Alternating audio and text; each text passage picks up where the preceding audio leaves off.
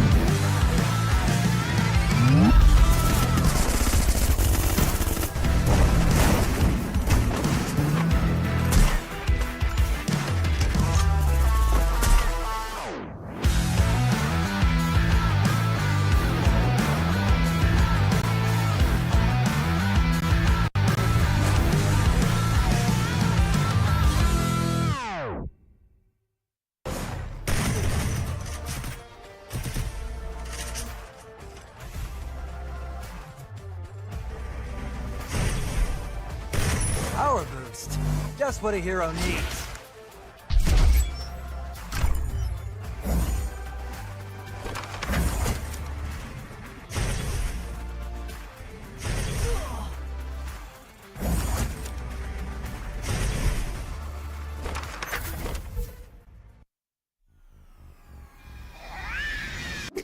Hello, Greaser. Stop trying to look cool and help out already!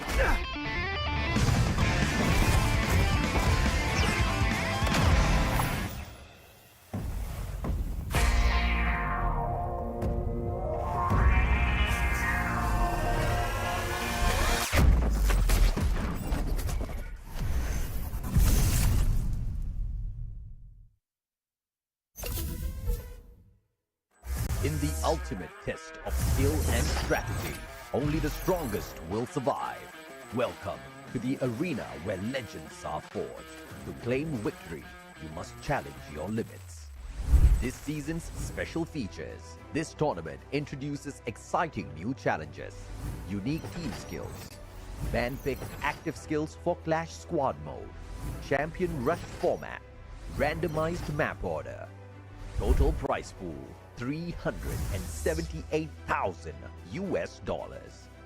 Warriors will battle for glory and the ultimate reward. Tournament format. The tournament features two competitive modes, Battle Royale and Clash Squad. Battle Royale, 18 teams, knockout format with 2 phases. Clash Squad, 8 teams in a Swiss stage format. Both modes culminate in a grand finals where champions are crowned. Knockout stage. This is where the battle begins. Survival gets real. Phase 1, April 25 till May 11, 2025. 18 teams divided into 3 groups, A, B, and C, with 6 teams each. 3 weeks, 54 intense matches. Daily format. Group A versus Group B versus Group C. Top teams advance, the rest are eliminated. Phase 2, May 16 till June 11, 2025. 1 misstep and you're out. Week 4, only the strong survive. Day 1, top 12 from Phase 1 compete in 6 matches. Only 1 team advances to the grand final. Day 2 and 3, the remaining 11 teams battle alongside underdogs ranked 13th and 14th. 1 winner per day advances to the finals. Week 5, second chances. Days 1, 2, and 3, the same format continues with underdogs ranked 15th to 17th. Each day crowns a new finalist. Week 6, the last chance. The final 11 teams, as well as the 18th team, compete across 3 days in 18 total matches. The top 6 teams will secure a spot in the grand final. No second chances, only the worthy will rise. Clash Squad mode. Before the grand finals, the top 8 teams from Phase 1, based on the overall standings, will clash in a Swiss-style tournament. Key dates. Round 1, May 22. Round 2, May 29. The top 4 teams from this stage will advance to the final day of Clash Squad mode, which follows a single elimination format. The winners gain extra preparation time for the grand final. Grand final, Champion Rush, last squad standing. The ultimate showdown begins. Teams carry their momentum from earlier stages. Objective: reach 80 points and secure a booyah in the next game to be crowned champion. If no team achieves this after 10 matches, the highest scoring team wins. No retries, no excuses, just one path: victory or nothing. New feature: live broadcast situation. This season's live streams will include live in-game challenges. Who will rise? Who will face punishment? Don't miss a single stream. More than a game, it's your legacy on the line. Will you survive or become a legend? Challenge your limits.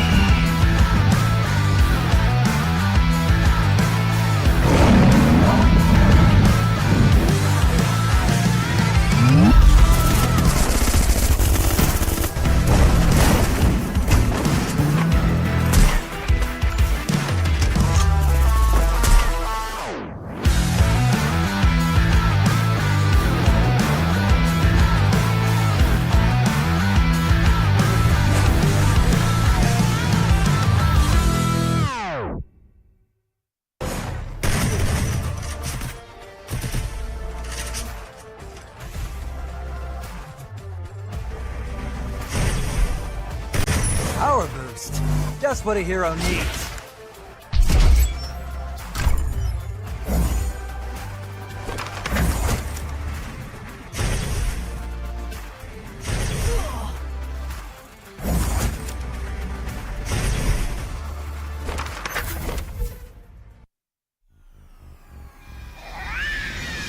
Hello, Greaser. Stop trying to look cool and help out already!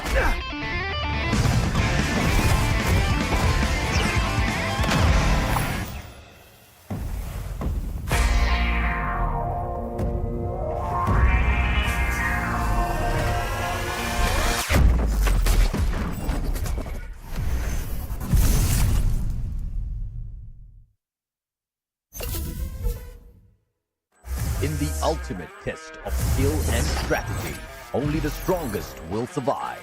Welcome to the arena where legends are forged. To claim victory, you must challenge your limits.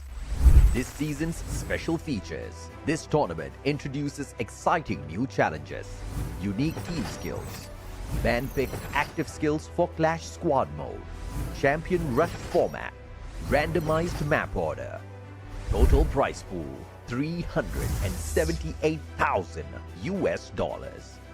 Warriors will battle for glory and the ultimate reward. Tournament format. The tournament features two competitive modes, Battle Royale and Clash Squad. Battle Royale, 18 teams, knockout format with 2 phases. Clash Squad, 8 teams in a Swiss stage format. Both modes culminate in a grand finals where champions are crowned. Knockout stage. This is where the battle begins. Survival gets real. Phase 1, April 25 till May 11, 2025. 18 teams divided into 3 groups, A, B, and C, with 6 teams each. 3 weeks, 54 intense matches. Daily format. Group A versus Group B versus Group C. Top teams advance, the rest are eliminated. Phase 2, May 16 till June 11, 2025. 1 misstep and you're out. Week 4, only the strong survive. Day 1, top 12 from Phase 1 compete in 6 matches. Only 1 team advances to the grand final. Day 2 and 3, the remaining 11 teams battle alongside underdogs ranked 13th and 14th. 1 winner per day advances to the finals. Week 5, second chances. Days 1, 2, and 3, the same format continues with underdogs ranked 15th to 17th. Each day crowns a new finalist. Week 6, the last chance. The final 11 teams, as well as the 18th team, compete across 3 days in 18 total matches. The top 6 teams will secure a spot in the grand final. No second chances, only the worthy will rise. Clash Squad mode. Before the grand final, the top 8 teams from Phase 1, based on the overall standings, will clash in a Swiss-style tournament. Key dates. Round 1, May 22. Round 2, May 29. The top 4 teams from this stage will advance to the final day of Clash Squad mode, which follows a single elimination format. The winners gain extra preparation time for the grand final. Grand final, Champion Rush, last squad standing. The ultimate showdown begins. Teams carry their momentum from earlier stages. Objective: reach 80 points and secure a booyah in the next game to be crowned champion. If no team achieves this after 10 matches, the highest scoring team wins. No retries, no excuses, just one path: victory or nothing. New feature: live broadcast situation. This season's live streams will include live in-game challenges. Who will rise? Who will face punishment? Don't miss a single stream. More than a game, it's your legacy on the line. Will you survive or become a legend? challenge your limits.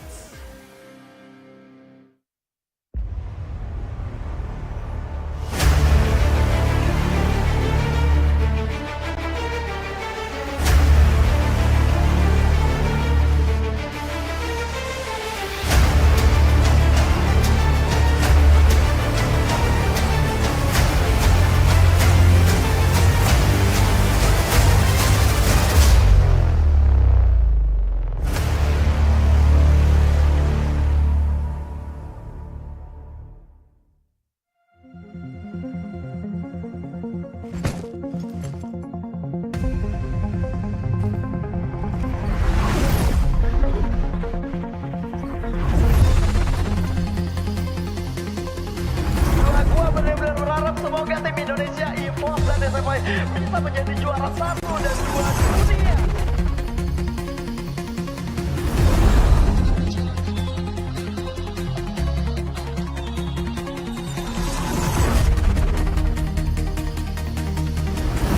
Let's go! Make us have done back-to-back World Championship! This is EVOS Phoenix! This is Thailand! He did that as well! And EVOS Phoenix!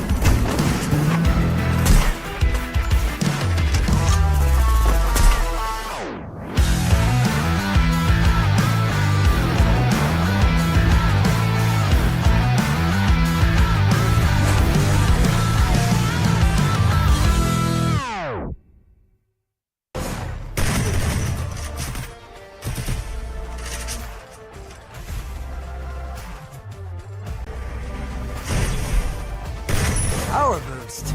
Just what a hero needs.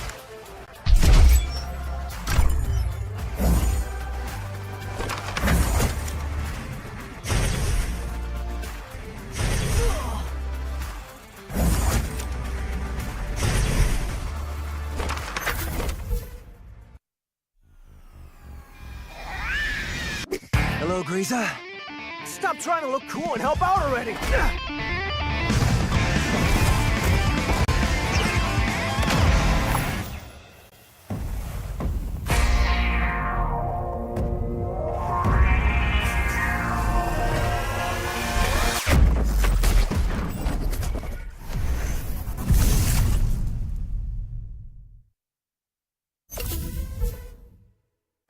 In the ultimate test of skill and strategy, only the strongest will survive.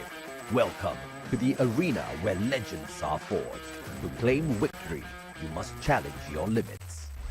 This season's special features. This tournament introduces exciting new challenges, unique team skills, man-picked active skills for Clash Squad mode, champion rush format, randomized map order, total prize pool $378,000. Warriors will battle for glory and the ultimate reward. Tournament format. The tournament features two competitive modes, Battle Royale and Clash Squad. Battle Royale, 18 teams, knockout format with 2 phases. Clash Squad, 8 teams in a Swiss stage format. Both modes culminate in a grand finals where champions are crowned. Knockout stage. This is where the battle begins. Survival gets real. Phase 1, April 25 till May 11, 2025. 18 teams divided into 3 groups, A, B, and C, with 6 teams each. 3 weeks, 54 intense matches. Daily format. Group A versus Group B versus Group C. Top teams advance, the rest are eliminated. Phase 2, May 16 till June 11, 2025. 1 misstep and you're out. Week 4, only the strong survive. Day 1, top 12 from Phase 1 compete in 6 matches. Only 1 team advances to the grand final. Day 2 and 3, the remaining 11 teams battle alongside underdogs ranked 13th and 14th. 1 winner per day advances to the finals. Week 5, second chances. Days 1, 2, and 3, the same format continues with underdogs ranked 15th to 17th. Each day crowns a new finalist. Week 6, the last chance. The final 11 teams, as well as the 18th team, compete across 3 days in 18 total matches. The top 6 teams will secure a spot in the grand final. No second chances, only the worthy will rise. Clash Squad mode. Before the grand final, the top 8 teams from Phase 1, based on the overall standings, will clash in a Swiss-style tournament. Key dates. Round 1, May 22. Round 2, May 29. The top 4 teams from this stage will advance to the final day of Clash Squad mode, which follows a single elimination format. The winners gain extra preparation time for the grand final. Grand final, Champion Rush, last squad standing.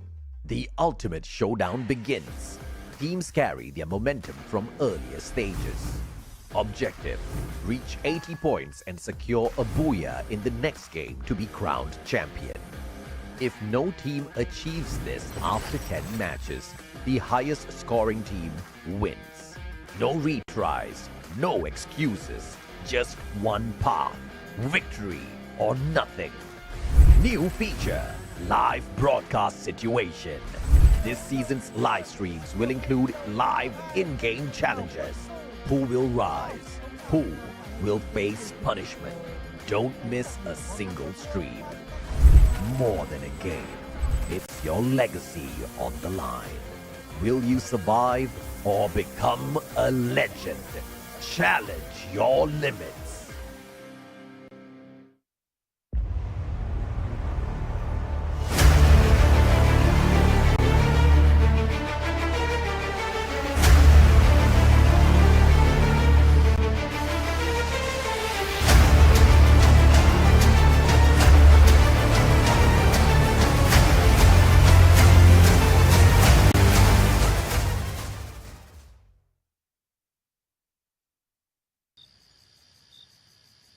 Bạn Quốc đây. Tôi là Quảng Quốc đây.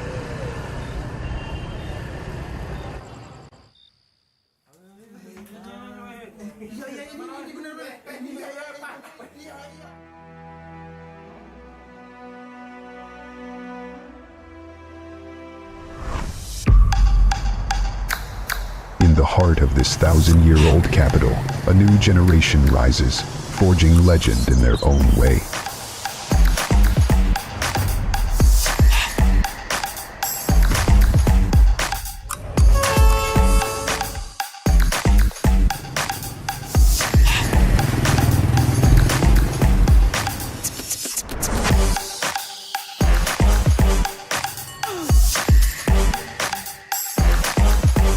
Come on.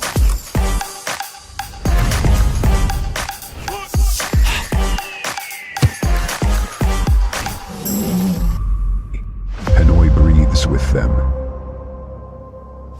Every heartbeat, every stride. This is more than a match. This is a calling. When the drums strike, Hanoi will not sleep. The city will blaze with fire in its veins. Here, even in narrow alleys, genius lies hidden. Here, even street tea can fuel strategies. Here, every footstep echoes with one truth. We were born to fight. The time has come. Hanoi awakens, and the warriors rise.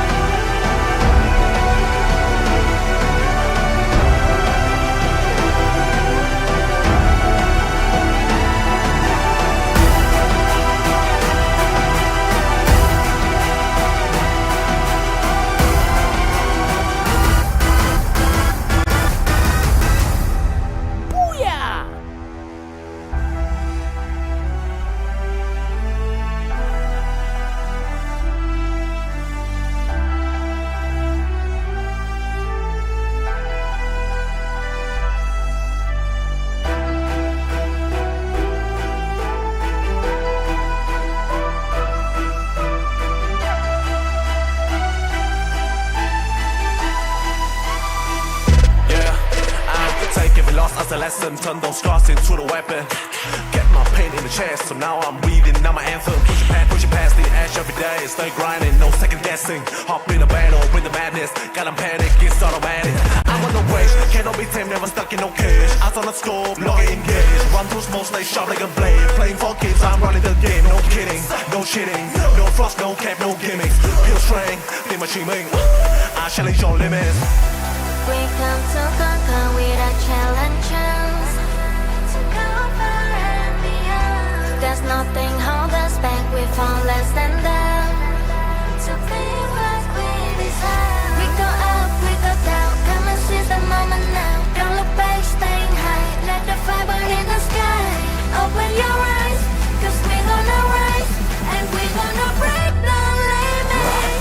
Break it down till it's your limit. Push it down cause it's your limit. Bring it on cause we all for it. Stepping up and break your limit. Break it down till it's your limit. Push it down cause it's your limit. Bring it on cause we all for it. Hold it, hit it, we can feel the heat is elevated. And the bullet red will be terminated. We can feel the heat is elevated. And the bullet red will be terminated. Hit it. Free fire. Driven by vision, every move's got purpose. Chains cannot hold us, we break through the surface. Heart full of flame, and the cold cannot hurt us. I talk less, but the stomach I'm nervous. Aim for the goal, ain't no way I discard it. Screaming the dolly, don't fear I don't baggage. Voice in my head got me to every target. Kupa, turn them to ashes. No kidding, no shitting, no frost, no cap, no gimmicks. Pure strength, deal with you, mate. I challenge your limits. We come to conquer with our challenges. To go far and beyond. There's nothing hold us back, we fall less than down. To be what we desire. We go up, we go down. Come and seize the moment now. Don't look back, staying high. Let the fire burn in the sky. Open your eyes, as we gonna rise.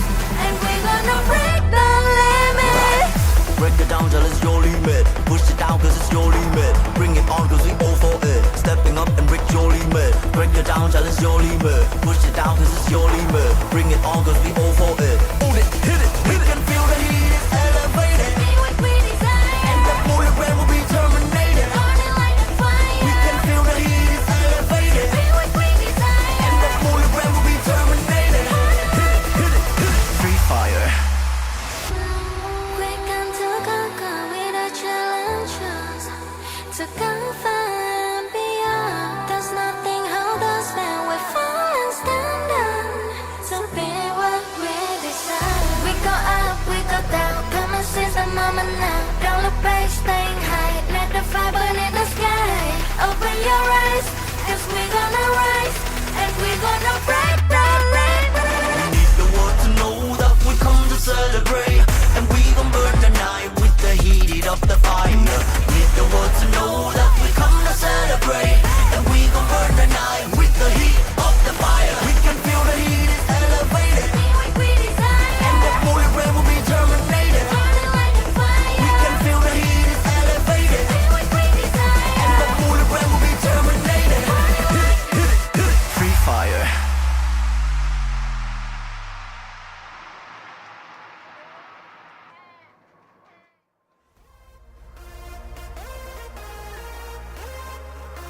Phá vỡ mọi giới hạn, vươn đến đỉnh vinh quang.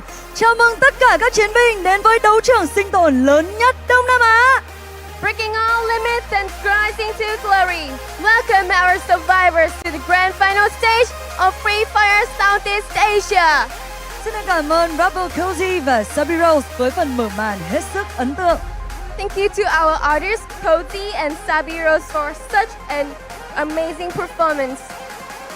Và ngay bây giờ, hãy cùng chào đón 12 đội tuyển xuất sắc nhất sẽ viết nên lịch sử mới tại FFWS SEA 2025 Spring. Let's welcome the 12 elite teams of Free Fire World Series SEA 2025 Spring. Được rèn giũa từ lò lửa của những huyền thoại Indonesia, họ là tượng đài Free Fire Esports. Không ngán va chạm, không ngại giao tranh, họ đến để khẳng định vị thế. Hãy cùng chào đón AQ Kazu! Forged in the fire of legends from Indonesia, the true titan of Free Fire Esports. Fearless in the fight, relentless in the clash. They are here to claim their legacy. Give it up for Kazu!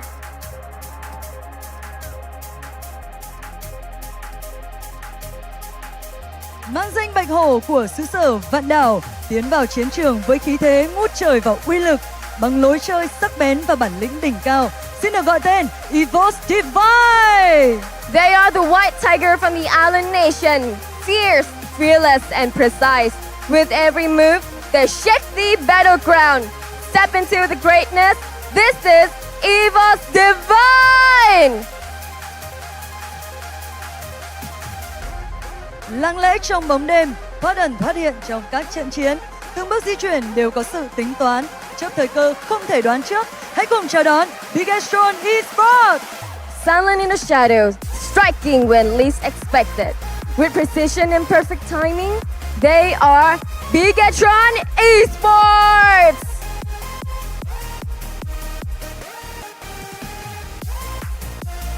Kẻ lội ngược dòng kỳ diệu vươn lên bằng bản lĩnh của những chiến binh không bao giờ bỏ cuộc. Họ bền bỉ, ly lợm, bứt phá, xoay chuyển cục diện. Họ là nhím vàng bất tử, Onyx. They fell, but never stayed down. They rose, stronger, fiercer, unstoppable. The wheel of fortune, the unbreakable spirit. They are the immortal golden hedgehog. Onyx! Giờ là lúc để chào đón những kẻ chinh phạt từ Thái Lan. Tấn công chớp nhoáng, càn quét mọi đối thủ để vươn đến ngai vàng. Họ đến với tâm thế của kẻ thống trị, là ứng cử viên hàng đầu cho chức vô địch. Bản lĩnh đã được chứng minh, giờ là lúc để bước lên đỉnh cao. Hãy cùng chào đón Buriram United Esports. It's time to welcome the conquerors from Thailand. Swift, ruthless, and ready to reign. They have proven the power, and now they are here to take the crown. This is why we are immortal. Welcome, Buriram United Esports. Đang sải cánh trên bầu trời như loài mạnh ưng bất bại, sẵn sàng tiêu diệt mọi con mồi lọt vào tầm ngắm. Với sự phối hợp nhuần nhuyễn giữa các thành viên và khả năng kết liễu lạnh lùng đến tàn khốc, đây chính là đội tuyển khiến cho mọi đối thủ phải dè chừng, Team Falcons. Soaring through the skies like an unstoppable falcon, ready to strike down any prey in the sights. With ruthless coordination and deadly precision, they are the hunters that feared by all. This is Team Falcon! Là ẩn số khiến giải đấu trở nên khó đoán. Từng bước đi của họ đều là chiến lược, từng pha xử lý chuẩn xác đến nghẹt thở. Mang trái tim rực lửa chinh phạt, họ chính là Virtus Pro. The wild card of the tournament. Every move is strategy. Every play is ice cold precision. They are Virtus Pro! Sẵn sàng quét sạch mọi đối thủ dám ngáng đường. Mỗi thành viên đều là những cá nhân xuất sắc. Liệu họ có thể viết tên mình lên chiếc cúp vô địch? Hãy hô vang On Gamers Global! Each a star, together, unstoppable.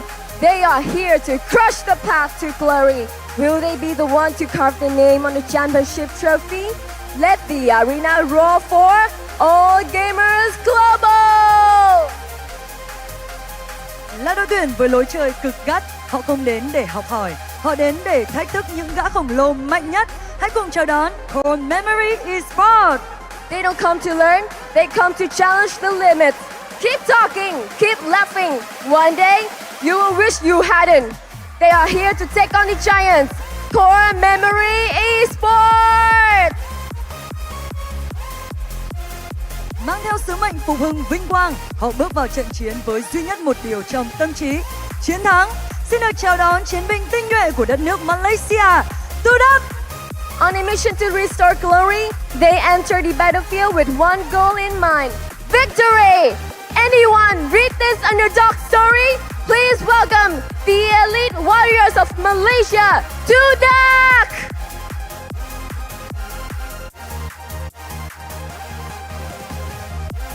Và cuối cùng chính là những đội tuyển kiên cường nhất, niềm tự hào của Việt Nam. Với dàn tân binh đầy nhiệt huyết và phong độ ổn định xuyên suốt mùa giải, kết hợp với lối di chuyển khôn ngoan, là đội tuyển mạnh nhất giải quốc nội. Hãy cùng hô vang tên Team Flash! Here we are, the pride of Vietnam. With fiery young blood and razor-sharp movement, They have dominated the national scene all season long. They are Vietnam's finest. Make some noise for Team Flash!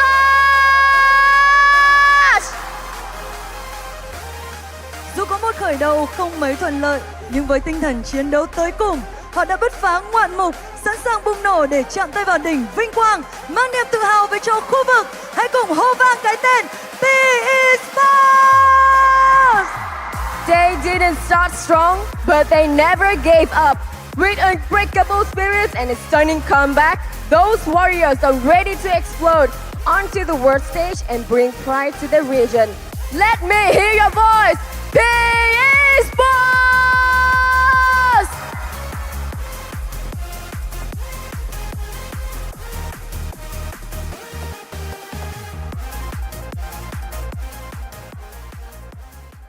Hello, Free Fire Gamers!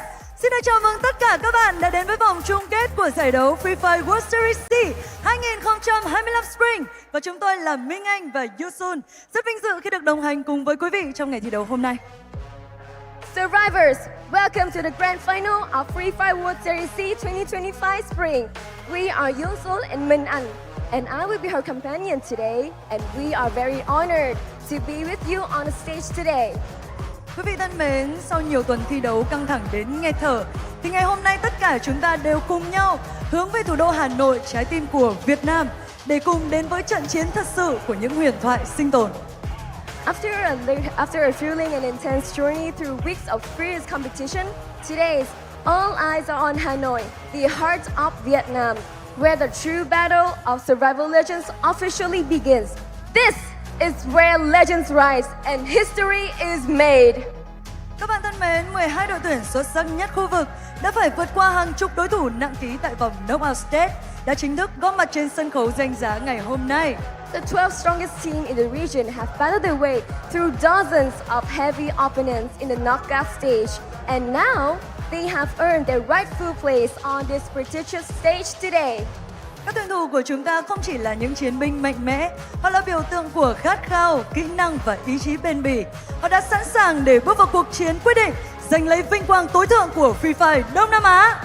They are not just brave warriors, they are the icon of passion, skill and unbeatable will. Today, they are ready to enter the ultimate battle for the highest glory of Free Fire Southeast Asia. Và ngay bây giờ, hãy dành một tràng vỗ tay thật lớn để chào đón tất cả các vị khách quý. Cùng với đó là tất cả các bạn khán giả đang có mặt tại ngày thi đấu hôm nay, cũng như là hàng ngàn người hâm mộ đang theo dõi trực tiếp trên các kênh sóng của Free Fire Esports. Let's give a big applause to welcome our esteemed guests. All the incredible fans are here with us, and also the 1,000 more tuning in Free Fire Channel Live Sports. This energy is electric. It's all because of you. Hà Nội ơi! Các bạn hãy cho mình thấy tinh thần challenge your limits của các bạn được không ạ? Hanoi, are you ready to challenge your limit? Các bạn đã sẵn sàng để đến với trận đấu đầu tiên chưa? Are you ready for our first game? Các bạn khán giả của chúng ta đã sẵn sàng và 12 đội tuyển cũng đã sẵn sàng. Ngay bây giờ không để cho các bạn phải chờ đợi lâu hơn nữa, hãy cùng đến với ngày chung kết của chế độ sinh tồn giải đấu Free Fire World Series SEA 2025.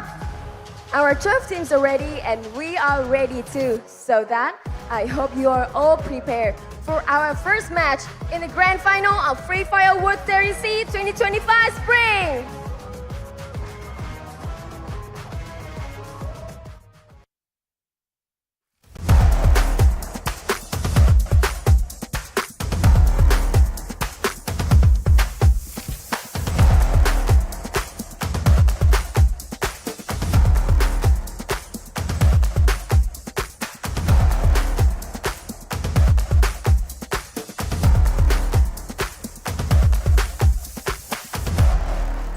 Kita tim pertama yang lolos ke final karena kita jago.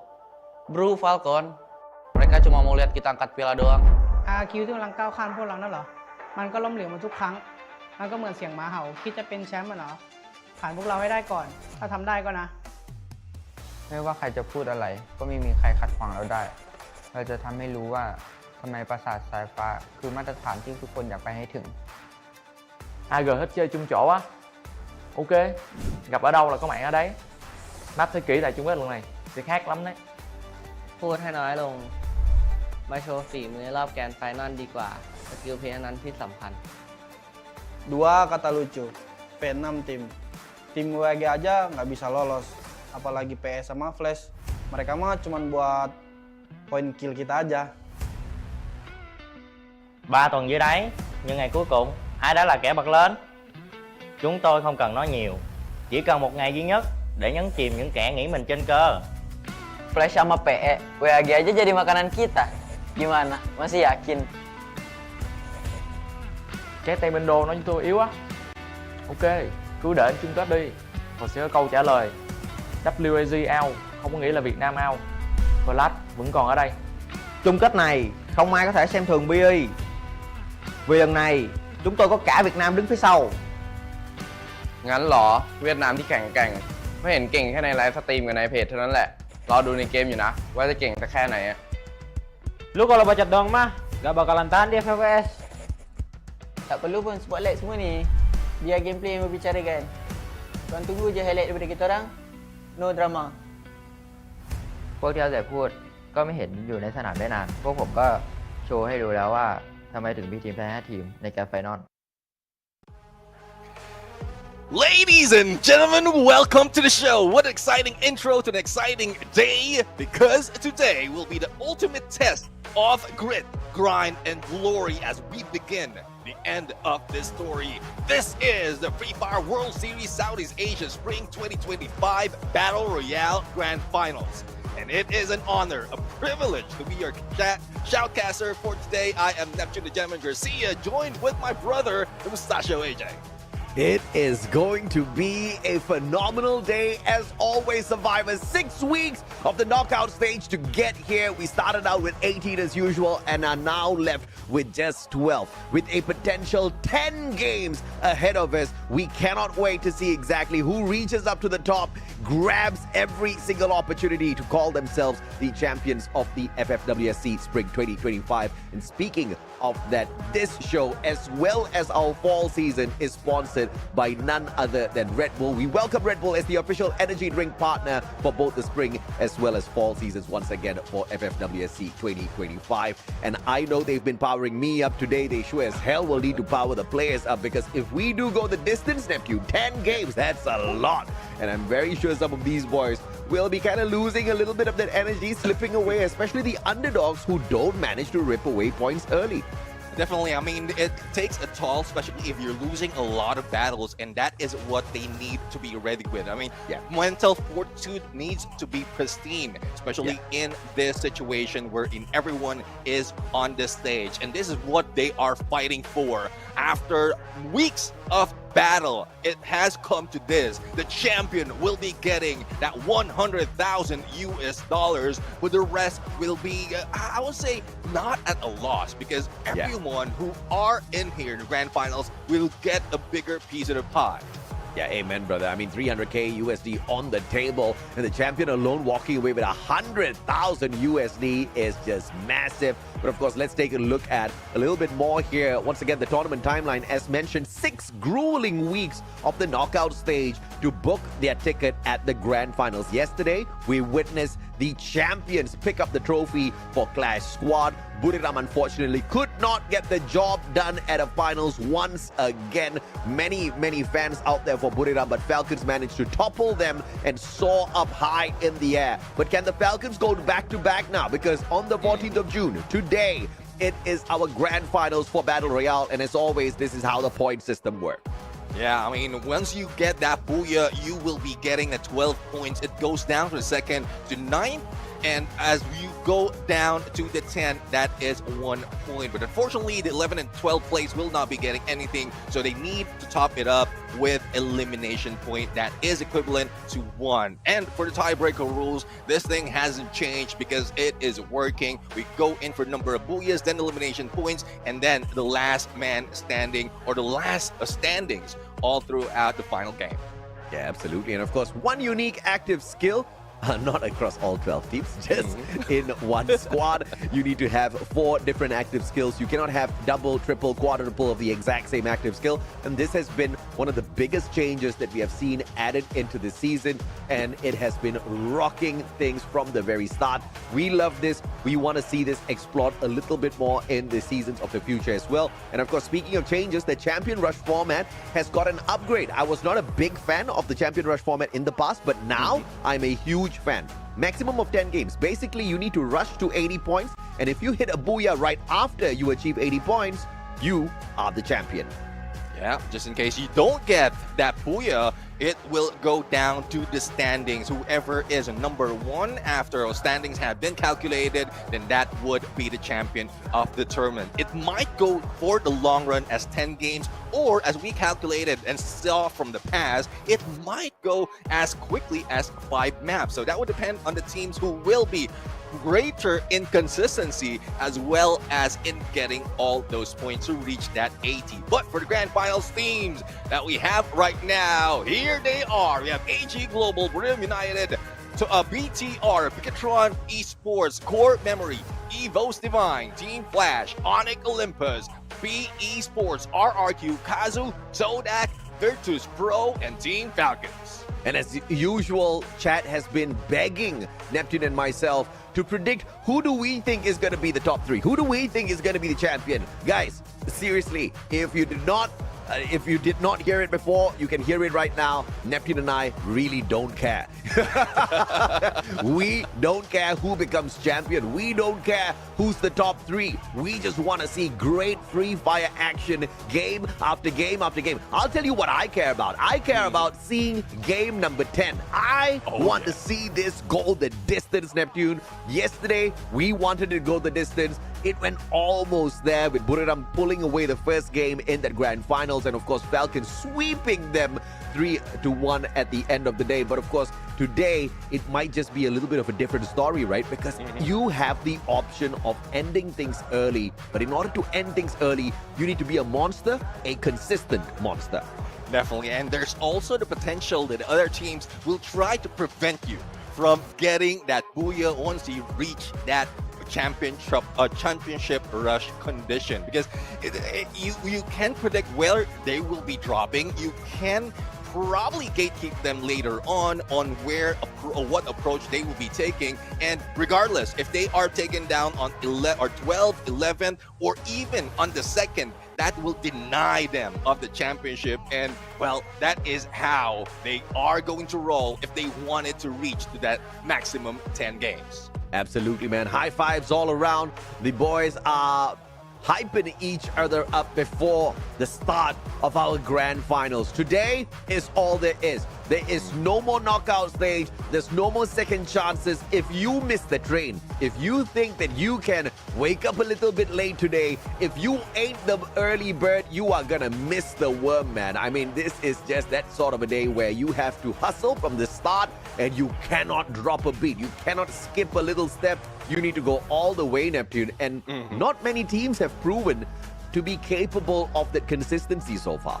Yeah, definitely. I mean, there are a few teams who are great in the start, and then the fire just died down towards the end. And we're not just talking about 6 maps anymore. There's a potential that we are going for the 10 maps. And if that is the case for you from the knockout stage, either phase 1 or phase 2, then that would be a loss already. Because those teams that has been consistent, they might not be getting all the booyahs all throughout, but if they're stacking up all those elimination as well as good placement point to reach the champion rush condition, then that is what they need. And after that, as we talked about earlier, the next booyah will bring them that trophy, that crown, and be the kings of Southeast Asia for this season. Oh yeah, absolutely. I mean, this is the day for them to go on out there and, you know, jump on this opportunity, right? And that opportunity is a very simple one. Reach 80 points first, and then just like how each and every single ranked match you jump on into, you are looking for that booyah, and the booyah has become so much more important. And I really love this because we've been doing this for years, and for many years, the importance of the booyah was not there. The importance was always on collecting the points. So you could see some teams just purely focusing on the eliminations, you know, not really looking for the placement points because it's just a maximum of 12. Getting those eliminations, on the other hand, can boost you to the top of the table. Now, what we are saying is you may be able to get to the top of the table, but if you cannot get that elusive booyah to your name, you are not going to be called champion. And I think that is just so poetic in the world of Free Fire. Yeah, definitely. I mean, it's going poetic because later it's going to be chaotic on how the teams is going to start off this battle. But I do agree with you. I mean, we're just going back to the basics. The soul of Free Fire right now, grabbing that booyah all throughout. That's how you have been taught in the tutorial. That's how you've been like mindset is every time you go into ranked games, whether it is a custom game as well, and especially in tournaments just like this. And it's good that they're getting back into their roots. And well, I guess it's up to the teams right now to really bring it on. There's a lot of pressure that they have right now, especially when the cheer, all the cheers that we heard earlier as the teams are being introduced, and those not receiving any cheers, if you're weak-hearted, you might take it differently. You might think that you don't have any support. That's why all the viewers out there, all survivors in chat out there, your comments, your support, your like is important as well. Whatever team you are cheering on and rooting for, hopefully you put all those energy on the chat right now, because the team definitely needs those. Yeah, absolutely, man. And of course, that's the home ground advantage that the Vietnamese teams have. Unfortunately, we didn't have every single Vietnamese team qualify into the grand finals. But look at this, bro. The game schedule. And of course, we have got the first 6 maps already drawn here. We hit the randomizer, and this is what we got. Bermuda, Alpine, Kalahari, Nextera, Purgatory, Solara. That is the sequence of maps we will go through. And if we get to a match 7, we will go to the randomizer, and the randomizer will be hit game after game after game. We do not know what map we're gonna get, and this is crucial because maps equal dominance from certain names, from certain teams, and we just need to see exactly who Lady Luck smiles at later. Yeah, definitely. I mean, if you're familiar with 1 or 2 specific maps, that is your advantage. But every time we go into that topic, we always say that you shouldn't just pick a few maps out of the map pool. You need to be proficient in, if not all, most of the maps that we have, because that would be your advantage, and the other teams will not be able to catch you off guard. So I guess are hoping that all throughout from the knockout stage up until today, or before today, they managed to practice their rotation, their tactics all throughout, so that they can survive even longer for all the maps that we have. But you know what's most important? Yes, you've practiced. Yes, all of that. Everybody would have done it before a stage like this.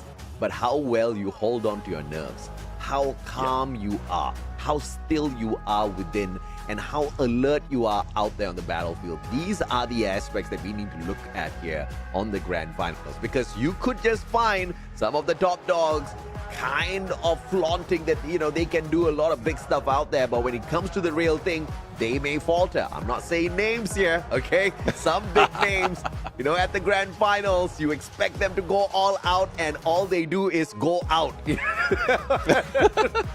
And then the names that you don't expect do manage to rise up to the top, right? So far, we have had 2 FFWS SEA champions at Ho Chi Minh City as well as Surabaya, right? At Ho Chi Minh City, Team Falcons managed to take the trophy for themselves.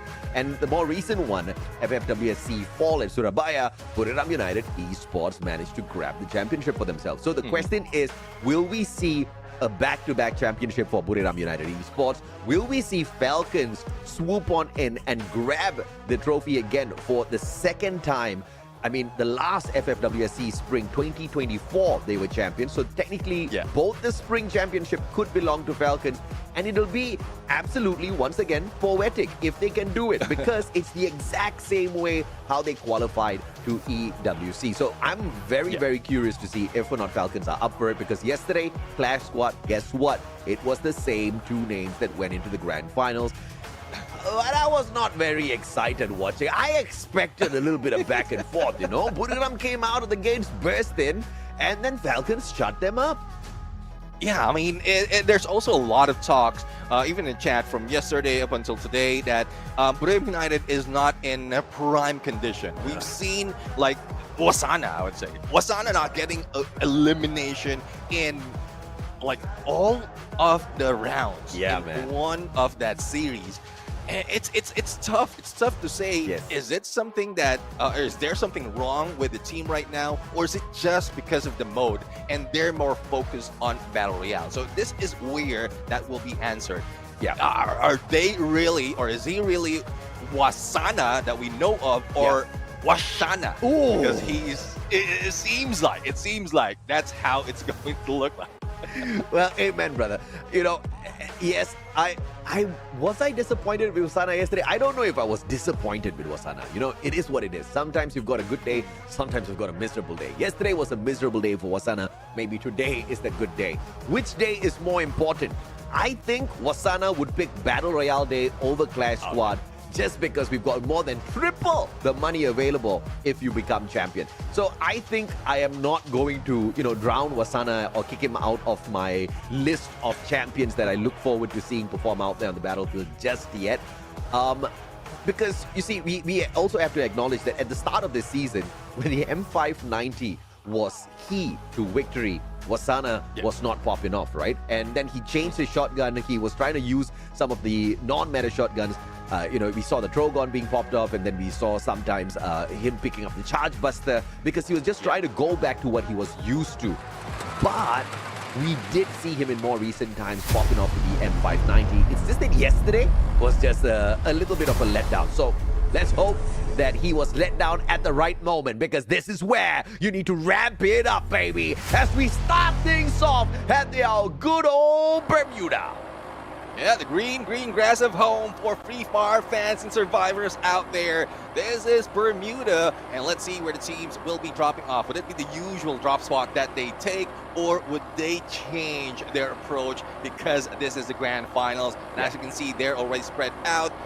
Some of the teams who have jumped out a little bit too early have already taken their place, and we're not seeing that much of a hot drop. They have been prepared all throughout or before this game has started. Yeah, amen, brother.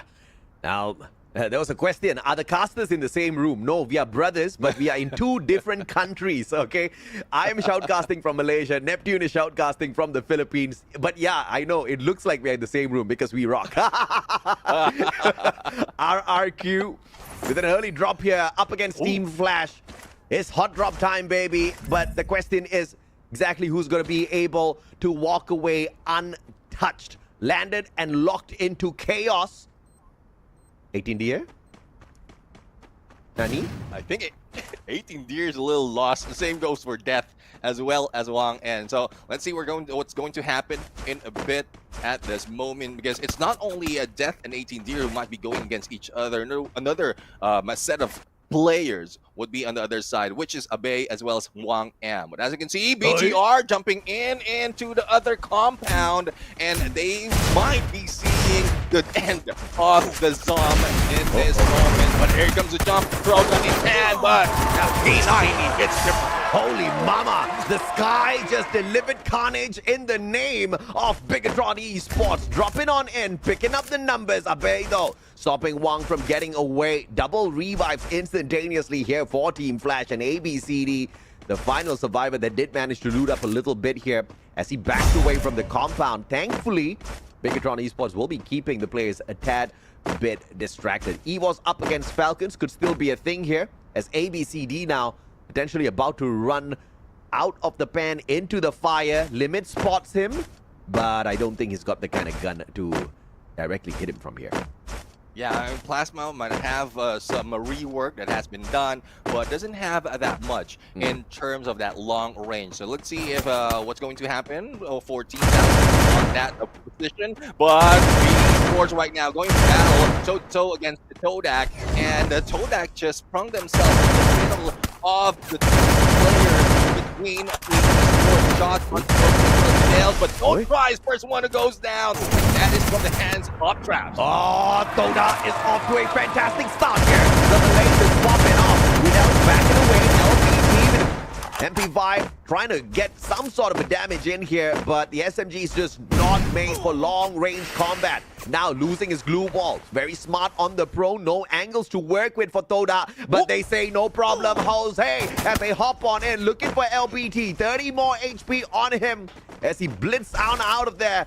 200 coins in his pocket, picks up the 400. Needs a vending machine, but the rest of Todak catches up with him. Yeah, Vidal's hits with that M590, and Lauho will be left alone heading in to Mars Electric for that vending machine. But here comes Rasia on the other side, who's dealing with death at the moment. Not really death, but Team Flash's death at this point. And VSK, I would say the sniper of this team can hit you just once, and you will say goodbye. Oh yeah, absolutely. Team Flash. Zom, wrong spot, brother. Now he's gonna come landing down on a cloud. That ain't no Cloud 9. That's a Cloud Doom at this point of time. As Zom tagged up, but not on the ground, just get dead. Appearing, wrong timing, brother! Ah, manages to get the straight out onto Rasia. The heal with the circle around, and the connection is perfect. Zom does not have a medkit on him, and he's just hanging on for his dear life, expecting Death to do something here. Does manage to patch himself up, but ain't got on the chase. B90 in hand. Rate of fire and damage perfect to take Zom out of the equation here. But Zom has got the exact same SMG. Only difference is you've got the level 2 helmet and vest on Aim God. Yeah, let's see though. Here comes Ray as well, but that one hit will bring down the Zom. But Team Flash is not out of the battle just yet. Managed to one of the players to be revived, but the same goes for a Todak who in the fourth and won that battle on the side of FMR for memory. And here comes a good one now up close and personal from SPD. His shots. The same goes with Maal, but he managed to snipe it out up close. Yeah, absolutely, man. And Don solo here, Mag 7 in hand, looking for the tag onto Dudes. Oh, this glue wall done! Unbelievable play! And you know exactly what they say, baby. Don ko pakat na muskil hi nahi, na mumkin hai. This is amazing. You cannot catch the man. In fact, he just wiped out a whole squad alone. Oh, definitely. I mean, RRQ, a team that could have gotten a lot of points and start off their approach being has been taken out on 12 plays. Here comes the battle right now. Only one elimination on them, but they're still fighting back. And it is Cold Shield who goes down and Keroro with that Bison. That will be third elimination. But who will be the next challenger? Who has inserted that coin? And who's going to go for the fight? It's Virtus Pro taking shots against Limit, and Nameless with that power foul managed to take him down. I cannot believe Don just did a number on RRQ, man, with a Mag 7 of all things. And it's RRQ, the first team to qualify for the finals, is the first team to get kicked out of the grand finals lobby. How about that? By the team, by of all teams, CRM. Call it irony. Oh, goodness me. This is just crazy. And this is why you cannot predict exactly who's going to be able to dominate here, you know? I mean, even the Titans RRQ, after all that promise that they bring in, they are still going to be at the very edge of their seats game after game because of the quality that we have here in Southeast Asia. Exactly, and that is one thing that they need to be prepared of. For core memory, we haven't really saw them, or we didn't really saw them that much of a threat to any of the teams until they managed to perform well when Phase 2 or latter part of Phase 2 happened. Yeah. But right now, I guess they have prepared for this. This is something that really doesn't matter how long it will take, as long as you can eliminate a team up close and personal and then wait for the next challenger. So for Buriram United, they've been doing the same progress or tactics that they have done for the past. Wait it out until 10 to 15 minutes of the game, and then that's where they start farming for points. Bigatron Esports now join in. Buriram. We'll catch up with them in a little bit as Team Flash makes their recovery play here, looking for Falcons, unintentionally of course at bullseye.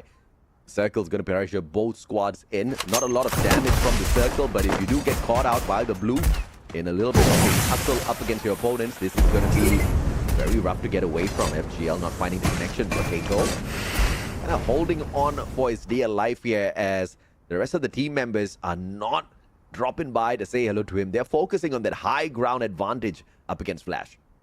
Yeah, I mean, that high ground, just in case Team Flash steps out, will definitely give them more of a percentage to get a headshot. But Potato might have been probably left out or really couldn't move up to that rooftop, or is just being the distraction. But we saw a Dinocular being popped off, and I guess it's they're preparing to go for the jump onto the other side. They don't plan to deal with Team Flash just yet, but as you can see, battle and rushes is happening right now, and is trying to turn the thing.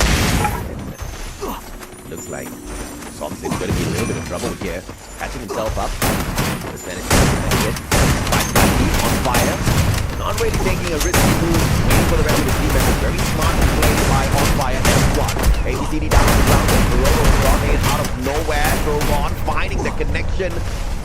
But that's just to tickle the players as Team Flash now burst out of the window down onto that lower ground as they patch themselves up, getting ready for round 2. They don't have the numbers, and the Sky once again delivering a little bit of some hot shot here, delivering carnage in the version of EVOS.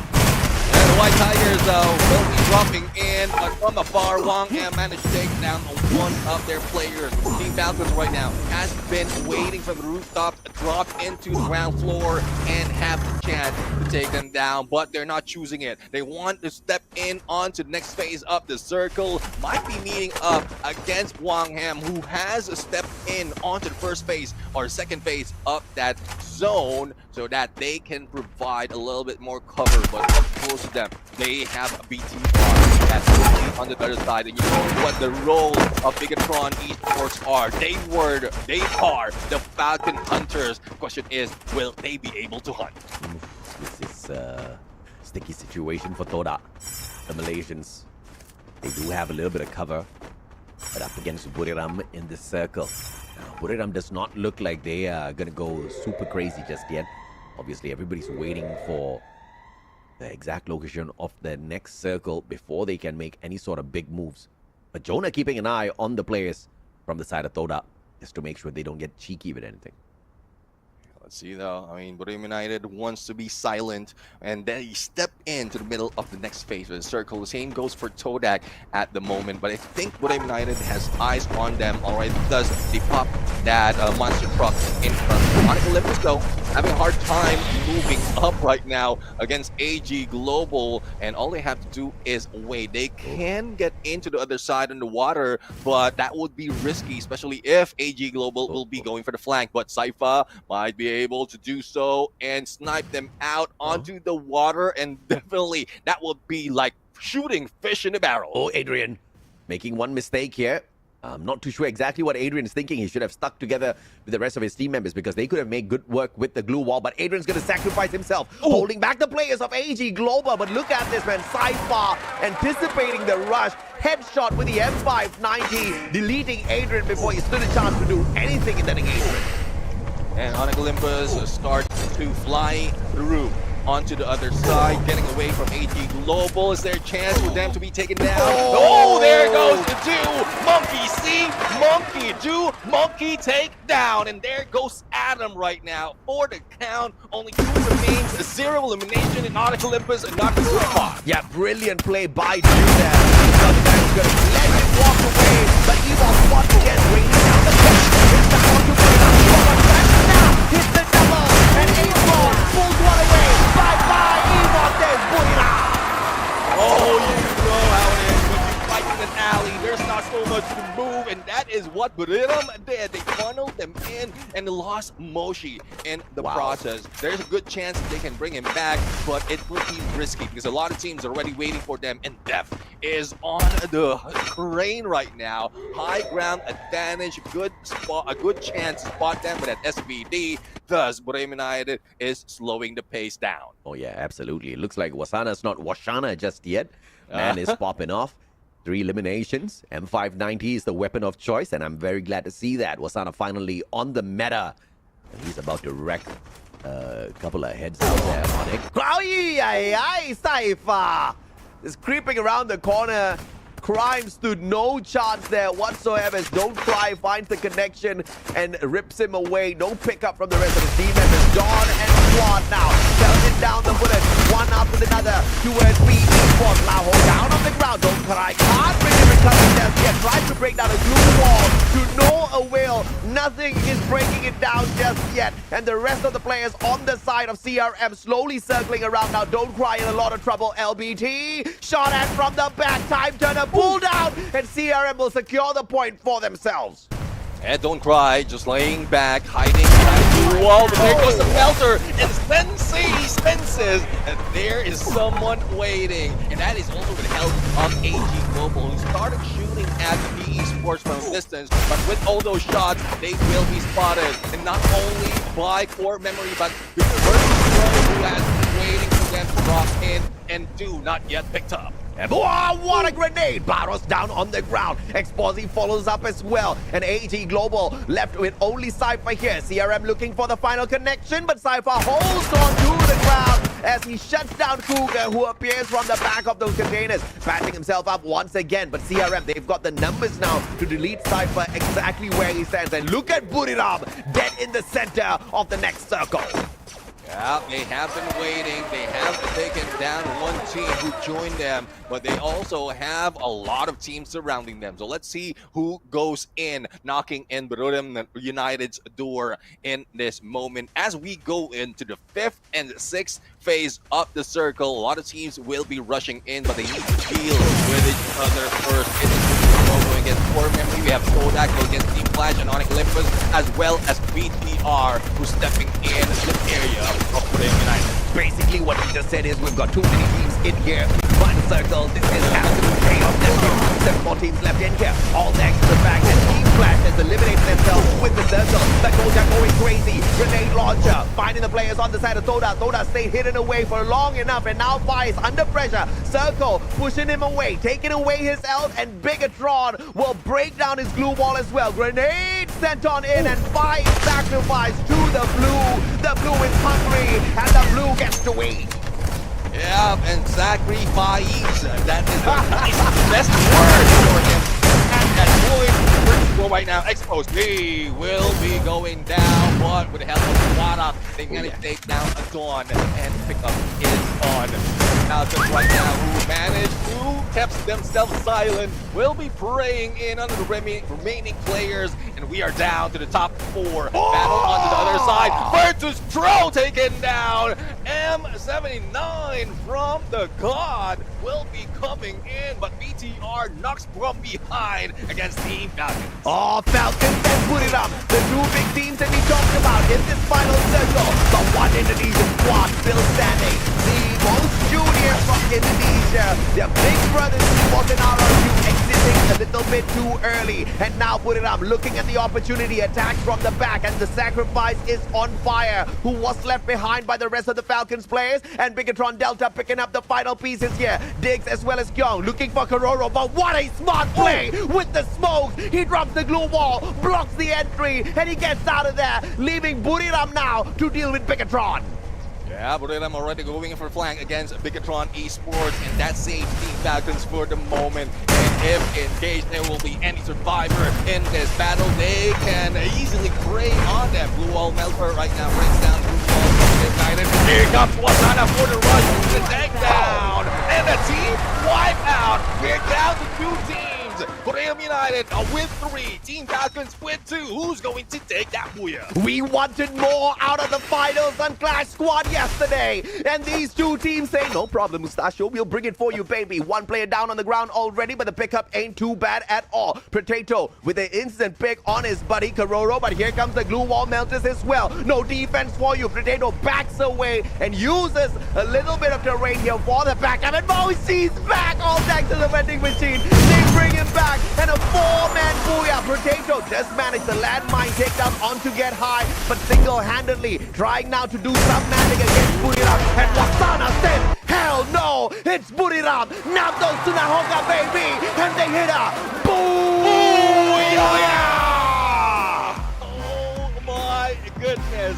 This spells trouble for everyone else as Buriram United is starting it off. They might have been slow in the beginning of this game, but all throughout the end they came knocking and taking them out. I mean, Wasana. He held back yesterday. He said, bro, my tank is limited, okay? My petrol tank is limited, okay? I know how much of gas I got. I cannot sprint today. I gotta wait for tomorrow because tomorrow is the day. And that tomorrow yesterday is today. And today, the grand finals of Battle Royale, this man is your MVP for sure, led by Captain Jonah. The 2-time world champs, the 2-time almost world champs are back with a bang. Oh, definitely. I mean, they might have slowed down in the knockout stage, but now they are showing up. And this is what we need. Royale United really bringing it on. They might have not started so much of elimination or getting all those points, but the moment that they step into the fray, or in the middle of the fray, I would say, that is their chance to get all those elimination, even hunt down some who has, like, gotten into their personal space, and that's how Royale United roll. They don't want to let the ball drop anymore. They want to hit that champion rush condition early into the day. Woo! And I think they will be able to. We have got a potential maximum of 10 games in the house. Buriram's like, what 10 games? We played yesterday, we played today. We want to keep it short and simple. We want to end this one early. And you got to respect not just the capability to get the eliminations, but respect the reading of the circle, respect the positioning early, and they protected their circle. They protected their own defensive spot so well. And Jonah was my personal MVP in that fight as well. That grenade launcher, whoo, hit like a truck, Neptune. Definitely. I mean, you know how it is. You know how Captain Jonah goes. If you have the grenade launcher on him, he will definitely get those knocks. But in a bit, we're going to hear from the team as well on what, hopefully we get a few answers as well, what happened yesterday. Because it's something that we have been questioning. Even the fans out there has been asking. And what would be the transition now that they are in the Battle Royale in the Battle Royale finals? Yeah. I'm a man who lives in the present, all right? I don't care about what happened yesterday. I do care. I'm so sorry about the BO7 mistake, guys. I felt so bad after the broadcast, okay? But today, Battle Royale. Yesterday, Wasana didn't do much. It's all right. Like I said, today's prize pool is almost triple. Sorry, not almost. More than triple of what we got yesterday. Wasana's aiming for the big one. But of course, the most important part of Booyah is the interview.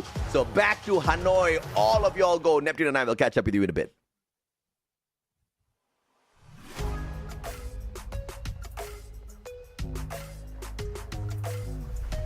Hello everyone, and this is our first Booyah belongs to Royale United Esports. So let's have a conversation with them, shall we?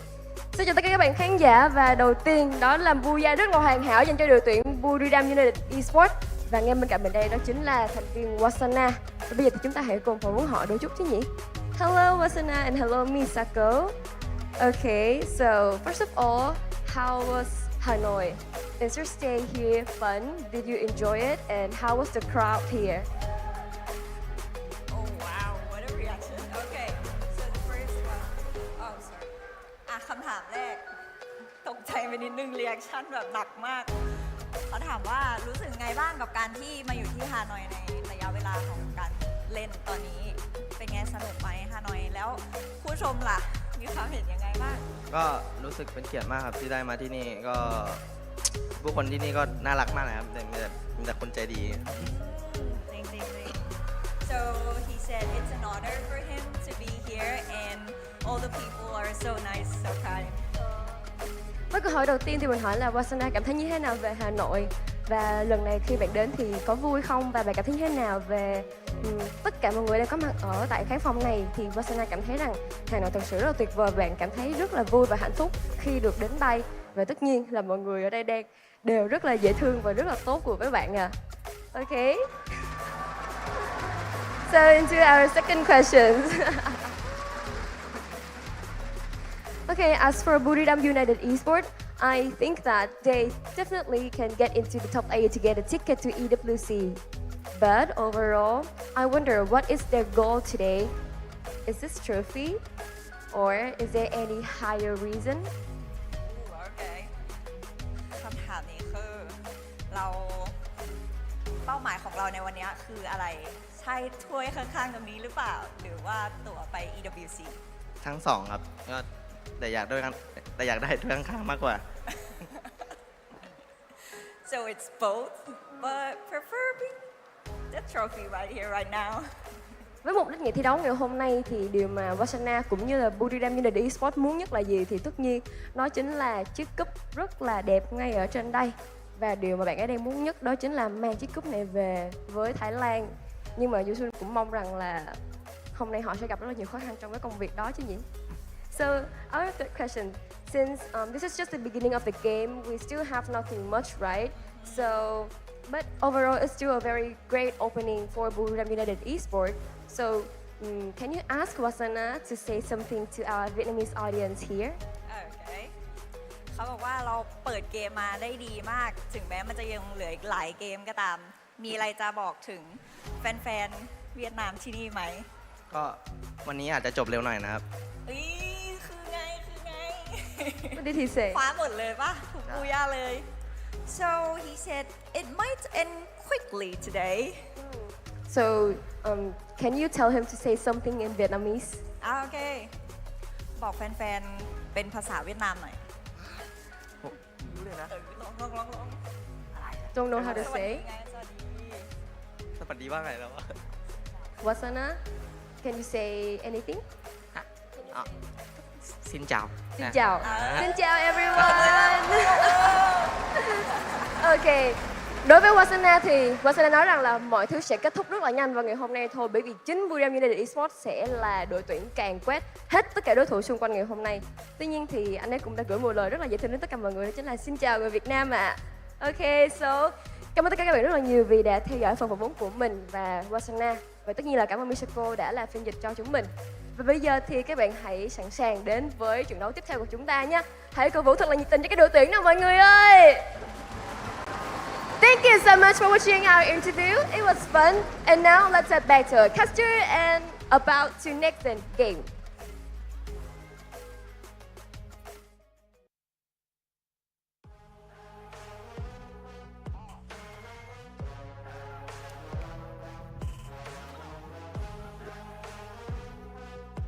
You gotta love it, man. You gotta love the stage, you gotta love the host, and you gotta love the conclusion of this first game, which answers quite a number of questions posed yesterday. Is Wasana truly gone from his high performance days? And the answer is hell no, not yet, baby. And it was just a phenomenal play from all top 3 teams, as a matter of fact. Even Bigatron Esports getting into the final circle was not an easy task because they were pretty far away from the zone. And it's Get High that walks away with the MVP overall, most probably because of his support role and capabilities. 3 eliminations, 3 knockdowns, 1,710 on the damage, rocking the electrotherapy through Cassie. Yeah, definitely. I mean, the support role has changed the pace of the game, especially when some active skill has been available, specifically the Cassie. I mean, you have been in there backing up your rusher and then the quick pickup that is being done. And with all those effort, it needs to be recognized. And that is why Get High is our MVP for that game number 1. But we're not taking out the performance of the other players from Borneo United. I'm pretty sure they put in a lot of numbers as well, because they didn't really shy down on getting elimination from that fight. But definitely this man is the game changer for that first game of Battle Royale. Absolutely. And of course, let's take a look at some of the active passive combinations here. Cassie, Tatsuya Koda, Skylar, and we didn't really see the Skylar usage in that final circle, mainly because Moshi got knocked out a tad bit too early. And even though they did not need to revive him, they revived him. And that was very, very nice to see. Yeah, definitely. I mean, they already have the man advantage. It was a 2v3 situation, and then they want it to be a 4v2 situation. Well, probably it's because of the needed information. Once you revive Moshi, he will take that rooftop, and he can spot out where the remaining players of Team Falcons is going. But going into the numbers, again, we do have Get High as our MVP, but looking at the rest of the teams, they really worked hard onto it. Because of Moshi being taken out early, no elimination at this point, and no knockdown, but assist overall really helped the team. But with 5 coming from Jonah, as well as 6 coming from the Wasana himself, then that would give you 14 on the elimination, plus a 12 on the Booyah. Yeah, absolutely, man. Some fans don't know if they're looking at Wasana play or Pahadi play, right? 6 eliminations, 6 knockdowns. This guy was rocking it out there. 2 assists as well. Wasana's definitely not done just yet. This was just the start. But of course, Buriram yesterday up against Falcons, they had a good start. How it ended, though, was definitely not up to them. Falcons brought it to a fantastic close. But we'll have to wait and see exactly how things come to an end today here. Key players, Wasana, Dew, as well as Get High. Dew for the damage, 2,963. We haven't really seen a lot of him, except that phenomenal snipe onto the player from Indonesia that was trying their best to get away from him. But, you know, I want to see a little bit more of AG Global later on, too. Yeah, definitely. I mean, AG Global has a capability to snipe out a lot of players, especially Dew out there. Thus, damage has been dealt. But as we look into the game standings, it is a huge lead that Borneo United has taken here already with 26 points, followed by the 17 coming from Team Falcon. And the rest of the teams are close behind. And one thing that I'm thankful in this first map is no one went out or gone out with 0 points. So even PE Sports at bottom managed to get 1 elimination, even 1 placement point. Yeah, absolutely, man. And Buriram with 26 points, which means they need to do this 3 more times in order to be able to complete the champion rush condition before they can aim for a booyah. But of course, if you guys are looking for some solid booyahs out there, and if you're wondering exactly why you're not hitting that, maybe you've got the skill, but you just don't have the right device on your hand just yet. So you might want to pick up the Samsung Galaxy S25 Ultra. Comes with a next-gen Snapdragon 8 Elite Galaxy processor featuring an enhanced Vulkan engine, as well as improved ray tracing technology. This delivers outstanding performance, lifelike graphics, as well as a smooth gaming experience. With powerful AI capabilities here, Neptune, top-tier performance, the Galaxy S25 Ultra becomes the ultimate weapon for professional gamers. Definitely, and that is what the teams need right now. Top-tier performance for top-tier level grand finals, because this is it, the final day, the final matches that we're going to see for Battle Royale after months or a number of weeks of grueling knockout stages. But again, it might be good for Borneo United right now, but some of the teams have are in a good spot as well to overtake. Yes, the lead might be that huge because of the number of elimination plus the addition of that booyah, 12 points, but we've seen some other teams take even higher than 26 on the point. And if that will be Team Falcons, who might replicate that or even beat the record of Game 1 for Borneo United, we might see them take over that #1 spot. Absolutely. And of course, we have seen that before. We have seen strong starts and we have seen inconsistencies. We have seen good teams come crashing down. And if that happens to Buriram today, it's all in a day's work for the other champs who are in here as well. Because we're talking about Southeast Asia. We're talking about not being able to guarantee a booyah from anyone. Just like RRQ. I mean, so much of promise from the Indonesian squad. The first team to qualify for the grand finals from the knockout stage phase 2. And they crashed out early, right? But you have to acknowledge sometimes luck is a factor in here as well, because RRQ is a very skilled squad. They can take on even Buriram and wipe the floor clean with them on a good day. But that's the thing, on a good day. Is today going to be a good day for RRQ? I sure as hell hope the early knockout pisses them off, because, you know, once RRQ is triggered, there's no stopping them. Yeah, definitely. I mean, if RRQ will be able to get back up, they don't just get back up in one game. They follow it up with multiple games to catch up with the points that whoever is number one is doing. And that's what they did in the world stage. That's what they did in the previous competition. Yes, they might haven't taken any championship just yet, but the way they're taking each tournament is leading to that spot, leading them that they are very, very close to grab a championship. Yeah, let us not forget, in the most recent FFWS Global, it was RRQ in that second spot, almost becoming the world champions. You know, it was very unfortunate. I was very sad to see that for RRQ. And obviously, they're going to be building up to something phenomenal once again. You know, if it's not the Global World Championship for FFWS, perhaps they can aim for EWC first. But a good stepping stone will be FFWS SEA Spring 2025. Everybody wants to aim for it. And of course, you've got some extra pocket money before you travel out to Saudi Arabia. That's something that we're looking for as well. And we are looking at not just the top 3 teams or the champion, right? We are looking at the qualifiers for EWC as well through this grand finals day, Neptune. Yeah, exactly. I mean, we're looking at top 8 out of all the 12 teams right here. But let's also take note that we have Team Falcons already qualifying because they are the reigning champions of EWC. So I guess from Southeast Asia, it would be 9 teams that would be going into Riyadh. Yeah, 9 teams, because we assume Falcons is going to be part of the top 8.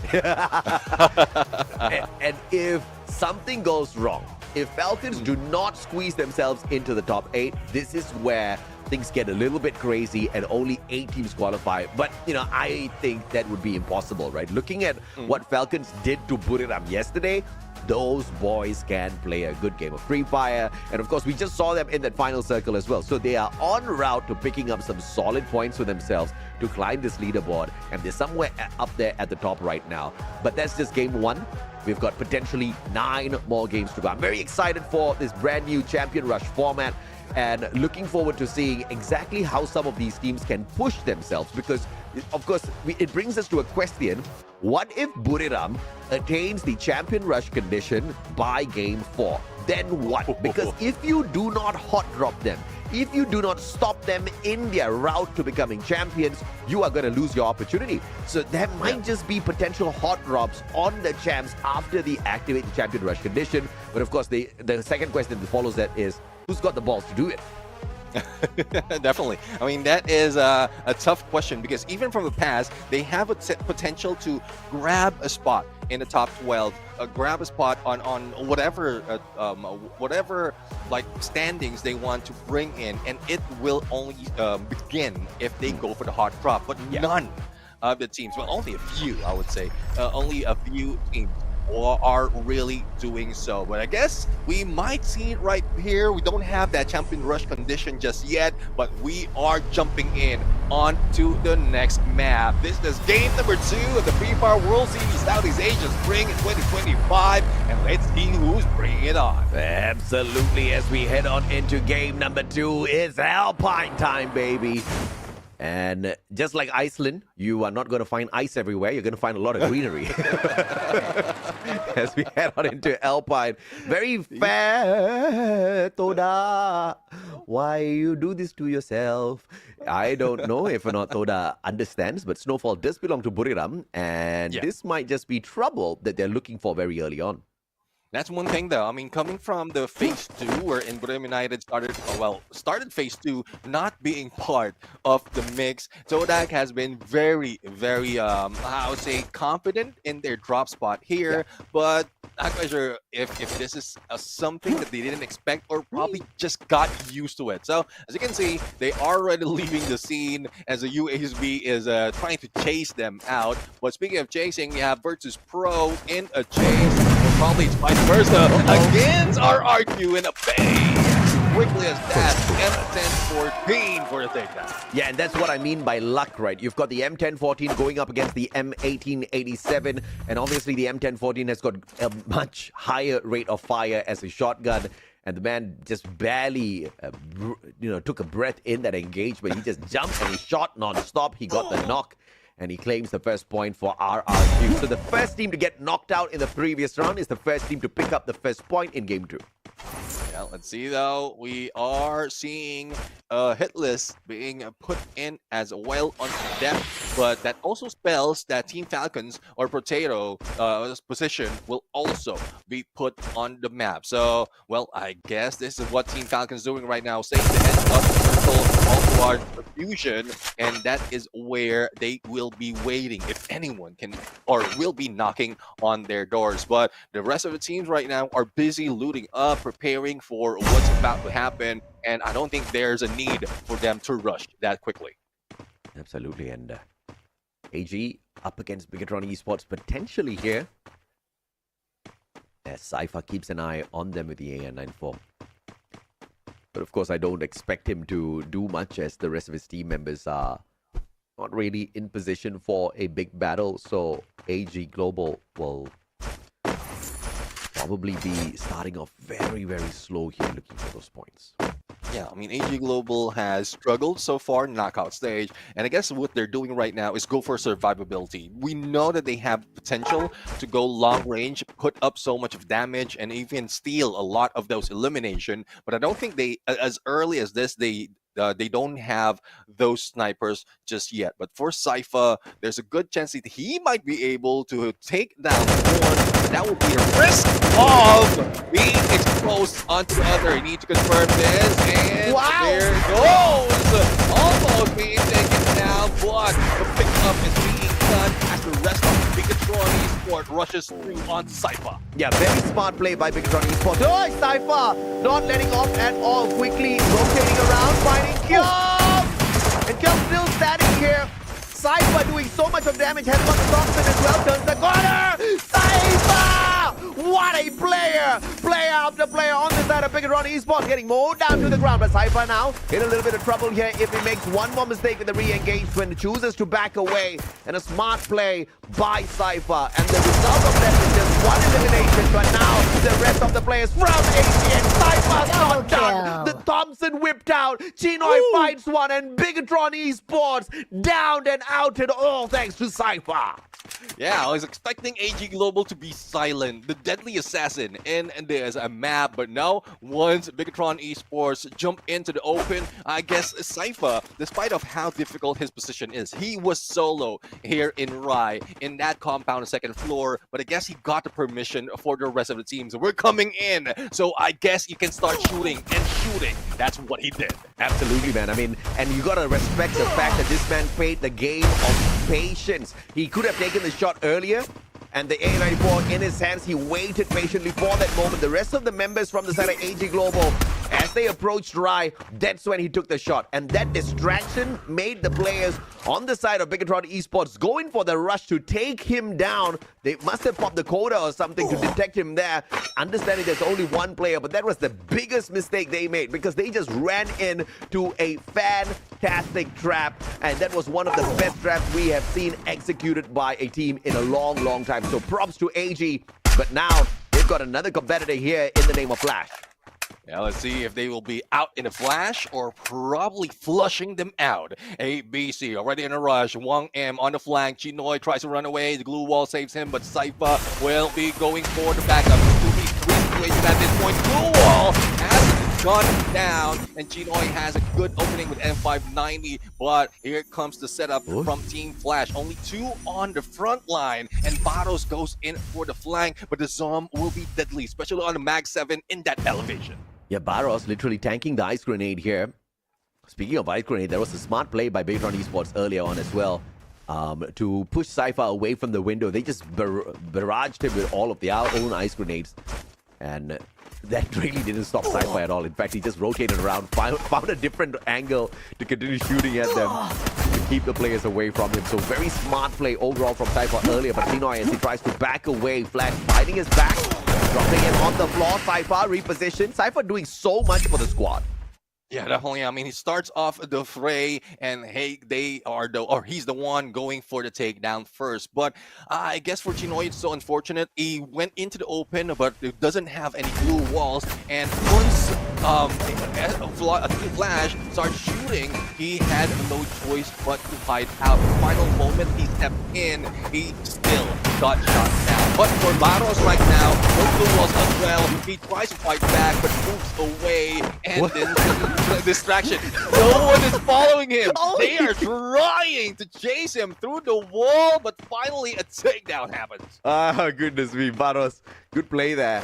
And without Cypher, automatically this team just struggling a tad bit in that engagement, and Dew only had enough money to buy back one of his players. So AG Global, although that was a phenomenal start up against Bigatron Esports, they're now on the back foot. You have to catch up with them in a little bit. And we see our chat here on our official YouTube page. Crazy. Come on, guys. Y'all can support whoever you want. We love all Free Fire teams. Yeah, definitely. I mean, as we often say, we don't find any specific team, anyone who is performing, everyone who is really playing it too hard. That is what we, like the team that we really shout so hard about. So we can feel it, we can see it as well on how they perform right now. But Royale United going in against underdog team Todak from Malaysia. Yeah, man. I mean, put it up, finding one. And it's the FGL that knocks down Noki. And that's very well played. And Todak says, nope, not now, not today. They back away from there instantaneously. But put it up, still keeping an eye on them. By the way, Red Hawks, they rock. Bahati rocks as well. Everybody in the world of Free Fire rocks. Oh, yeah, definitely. I mean, if you're in Free Fire, you rock. And we want to see more of you, regardless of what region you're coming from. But as we go back into the fight, RRQ right now is being hunted, or I would say hit list has been put in for RRQ against Faiz, but they have to deal with on Olympus right now before they go for that chase. But it might be a pinch right now because we have Todak on one side, we have Onyx Olympus trying to chase down RRQ into Rai, and also the blue will be closing in from the second to the third phase of the circle. Yeah, absolutely. And RRQ with a quick reposition, but this is absolute chaos awaiting all of us.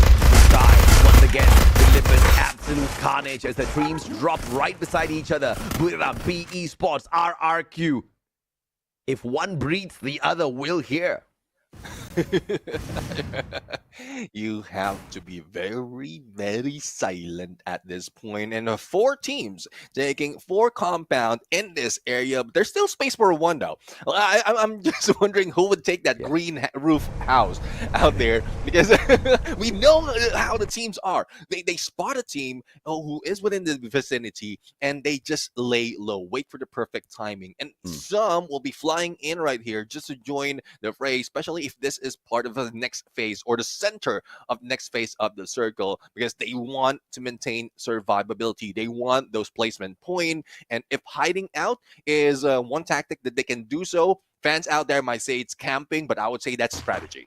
Absolutely, man. And it's not camping if this is a game of chess, right? They are planning their moves 10 steps ahead. And obviously, they have to wait to see if or not their opponent will make the wrong move. They can't be moving 10 steps all in one go. That ain't chess. That's just chaos. Yeah, definitely. I mean, you will be going overboard. Definitely, literally overboard. Yes. When you play chess, you gotta stay on the board. Yeah, not overboard. Well, if you go overboard, that means you're out. You mean like RRQ in the previous game? Yes, sir. They went overboard. They went a little bit too aggressive in the start, and then they went out. Well, let's see though who goes out next in this game. We still have 11 seconds of fighting. Binocular didn't spot out anything, and that will be helping VP to precision, or probably because they don't see anyone, they can take that compound. But for Evo's Divine right now, full elimination, a good chance to take down Team Falcon, but the accuracy was not on point. They can come in the front of the Team Flash and limit those down with a max 7. And this is what happens when you don't camp. You get shot at. And now Team Flash going in here for the shutdown. On fire, protecting his buddy's death. Sprayed down to the ground. Wang M. It's a 2v1. On fire, still alive. The roll though. Lost. And this is the end of Falcon. He's back and fight one more. And on fire. Manages to barricade himself up for the time being. And the electrotherapy getting the fantastic boost in HP for his buddy. And On Fire will still hold himself up. It's a 3v1 and On Fire hanging on for his dear life. Gets ABCD and finally Zom says, hell no, down you go. Yeah, and Team Flash right now needs to recover because Virtus Pro will be knocking in 3 players right here. For the rush and the team wipe out. As quickly as that, they didn't even have time to celebrate that win against Team Falcon. They really needed it on that. And that's why you gotta camp. That's why you gotta stay hidden. That's why you gotta stay silent. And if you make too much noise too early, then you know you are gonna bring those shots out. Those shots are hungry. AG Global now up against Todak. P90 in the hands of Hanoi. Wrapping around this glue wall. Opportune moment. Once the glue wall goes down, can start firing off yet. Hanoi. No backup from the rest of the team members just yet. Mostly from the opposite side. Woody Lam forcing Todak straight into the hands of AG Global. And they will fall one after the other. Yeah, and Hanoi was just sidestepping that shot, and it's just Todak falling down one at a time. And with 6 elimination, despite of how they fell earlier, they have a good chance. But Noki right now, shot from outside, and Manos managed to take him down with that throw on ice right there. No chance for him to be sacrificed, otherwise they will be out. And there you have it on 9th place. Todak, we're left. 8 left on in here, Jonah. 18 there, out of the equation as well. RRQ, can they survive? 18 Global showing up. EVOS showing up. RRQ, 2 games in a row. Down they go. No Booyahs for RRQ, not even a second place in that matter. But United, as much as they want to go silent, all the noise is chasing them down. It's a good thing they were able to spot out a good spot next to AG Global. They are an edge of the next phase of the circle, but AG Global is itching to knock on their doors. Let's see if they can take down the Titans, or they can first with the situation. Yeah, man, and now Buriram up against AG Global. AG, the most number of eliminations here. Moshi sprayed down by Hanoi. Bison in hand. Moshi couldn't get away in time. Jonah dropped as well. Get high with a sliver of health. And AG just wrapping things up. Onyx chipping in from afar as well. It's not just RRQ. Even Buriram gets sprayed down.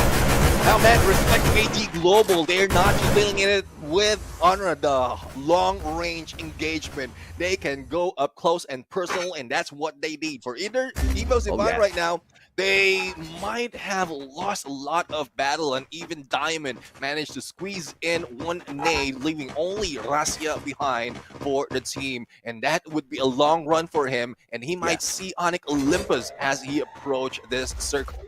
Yeah, you know, Buriram got taken down there. If it was Red Hawks, AG Global would have been toast.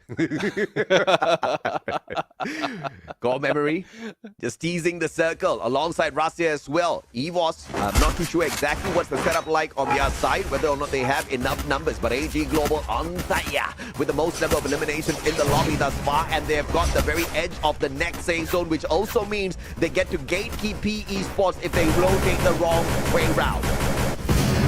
Rasia has been taken down. We are down to 5 right now on Olympus. Feeling the freeze out of all those nades, but still managed to go and take down a core memory. We're left with 4 teams remaining, and Onyx Olympus seems to be in a good position. Binoculars put in against them, and the Eagle Force tries to knock in, but not in a good position though. Most of the headshots will be coming in from the second floor. Oh yeah, absolutely now. Virtus Pro still alive and kicking here. Some questions as to how they made it to the grand finals. This is how they survived long enough. But Onyx looking for yet another. But the circle, and this is just a wild one. Because the zone is getting the damage in. The zone's got no mercy, and neither do the enemies as they shoot at the players on the side of Onyx. One after the other, they go down. Blue wall melted courtesy of Baros. And the final survivor of Onyx desperately holding on. And the two teams that have got a high potential of a booyah, both from Thailand, AG Global and Virtus Pro. Yeah, and the blue will be closing and moving in towards Virtus Pro. Good position being held by AG Global. They started shooting at Onyx Olympus and backs turned against Virtus Pro, but they put up that glue wall onto the window just to make sure they will not be backstabbed. But there's no more waiting for that opportunity anymore because AG Global needs to move all those melters being laid down so that glue walls will not stand up, and Exposé will be waiting on one side as Diamond onto the other. Oh yeah, absolutely. And Fuara, M590, backing away little by little. 12 eliminations in the hands of Virtus Pro. How phenomenal is that? With Diamond leading the fray with the M590. And this is ring around the rosy on this building now, but due to the high ground advantage, AWM, but has got no angles to work against the players on the side of Virtus Pro, which means the team of AG Global is one man down. Diamond sneaking around, looking for one, and the glue wall goes down for the shot to be sent up and down. 2 players lost on the side of AG. Nameless now bleeding out. Diamond with a sliver of health, he gets taken down as well. And Virtus Pro about to pull off an absolute upset on AG Global. Well, let's see though, Fuarak is still on the roll. Sypha, no time to recover. Backstab the blue. Gets him. It's AG Global for game number 2, grabbing that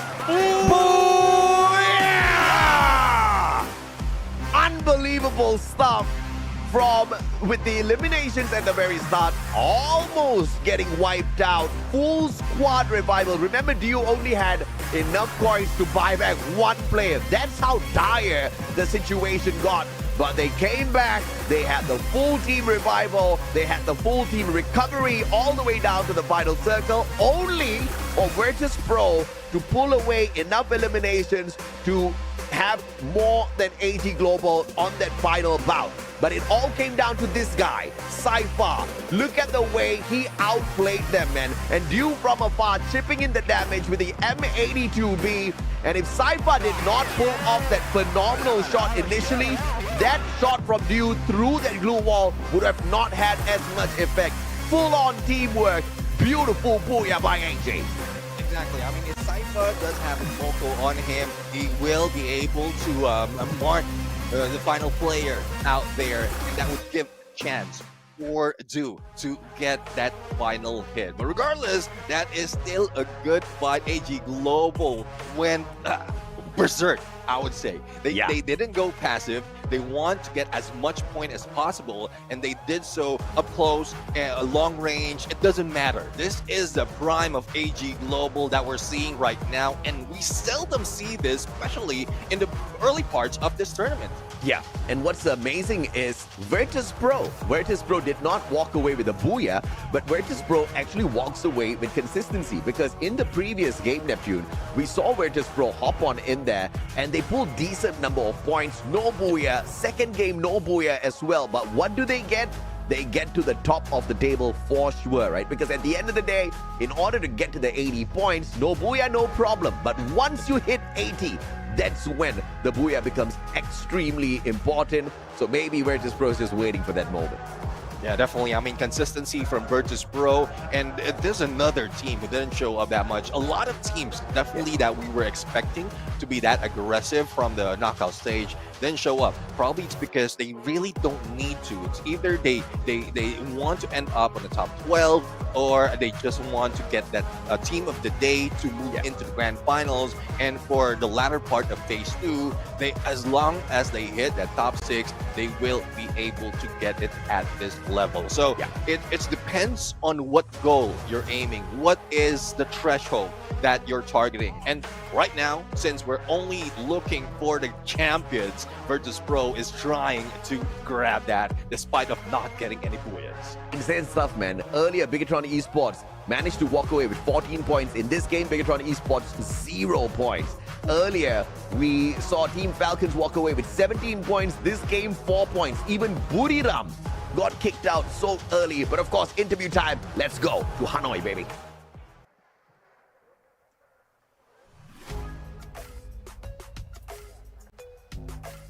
And that is the booyah for AG, All Gamers Global. Congratulations. Xin chào tất cả mọi người đã quay trở lại với bàn phỏng vấn của Xuân, và đây là booyah thứ 2 dành cho đội tuyển All Gamers Global, và ngay bên cạnh mình đây chính là Tây Tỉa Điêu, rất là có uy tín ở tại Thái Lan. Và bây giờ thì hãy của mình phỏng vấn họ một chút chứ nhỉ. Hello Điêu, สวัสดีค่ะ Okay. สวัสดีค่ะ Okay, so Điêu, since you're happy booyah, and I think you're also in a part of the competition to this trophy cup. But I want to ask you guys, what did you guys have for breakfast or lunch to start a very good day so you guys can have your best self to have this booyah? โอเค เรากินข้าวเช้าหรือกินข้าวเที่ยงอะไรมาถึงโหดขนาดนี้ กินข้าวโรงแรมครับ แล้วข้าวเที่ยงอ่ะ กินที่นี่ครับ กินอะไรมาบ้างจำเมนูได้ไหม กินกล้วยไป กินกล้วย So for breakfast he eat at the hotel, and for lunch he had bananas. Only bananas? Yeah. Okay. Does he like pho? ชอบเปิดไหม กินไปแค่ไก่ครับ He said he only ate the chicken part. Okay, so để bắt đầu cho một ngày thi đấu thật là sảng khoái, và tất nhiên là làm sao để có một cái phong độ thật là tốt để có được booyah ngày hôm nay, thì tuyển thủ Điêu đã có cho mình một ngày ăn uống rất là đầy đủ, là gồm một bữa sáng tại khách sạn, và tất nhiên là đến với bữa trưa ngay tại đây thì anh ấy chỉ có duy nhất cho mình một quả chuối mà thôi. Tuy nhiên nó vẫn rất là đủ năng lượng để cho Điêu cùng với các đồng đội của mình để có thể lấy được booyah ở trên hành trình giành lấy được chiếc cúp vô địch lần này. Và đến với câu hỏi thứ hai của chúng ta, into our second questions. Điêu, you have been underestimated a lot during the tournament. It's just because your performance is go down. But at this time, your team got booyah and you come back very strong during the spring season. What do you want to say to them? ก่อนหน้านี้เราโดนดูถูกมาเยอะใช่ไหมเพราะว่า performance เราค่อนข้างตกนิดนึงแต่ตอนนี้คัมแบ็กมาแล้วกลับมาพร้อมกับชัยชนะ มีอะไรอยากจะบอกทุกๆคนไหม เพราะว่าทีมผมโหดครับ เล่นกันได้ดีมากครับวันนี้สื่อสารดีมาก Because his team is killing it. The communication was on point. Yeah. So, bởi vì Điêu từ đợt thế giới trở đi, Điêu là một Tây Tỉa đã bắt đầu có được những cái đánh giá là phong độ anh ấy đang dần đi xuống. Nhưng mà tất nhiên là ở mùa giải xuân vừa rồi, ở trong knockout stage của chúng ta và cho đến lần chung kết, thì rõ ràng là Điêu đã quay trở lại rất là mạnh mẽ. Và điều mà Điêu muốn gửi đến cho tất cả mọi người là chúng tôi không phải như thế. Tôi không phải là một Tây Tỉa đang có phong độ trở nên kém đi, mà đó chỉ là những cái thay đổi mà đội chúng tôi cần phải có. Và tất nhiên là đội chúng tôi đang trở nên rất là tốt. Chúng tôi đang chơi rất là cháy, bởi vì cái sự cải thiện ở trong cách giao tiếp cũng như là lối chơi của chúng tôi đã vượt trội hơn rất là so với những thời gian lần trước, cho nên lần này chúng tôi sẽ quay trở lại và giành lấy được cái chiếc cúp vô địch lần này. And as you guys can see, Dew come back very strong. So who do you guys think will become the champion of this tournament in this grand finals? Comment below so everyone can see that. And this is the end of our interview. Let's head back to our caster and see the game starts.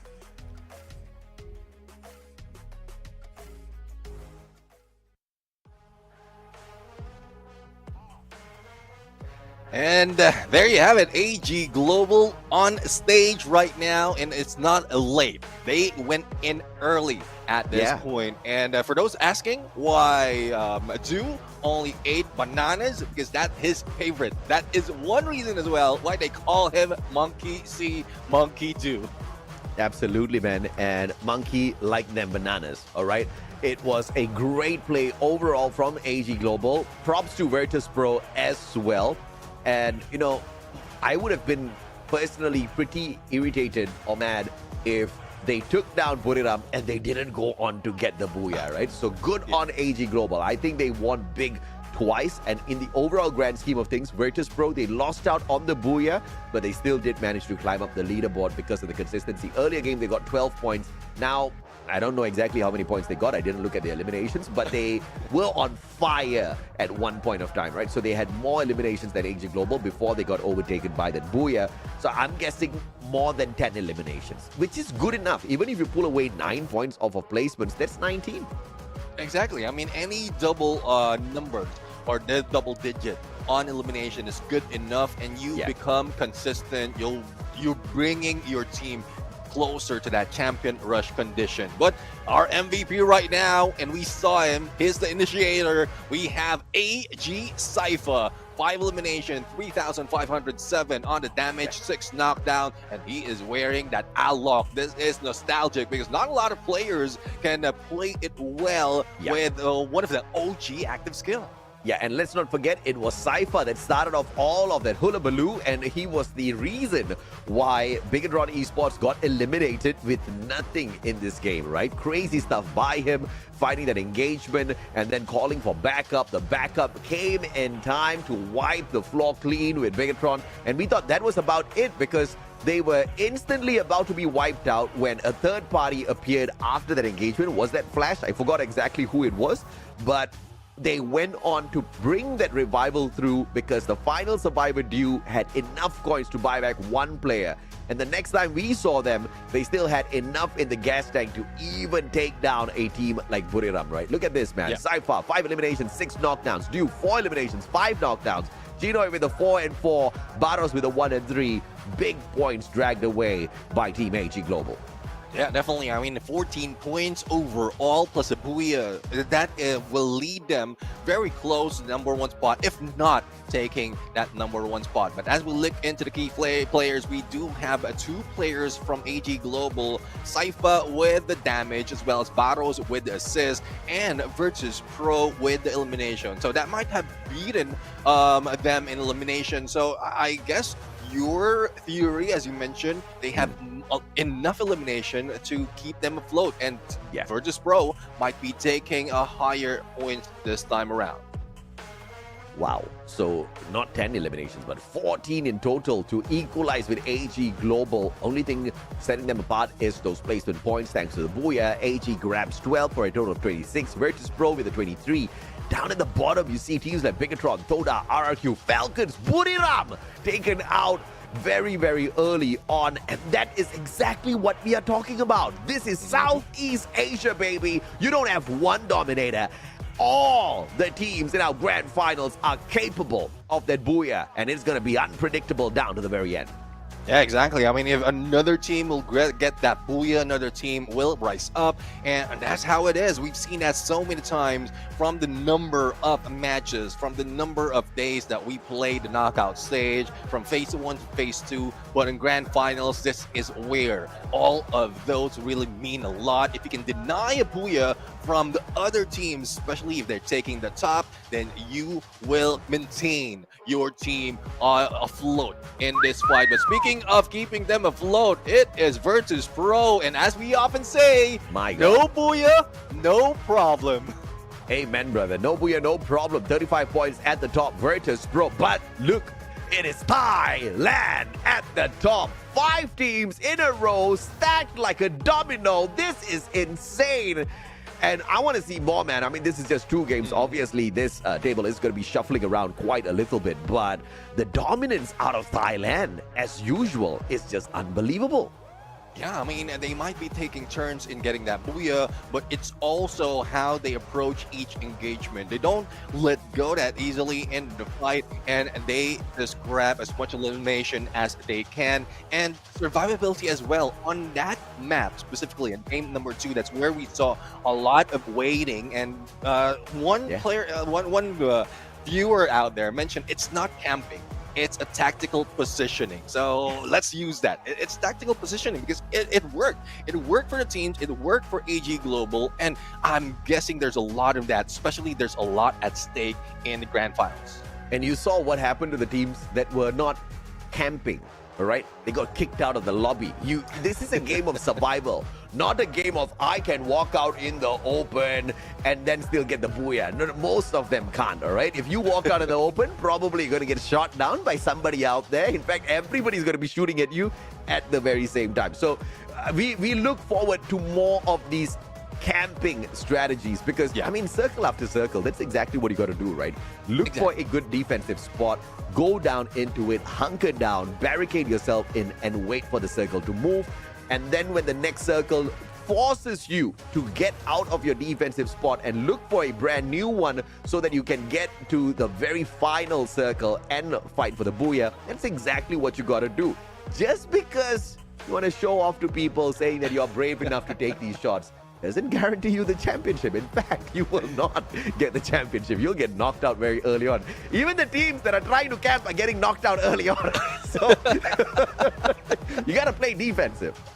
Yeah, you need to get get a good position, but make sure that it's secured as well. Similar to what we've seen in AG Global, what AG Global did. They are shooting down on Onyx Olympus on one side. They know Virtus Pro is just on the next door, but they had the window closed and no teeth would be running in against them at that moment. So, well, I guess that is the end of game number 2, but there's a lot more that's still happening. I don't know specifically on how much maps we are going to see, because on how each team are playing, it seems like that they will be taking turns in getting a lot of points before we reach that 80 points. So I guess we also have to wait and confirm how much they're going to play it out at this point. So we are just setting up as well onto the next matches. Again, 2 matches are done already, and the next map would be in Kalahari. 3 teams have collected more than 30 points, which means these 3 teams are just looking for another 50, and it's very achievable just through 2 decent games. 25 points is very achievable in these games as long as they go out there, they hustle for the booyah, as well as 13 eliminations. We've seen that. 26 points, we just witnessed that in a little bit as well, right? But of course, we are going to be taking a quick short break, but it's not just going to be advertisements and all for you guys to watch. We've got an interview prepared for your delight whilst we, the casters, take a quick short break, grab some water for ourselves, because you know it might just be a long day, Neptune. Yeah, definitely. As I mentioned, we don't know how long it would be, so we definitely need a little bit of break. So, and again, just for those of you fans out there, keep watching. I guess you've seen this from yesterday as well, if you were here watching Clash Squad, that we just don't go in to advertisement and that music anymore.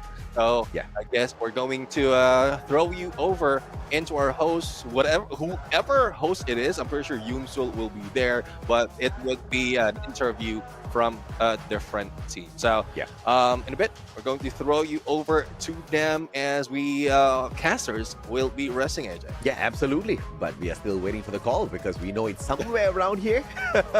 We got a 5-minute break for the interview, guys. We'll see you guys in a little bit.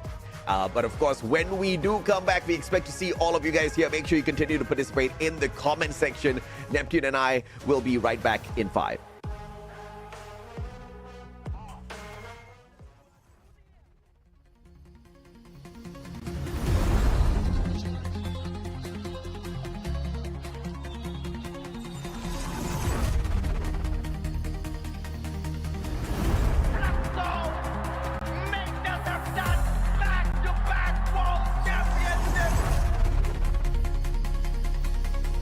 This is Ewok Phoenix.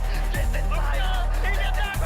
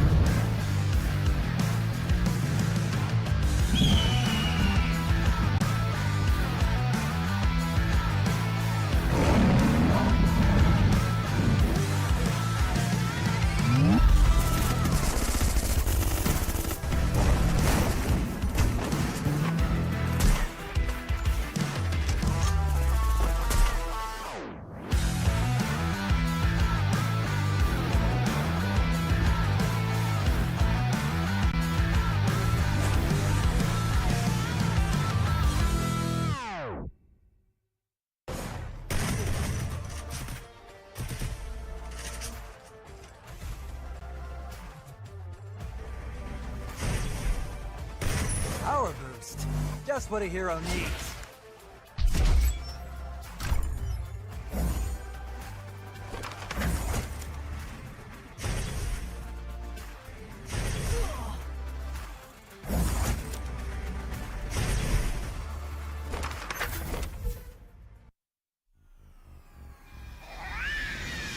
Hello, Greaser. Stop trying to look cool and help out already.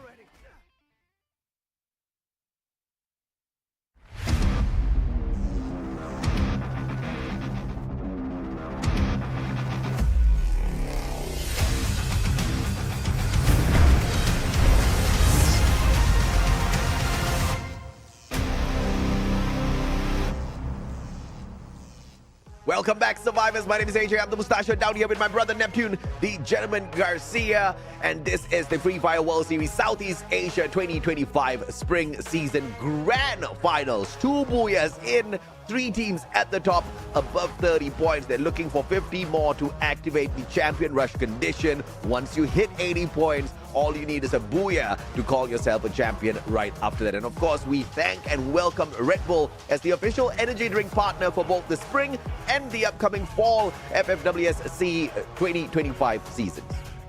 Yeah, definitely. I mean, they're giving the teams the energy that they need to go for a long run. And for those of you who's just jumping in today, we're not just expecting 6 maps all throughout.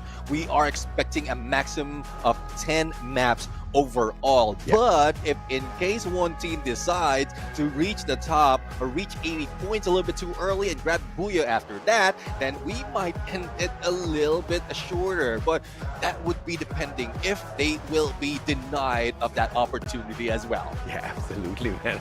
So the chat is going a little wild right now. Please behave, guys, all right? I can't be babysitting you guys as I shoutcast here as well. But, you know, it's always been amazing to interact with our chat. You know, they've always been supportive from day one. So thank you everyone. And if you are not in the conversation just yet, make sure you hop on over to our Free Fire Esports official YouTube page and join the conversation in the YouTube chat as well, so that we can all have a little bit of good fun together. So far, Thailand, surprisingly or unsurprisingly, has been dominating this grand finals, Neptune. I think after a quick short 5-minute break, the other regions have had a little bit of a chat and they are planning to change this. Yeah, definitely. I mean, they really need to change this, especially for those at the bottom. Imagine RRQ. RRQ at the bottom of the list. They have been taken down a little bit too early, too much out of 2 maps, and we rarely see them in that position. But I guess a lot of teams have been a little bit more hungrier this time around, and most of them from Thailand, especially after that interview wherein they are asking what they ate because they were so hungry in this fight. They are so hungry in grabbing all those points. Yeah, they ate their opponents. That's exactly what they did. And of course, monkey see, monkey do, and monkey likes a couple of bananas out there as well. I mean, good on the kid. You gotta have your potassium on a daily basis. Make sure you recycle. Make sure you compost all of your banana peels. Don't recycle them. Well, you can recycle them if you believe in the cartoons. You use them to trip over your opponents.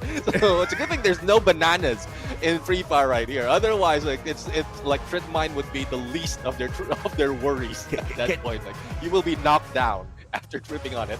Can you imagine? If we actually made a landmine with a banana skin? Ooh. Okay.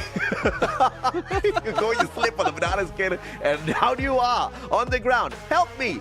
It's all being. But of course, enemies here. That's just traumatic, bro, for me to hear. Enemies. But of course, normal class squad, battle royale time, right? Let's take a look at the game schedule once again, so you guys know exactly what sort of maps to anticipate after this. Bermuda Alpine taken by Buriram AG Global, both Thai teams. We've got Kalahari, Nextera, Purgatory, Solara, as well as 4 potential random maps if we need them. Yeah, I mean, for Kalahari, this is a good chance that the other regions will be taking it, because Evo Zivine has been leading the fray right here, though they didn't get as much as Booyah as expected, but they got a lot of elimination. But this also includes the battle wherein the top dogs were not playing in this map from the knockout stage, but we know how it is. They know how to take the high ground. They are proficient on the snipers, especially as Evo Divine with that Gracia. And even for certain teams right here who is in trouble of being stuck at the bottom of the leaderboard has a good chance to get those elimination from a distance without even getting up close. Yeah, absolutely. And of course, the teams are looking to see exactly who can rise up to the occasion here to rip away a couple of extra points from teams like AG Global, Virtus Pro, as well as Buriram. Because if you don't stop them early, they are going to reach the 80-point condition to activate champion rush, and of course they will be on the prowl for the Booyah on that very next game to grab the championship for themselves. The only way to stop them is to, number one, you go out there and you perform. Number two, hot drop them. Yeah. I mean, if you can win the fight on a hot drop, yes, that is how you stop them. But if you keep losing after hot dropping them, you still have a chance, but you need to think it over. You need to think if that is a decision that you want to take. You might go drop right next to them, and then that's where you gatekeep, especially if they don't have enough of those loots, but that would also risk of you in the same position. So there's a lot of strategies, a lot of ways that you can deny those top dogs in getting another Booyah or getting the next Booyah in this Kalahari map, but it also comes with risk, and risk that some teams are prepared to take. Yeah, I mean, no doubt at all. I mean, I think they are prepared to take that risk because they know exactly what they're capable of, right? Some of these teams, they are in desperate need to take some crazy risk out there because they need points. And if you don't climb up fast enough, it's a game of, this is a sprint now. It's no longer a marathon. Maybe a marathon was back in the knockout phase, but today it's a sprint. It's a sprint to the 80 points. It's a sprint to the Booyah right after you hit 80 points. If you're slow, you are out. You may stand a little bit of chance if Lady Luck is smiling at you and she doesn't allow the team that achieves the 80 point to hit the Booyah in the very next game. But you are really, really playing with fate if you don't want to take it into your own hands. Yeah, make sure that Lady Luck is smiling with a good smile, because there are some evil smile that Lady Luck is taking. It means you're getting the bad luck of things. I don't want that. That's one thing. We have some teams who have really experienced that. I mean, I already mentioned RRQ, and it's just quite different. But other teams as well who wants to climb up. But for those who are work their way from knockout phase up until this level, they need to do more, or probably do less in the beginning of the games, and then go for survivability so that they can end the final circle. Yes, not so much of elimination, but at least you're stacking up on placement points. Yeah, absolutely, man. Of course, if you are entertained by our shenanigans, you should be entertained by our YouTube chat shenanigans a little bit more as well. So make sure you just do join us on our official page. Don't forget to hit that like as well. We've got quite a number of people watching, but not a lot of people liking the broadcast. What's up with y'all? Hit that like right now so that you don't forget later. Let's get up to at least 2,000-3,000 likes before we hit game number 4, right? I think we're not too far away from that, Neptune.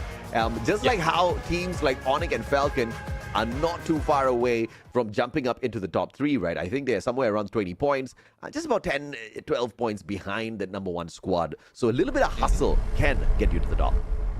Yeah, let's see if they can hustle it. Right around the corner is Kalahari, because this is where the sniper rain, and regardless of how heated the desert is, they need to make it rain. As we go for this map, the drop and flight is awaiting the teams with a fair share of landscape to drop in. Yep, as we hop on in here, Team Flash, first one's out, straight towards Shrines.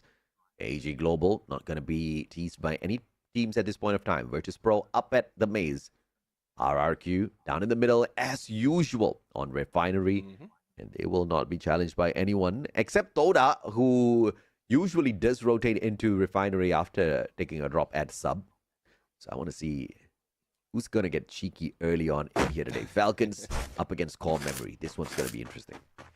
Yeah, I mean, on fire, a little bit too far from the rest of the teams, and might be able to see Dawn in this area of Santa Catarina. But he backs away, just gets a few of those loots, and needs to regroup. Now, the rest of the teams right now will need to work hard, especially Jump from core memory, because there is a hit list on him from Boreo United, and his movement will be tracked overall. But we're also seeing a little bit of Evo Divine on the horizon from last time we saw Team Falcons. Now, Onyx Olympus on command center, not so much of hot drop happening, but for RRQ, they know that they are here, and Team Flash is going for that rush. 18 Deer will not be counting to 18, but just the time for him to be revived. Mal goes in for the shot. Barafal will try to take this UAB down so that they will not be tracked out in this fight, but they need to slow it down.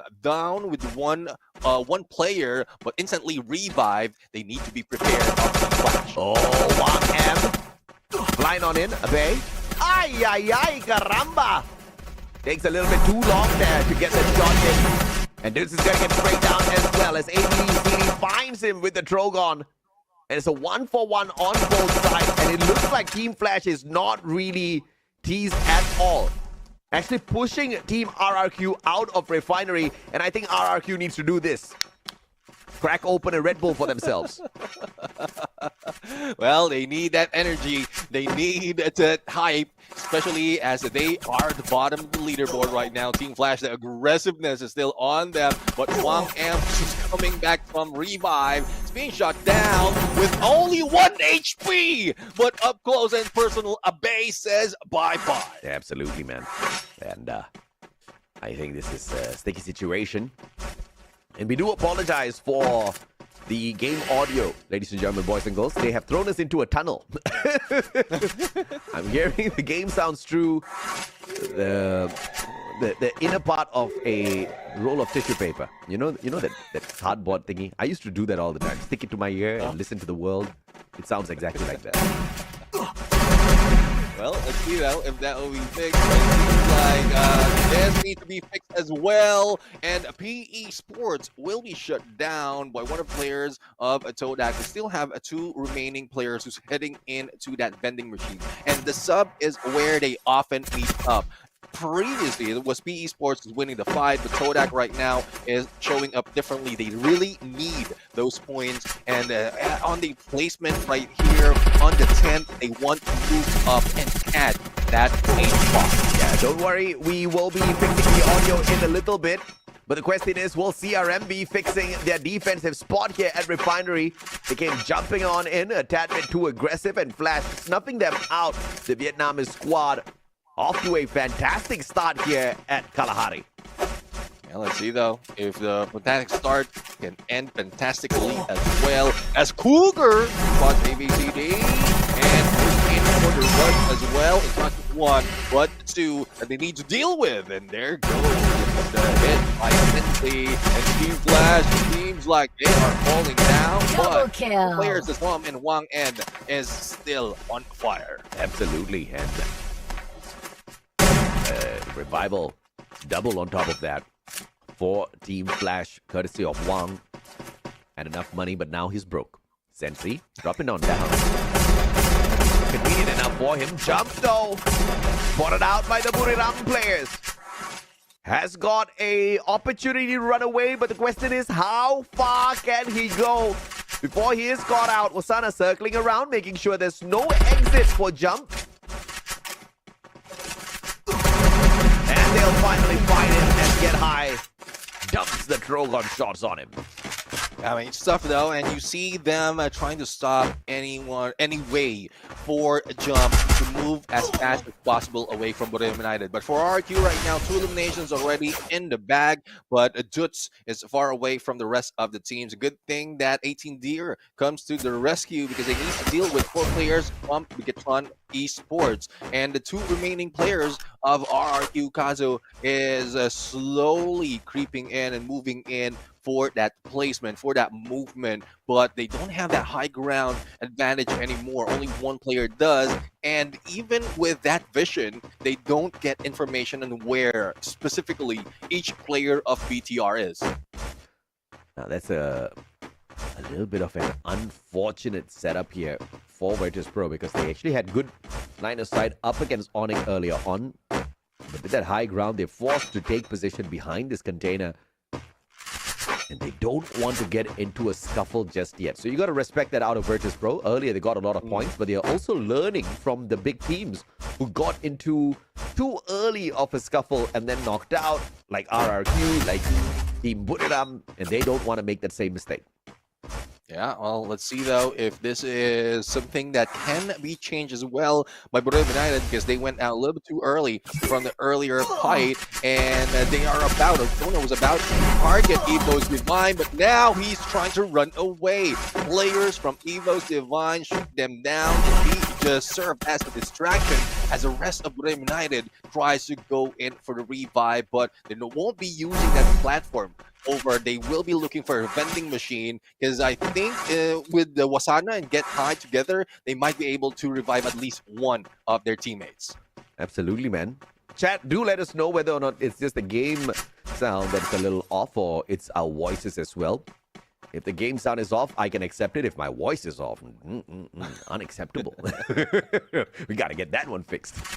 Oh, definitely. I mean, that's your investment. That's our investment. That's where we get paid from doing so. But let's see now. We have Onyx Olympus on the high ground already, taking the other side of this area where everyone is just like slowly creeping in against them from below. But for Team Falcons, there's no slowly creeping in anymore, because the blue is closing in and Core Memory in front of them, and we saw Core Memory just falling down one at a time earlier, and this is a chance for them to get back up. But unfortunately for them, they might not have that much weapon as well as a good position against Team Falcons. Yeah, I mean, okay, all right, if this is just a game sound and if our voices are absolutely fine, chill, guys, we'll sort that out later. As long as Neptune and I are absolutely intelligible, y'all don't have to worry about anything else at all. We'll keep you guys entertained with our voices all night long. Falcons up against Core Memory, and it looks like Cougar up on top with the VSS looking for Kororo and the SBD.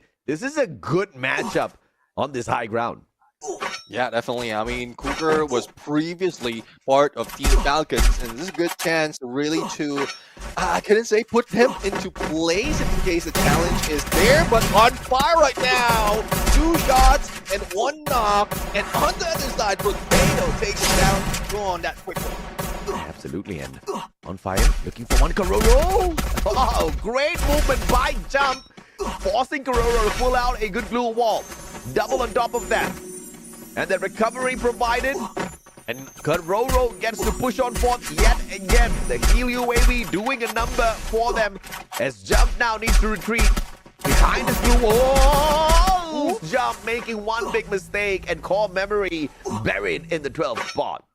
Yeah, there will be a memory up until we end this game, because they won't have, or they won't be getting that much point later on. But into Virtus Pro this time around, Onyx Olympus, it has been quiet all throughout, might be making some noise, but also PE Sports would be on the other side of this area. So if these 3 meets, it would be chaotic at this point, but Todak would want to disrupt the silence of Onyx Olympus right now, probably reel them in. A trip mine has also been set up onto that door, and Virtus Pro will just be waiting.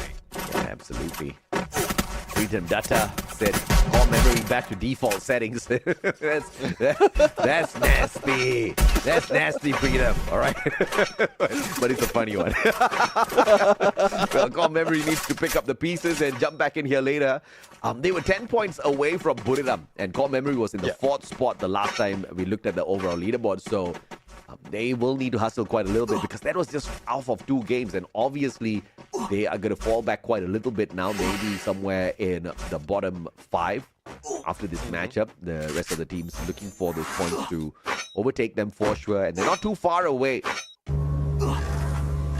I mean, one thing that troubles me, especially in this kind of a slow pace of a game, is later on in Final Circle, there's a huge chance that the top dogs will be taking as much elimination as possible and will take the lead much higher. So that is a risk that Core Memory has to deal with later on once they join in, and that is the opportunity as well for the other teams who's still alive and kicking. So let's see though who will be surviving even longer, because the Blues closing in from 3rd to the 4th, and a lot of teams are getting close to each other, and we're looking at Team Falcons who might be going against AG Global. Absolutely, and vending machine on the prowl here for Falcons, looking for those level 3 helmets in West. They've got the money to go in here for the purchase.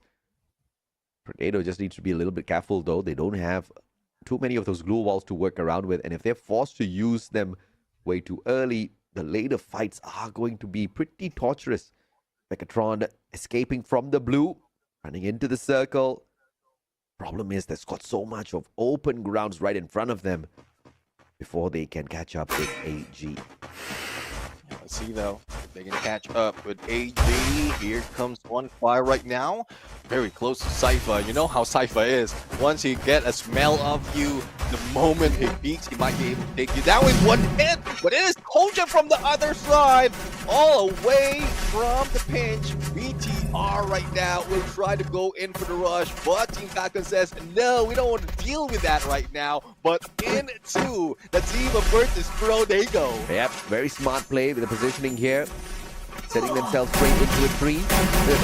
Seems like an accident, but it is anything but. Potato now with the hook gun straight up onto the 2nd floor together with the rest of his Falcon members. And the Riptide Rhythm breaking down the defenses of Onyx on the bottom side. Buriram now has got open grounds to engage with the Onyx players. And this is just a little bit of a risky play. And look at this, Crime MKS finds Garoro out of nowhere. I mean, that is probably from the stairs, and they're just falling down. Nades after nades, and Potato needs to protect himself, but for how long? Jonas says, GG.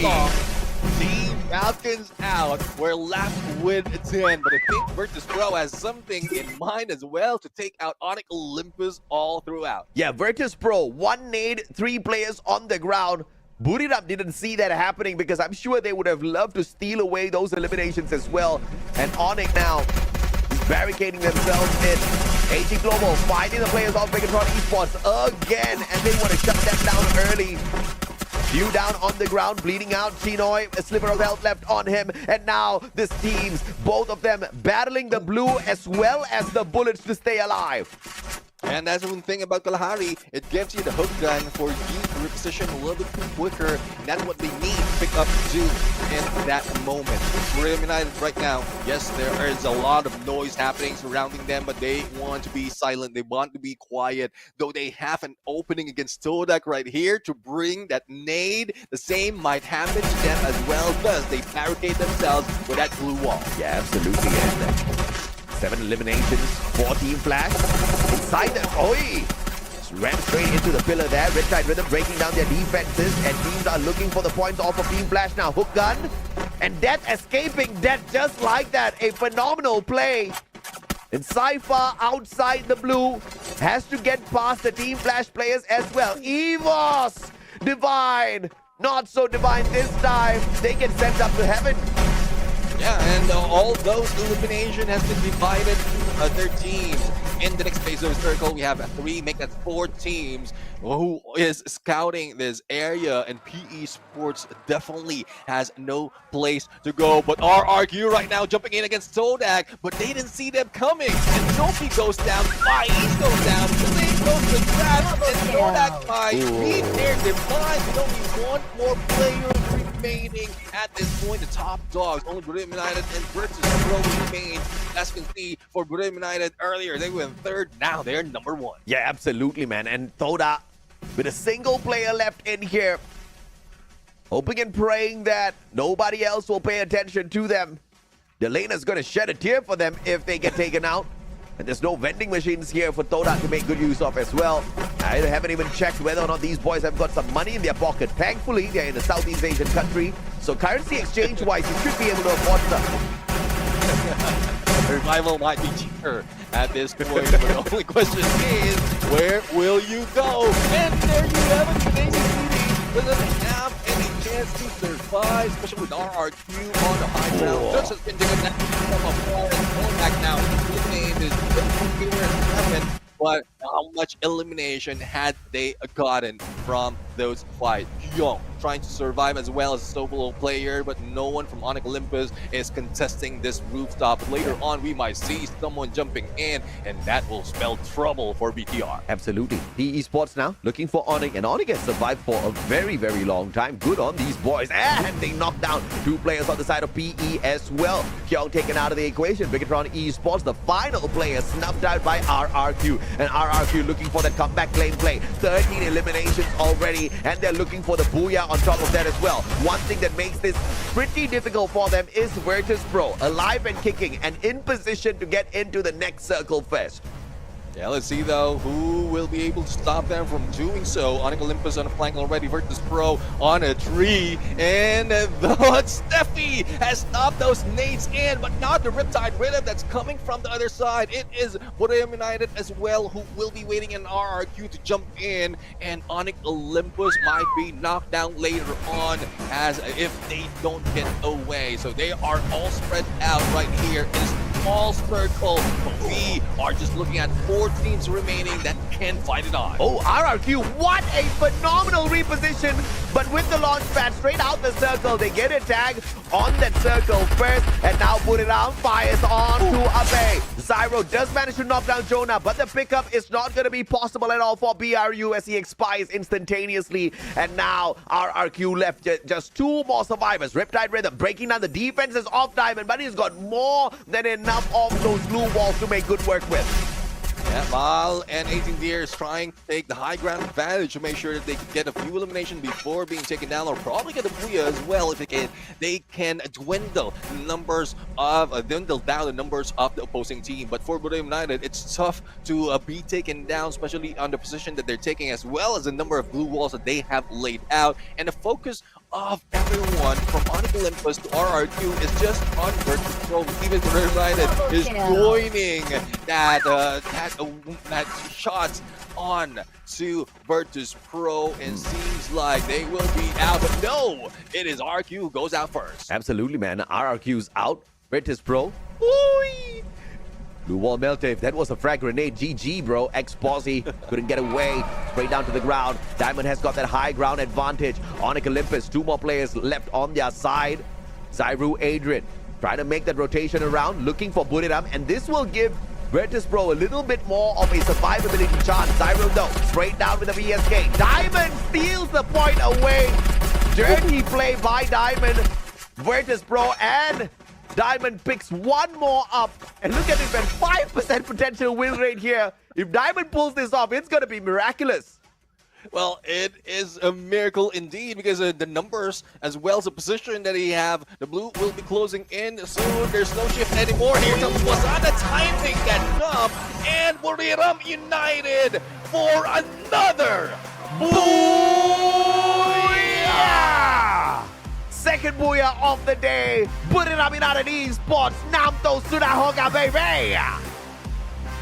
What a play towards the very end, Neptune, keeping their heads down all the way, making sure they don't make too much of noise until they find that final circle, and even then, focusing on the rotation, focusing on their position instead of elimination. And this is what you need to bring out there if you're looking for the championship. Not the eliminations, but the securing of that final circle, which was done so well by the 2-time world champs. Yeah, definitely. I mean, they've done it so well position-wise, in spite of all chaos that's happening. They take the best position possible that they can be safe, as well as potential to get those shots through the compounds that they have, and like disrupt everything that's happening from the far side. So I guess Bordeaux United really wants to take it all the way, and to take it real quick to getting the champion rush condition. It's just 3 games in. Yes, somewhere around 50 points right now. They can activate champion rush condition with a massive booyah in this next game. I think they're going for it. Can they be stopped? I think they can be stopped. Will they allow themselves to be stopped? That's the problem here, because Wasana has woken up. You see, we pissed Wasana off yesterday. The chat pissed Wasana off. The non-believers pissed Wasana off. And Falcons definitely pissed Wasana off. So today he's awake and he is a wrecking ball out there. You may not see tons of eliminations, but it's all about the teamwork at the end of the day, right? Yeah. And Buriram made that work out so well. Once again, not massive on the eliminations for this game, but they secured that booyah, which is the most important thing. Exactly, and one thing that surprised me another time is Virtus Pro. Again, they managed to take the #1 spot and even surviving Diamond for 2nd place. So that makes them, out of 3 maps, 66% on the top 3. They missed that first map in getting top 3, but they were the 4th in there, as well as good or decent amount of elimination. So that's the reason why they're in top right now. But speaking of the top, the Booyah Takers, Brim United, will be going for the interview. So let's bring it over to the stage right now to hear what they have to say. Congratulations to Buriram United Esports for achieving another Booyah. Chúc mừng đội tuyển Buriram United Esports cuối cùng có cho mình một cái Booyah thứ 2 ở trong ngày thi đấu chung kết ngày hôm nay. Vậy thì chúng ta hãy cùng phỏng vấn với tuyển thủ Moshi vào đồ nhé. Okay, so hello Moshi. So I have a questions for you guys. You guys know that Buriram United Esports is a team who is always the king of Booyah during the knockout stage. However, whenever it's come to the final, they always fall down. But look at this time. Maybe they've learned, they practice, and then come back. So may I ask them, how can they do that? How can they fix the problem? ถามว่าเราแก้ปัญหายังไงตอนที่ performance เราตก เพราะว่าช่วงแรกๆอ่ะทุกคนก็รู้ว่ายังไงเราก็ครองท็อปอยู่แล้ว ก็เราก็ต้องศึกษาจากข้อผิดพลาดครับ แล้วก็แก้ไขมัน แล้วเราแก้ไขยังไง ก็เป็นความลับครับบอก เป็ ไม่ น ได้ ความลับโอเคความลับทางการค้า ใช่มันเป็น โอเค ต้องใช้งานครับ โอเคได้ So he said he learned from his mistakes and fixed them, but the fixing part is a secret. Oh, it's a secret? Yeah, it's a secret. Như các bạn cũng đã biết được thì Buriram United Esports chính là một đội tuyển có cho mình một cái phong độ thi đấu rất là cháy và với một cái biệt danh là ông hoàng Booyah ở trong vòng bảng knockout stage. Tuy nhiên thì mỗi lần mà đến chung kết thì họ đã vấp ngã không ít lần đâu, nhưng mà đến với lần này thì chúng ta có thấy rõ ràng được là họ đang quay trở lại rất là mạnh mẽ. Đến với mùa xuân này thì có lẽ như là họ đã khắc phục được những cái vấn đề đó của đội tuyển. Và mình có hỏi Moshi rằng thì cách đó là cái gì và làm sao họ có thể khắc phục được. Thì tất nhiên là họ đã học được từ những cái lỗi lầm đó, họ đã khắc phục cùng với nhau, họ đi cùng với nhau, họ dành thời gian để nói chuyện với nhau nhiều hơn. Tuy nhiên thì sâu hơn những chi tiết thì họ không thể nói được, bởi vì đó là một cái bí mật của đội tuyển. So into our second questions, Moshi, so we have plenty days in Vietnam, right? Do you like anything here?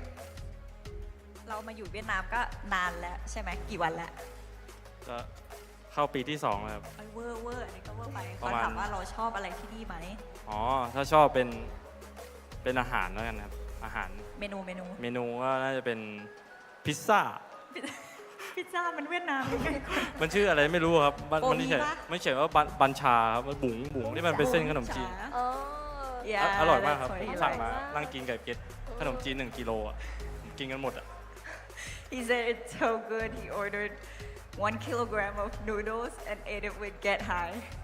What? 1 kilogram of noodles? Yeah. And eat it what? With Get High. With Get High? Yeah.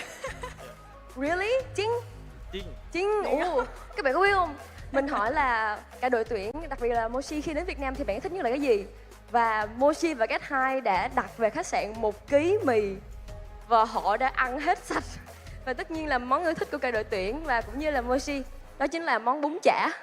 Có lẽ như là tất cả các đội tuyển khác họ có một cái niềm đam mê rất là lớn với ẩm thực của Việt Nam.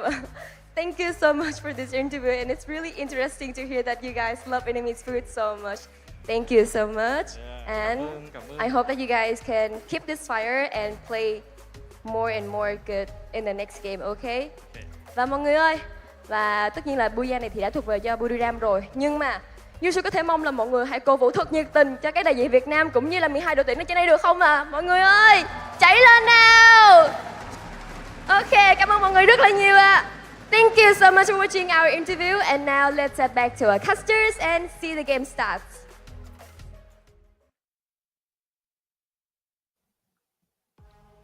And there you have it. Thank you very much, Yunsul Misa, as well as the ever entertaining player in the interview, Moshi. But MVP for this game, we have Wasana from Borneo United. We have a 3 elimination, 1660 on the damage, as well as 5 knockdown. But we know how it is. The MVP has changed so far.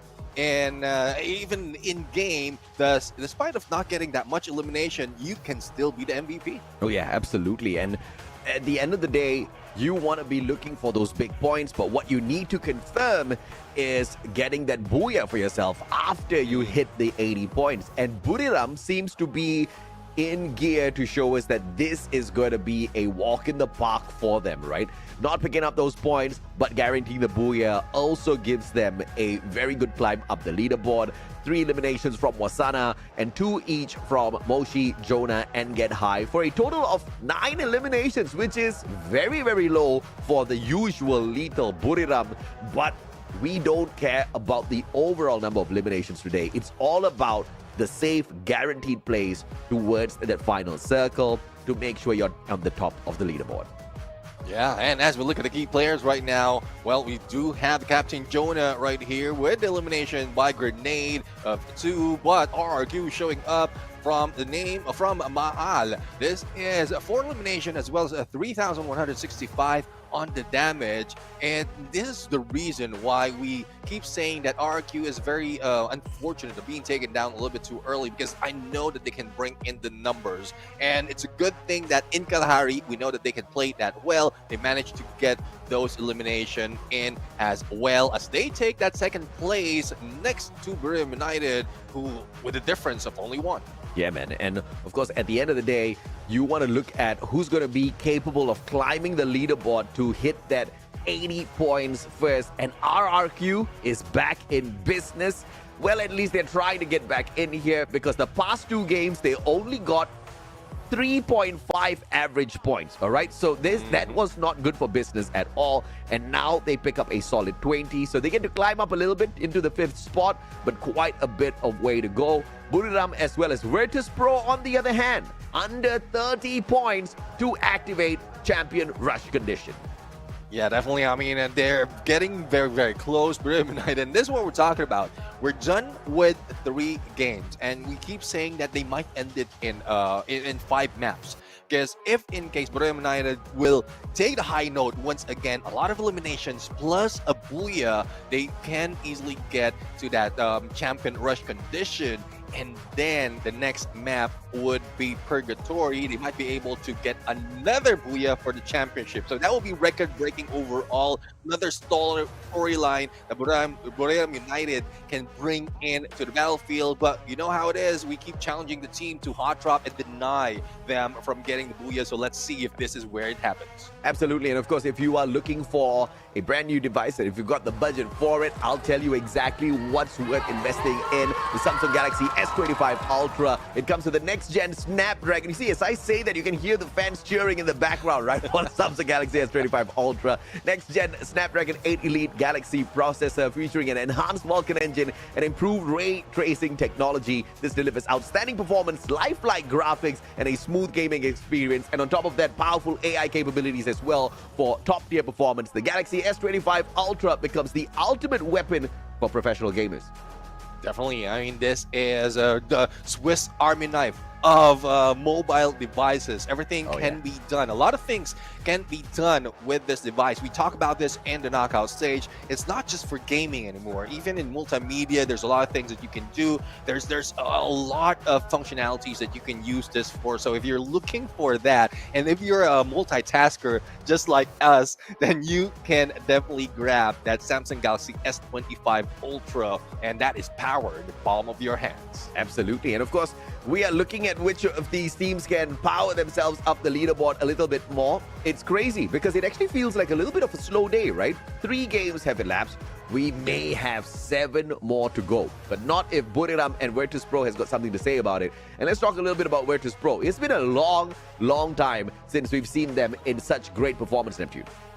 definitely. I mean, we were expecting them to go aggressive overall from the previous season, even when they jumped into EWC, because how they got there is becoming the champion of Snapdragon Series. And that is one thing that like astounded me when they changed their tactics, not really going aggressive, not really caring about elimination, going into placement points. So it means that they are evolving. It means that they're also changing their pace, but at what risk? They're losing all those battles. But I guess this is the time that they found the perfect formula for that, because we might not have seen them on the game schedule grabbing the Booyah, but we saw them right next to Brim United with only 2 points difference on that leaderboard. So if they grab a Booyah, they might be the one on top of the next. Yeah, absolutely. And of course, you're looking at a team that is capable of reaching up to the top. We've got Nextera, Purgatory, Solara coming up. But of course, Nextera first before we take a quick short break.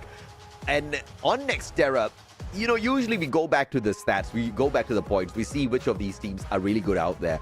But you really can't tell exactly how the circle is going to behave, exactly how motivated some of these teams are going to be, who's going to get extra bit aggressive out there, because this is grand final state where all the theory crafting, all of the previous stats picked up needs to be thrown out of the window, and we need to look at their performance game after game. And even if a team performs, you know, pretty badly in the previous game, like RRQ, they will be able to jump right back in it as long as they hustle in the right way. I mean, look at Virtus Pro, man.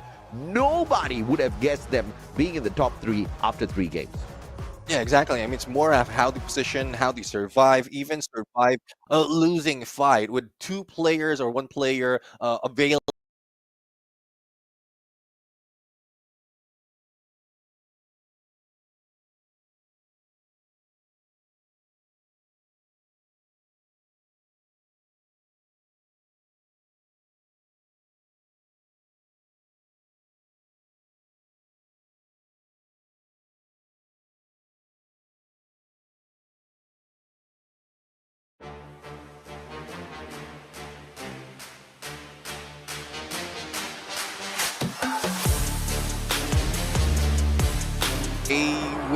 It might take a while before we see a lot of chaos, because I think they're getting the gist out of this grand finals.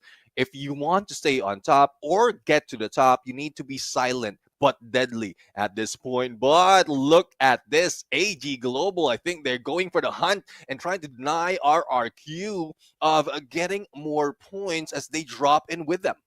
Yeah, and a little bit of a tough fight here for AG Global and RRQ, depending on who picks up the right gun first. 18 Deer, spray down, will not find that perfect push, but the Coda popped instantaneously, and 18 Deer says, okay, all right, bro, we'll tickle you later. And well, if they get tickled, I'm not quite sure if they will be laughing, because it would be such a deadly tickle at this point. But RRQ on the flank all together. And this is what we're talking about. If you want to survive a battle just like this in early engagement, you need to stick together, making sure that you have enough armor as well to work or tactical skill to avoid getting naded. There right now, getting a little bit too and still managed to bring down LBT. 18 Deer almost out of HP, but recovery will be that quick. 12 teams left in here with just 1 player taken out.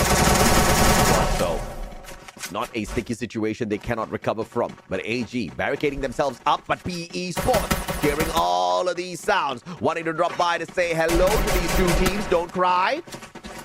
Spotting out Abe. And Abe not showing up strong. Just behind that wall, danger was lurking. And PE Sports now poses a very, very big threat to RRQ.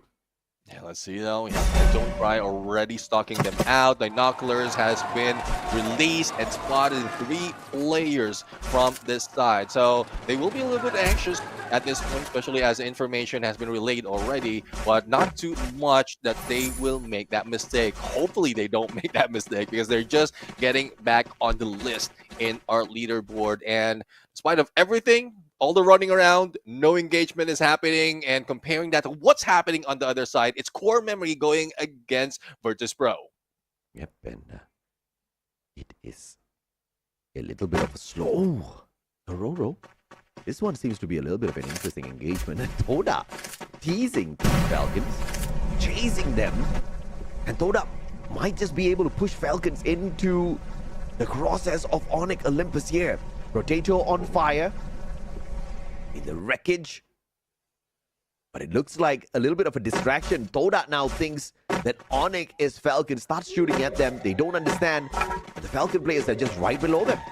Yeah, the moment they jump in, a backstab is literally bound to happen. But speaking of backstab, well, there's no backstab happening right here because Dudes know exactly where AG Global will be coming in. But ATG is just waiting out of that window if in case someone peeks in. And that leaves Battles and Sypha in a pinch. Two of their players are far away, probably trying to snipe whoever will be showing up on those windows. Thus, all those noises being made by these two on the front line. But RQ says, no, we don't want to deal with that right now, and we are backing away.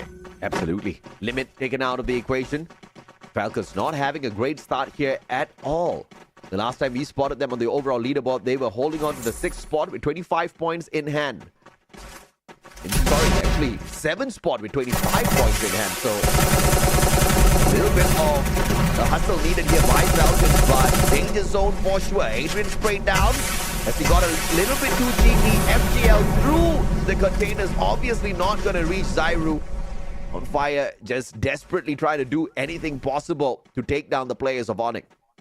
Yeah, I mean, Onyx Olympus is just being that annoying, making all those noise, and Zyru is the one waiting for any of the Team Falcons to jump in. But Onyx Olympus will be joined by Crime, MKS, and Carrero is just hanging back in there. So I guess the opportunity for a pick-up or a revive is here already, but Potato, that Rebel Rush, plus M590, no takedown just yet. Look at Bonfire, and they're not. Yep, beautifully done by Adam. And the Bison will be more than enough. Gororo on that revival, running away as quickly as his feet can take him to a vending machine. Trying to bring his brothers back in here. Will Falcons hit that full team revival? We'll just have to wait and see. In the meantime, Flash trying to shoot from across the battlefield here, looking for connections onto Bigatron Esports. And that's going to be a little bit of a dragged out bout between them. AG up against RRQ here at Deca Square. The Coda popped on the side of AG. RRQ and their position given away already. The thing is, AG is not looking to get way too aggressive. Going to try to play this safe in the high ground.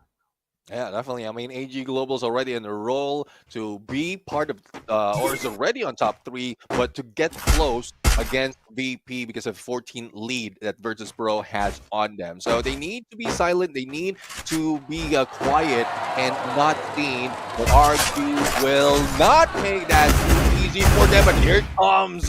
Goods being taken down. A Sniper rushes in with that Trogon. And there's not so much that Abe and the rest of RQ can do. Yeah. I think RRQ's got a little bit of an idea here to slowly walk away from this engagement. Not bad. See again? Yes, we do. As Sypha has managed to get that XM8 to find the connection, taken out, taking the air from the clutches of RRQ. Now they need to hit another revival for themselves. RRQ on the back foot as well, very early on. Let's see, though, if they will be able to put themselves in front later on with Onyx Olympus, especially with the challenge they put Team Falcons in, will probably be a little bit too aggressive at this point. The core memory almost being taken down earlier in this fight, now surviving, and Onyx Olympus will need to be cautious and patient right here. But we are looking at second to third phase of a circle. It's very, very quiet right now in terms of engagement. I guess they really want to get all those placement points first and get into the final circle. But for RQ, because of the loss of Dudes, they don't want to risk taking down Dawn as well as Gum from core memory. Much slower pace than what I prefer to see out here for sure. And this is game number 4. Potentially the halfway point in what could be a little bit of a marathon if Teams like Buriram and Virtus Pro start to drop the ball early. Nimit leading out. Kororo manages to get away in the nick of time. And Core Memory now dropping the bomb on Team Falcons, who have been absolutely exhausted from the very start of this. But Potato MP5 through the chest. Dawn taken down as well, on fire. And it looks like Falcons are hitting back. Yeah, they're hitting back, but they need to get away because AG Global is running through, especially that takedown or steal that they've done against Team Falcons. But they fly away. Potato will not survive that much, and this is the risk if you have to do, or probably Chinoy against you. And that is a long-range shot, and a bigger launchpad will be used right now by Team Falcons to get far, far away as Core Memory revives the entire team right here. Absolutely, and RRQ, Zenzi, Thompson, almost sprayed down a bay. And it's waiting for the timely pull off the glue walls. Just so beautiful to see the mechanical capabilities as well as the big brain plays from both sides. Great minds truly do think alike as they go ring around the rosy with each other. And come on, Ma'al interfering in that fight. Zenzi could not take that fight up against Abe to find out exactly who's better in that 1v1. Well, I can't blame him. I think that Abe's goal was just to make him get out of compound so that Ma'al would have a clear view, and it worked perfectly. But right now for Buriram and Intellect Center, a good chance that they can target Bigatron Esports, but because of the number of teams who's still alive and kicking in the second to the third phase of the circle, enough to make no noise. RRQ right now says they don't care about the noise as long as they get elimination, as long as they get back in play and getting all of those, getting the good standing after this match. Yeah, and RRQ 4 eliminations already. Recovery is solid. Cypher in a lot of trouble. And up against 4 players, man can't do much. Gets sprayed down. And AG Global on the reset again. Yeah, I mean, AG Global will need to do so much more, but the same goes for Team Falcons. They have been losing a lot of fights in their engagement, thus they couldn't catch up with Buriram United and Virtus Pro on #1 spot. Yes, they might have done it before, that they catch up towards the end, but we're not just talking about like getting the number of points or number of booyah on top of everyone else. If they don't meet the champion rush condition, they might not get this championship as well for today. So that is a risk of what Team Falcons is doing at this point. Yeah, and intellectually speaking, this is getting a little crowded. I think Todak is in a very good spot, but they are not to be seen from this angle because they are at the top. I don't know how they're planning to get down, but this seems to be a interesting circle that is going to fall upon us in a little bit. Yeah. Absolute chaos for sure, because there's a lot of hiding room here where you don't need to bring the glue wall out just yet. And if you're at the top for Todak, I don't know how you're going to get a good line of sight as these players approach closer and closer. Yeah, definitely. And speaking of closer, RRQ getting close to Onyx Olympus. A good thing a compound has been taken by Onyx Olympus, but on the other side, the Zom takes down Chinoy as he goes down from that revive. And all those noise, all those teams still alive and kicking. As you mentioned, this is Intellect Center, and this looks like a brain in anxiety. A lot of things happening, but none is being taken out. Boy, RRQ getting shot at by everyone as they make their way into the circle. Ma'al, 18 Deer, everybody down, and RRQ is out in 12th again. Second time in the day. Unbelievable.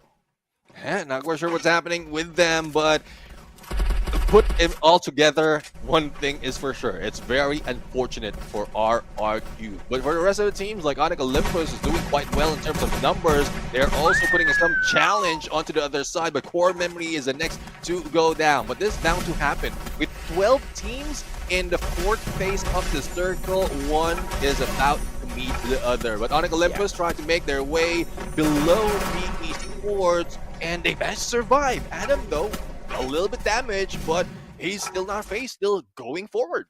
Yeah, man, and this is, I mean, absolutely insane. RRQ surviving for long enough, but at the 12th minute to be the first team to get eliminated just shows you the quality again from Southeast Asia. But RRQ just can't seem to find a fix here. They did manage to climb up the leaderboard earlier on with 20 points. But remember, they kind of came in here with I said average 3.5 points. And that's exactly what it is. And in this game, I don't even think they got the 3.5. Yeah, I mean, even lower if you take out that a good game, good map for them. But, well, Evo's Divine right now, well, Evo's Divine is playing much better right here because it seems like after RRQ has taken that 12th spot, the next game, they were the one taking it over, so they need to catch up, and a lot of points is needed to bring it on. But they're going against Bigatron Esports, but on the other side, it's AG Global being eliminated, and we're down to 9. After a great start for AG Global, they've been down a tad bit too early, just like the previous match as well. And this is going to leave a lot of space at the top, and Buriram serving revenge up call to Falcons, taking them out in 9. Yeah, I mean, it's tough the way I'm looking at it for Team Falcons, but I guess they really don't want to work that hard anymore because they do have that chance to get in, or a spot already on EWC, but at least a good placement so that they can also grab a bigger piece of the pie from the prize pool. But Onyx Olympus a little too close on Virtus Pro right now, with all the throwables being brought in, glue wall melters as well as ice grenade. Make sure that Virtus Pro will be stuck in the corner. This is a sticky situation for sure. Virtus Pro still alive. The consistency is mind-blowing. I cannot believe what we're seeing here for Wara and Diamond though. A God Nade from Ray will clip 2 players, one from Onyx, one from Virtus Pro. Now chucked down to the ground again, and Bigatron Esports getting involved, and now this is the danger zone. Virtus Pro fighting against the blue as well as 2 teams at the same time. Make that 3 as EVOS now starts shooting at them as well. Virtus Pro desperately trying to hold on, and look at this, man. How often we see this in the current update. The circle is moving. This is the final zone, and we still have got 5 more squads alive. We haven't had a top 4. We don't know exactly on how this is going to end. But as you can see, we have Buriram United, though they lost Jonah, a good chance for them to grab the Booyah because they are taking lead into the shift of the circle. And once everyone steps out of their compound, it is a good shot for Moshi as well to initiate all those knockdowns. But they need to be careful though, because Virtus Pro is getting too close, but Moshi's not waiting. Koja has been taken down, and just one jump, he might be able to take Royale as well. What a jump shot by Moshi. Spotting out, one more. 2 headshots, 2 knockdowns, but the pickups are instantaneous as well. Moshi can't go in for the follow-up just yet.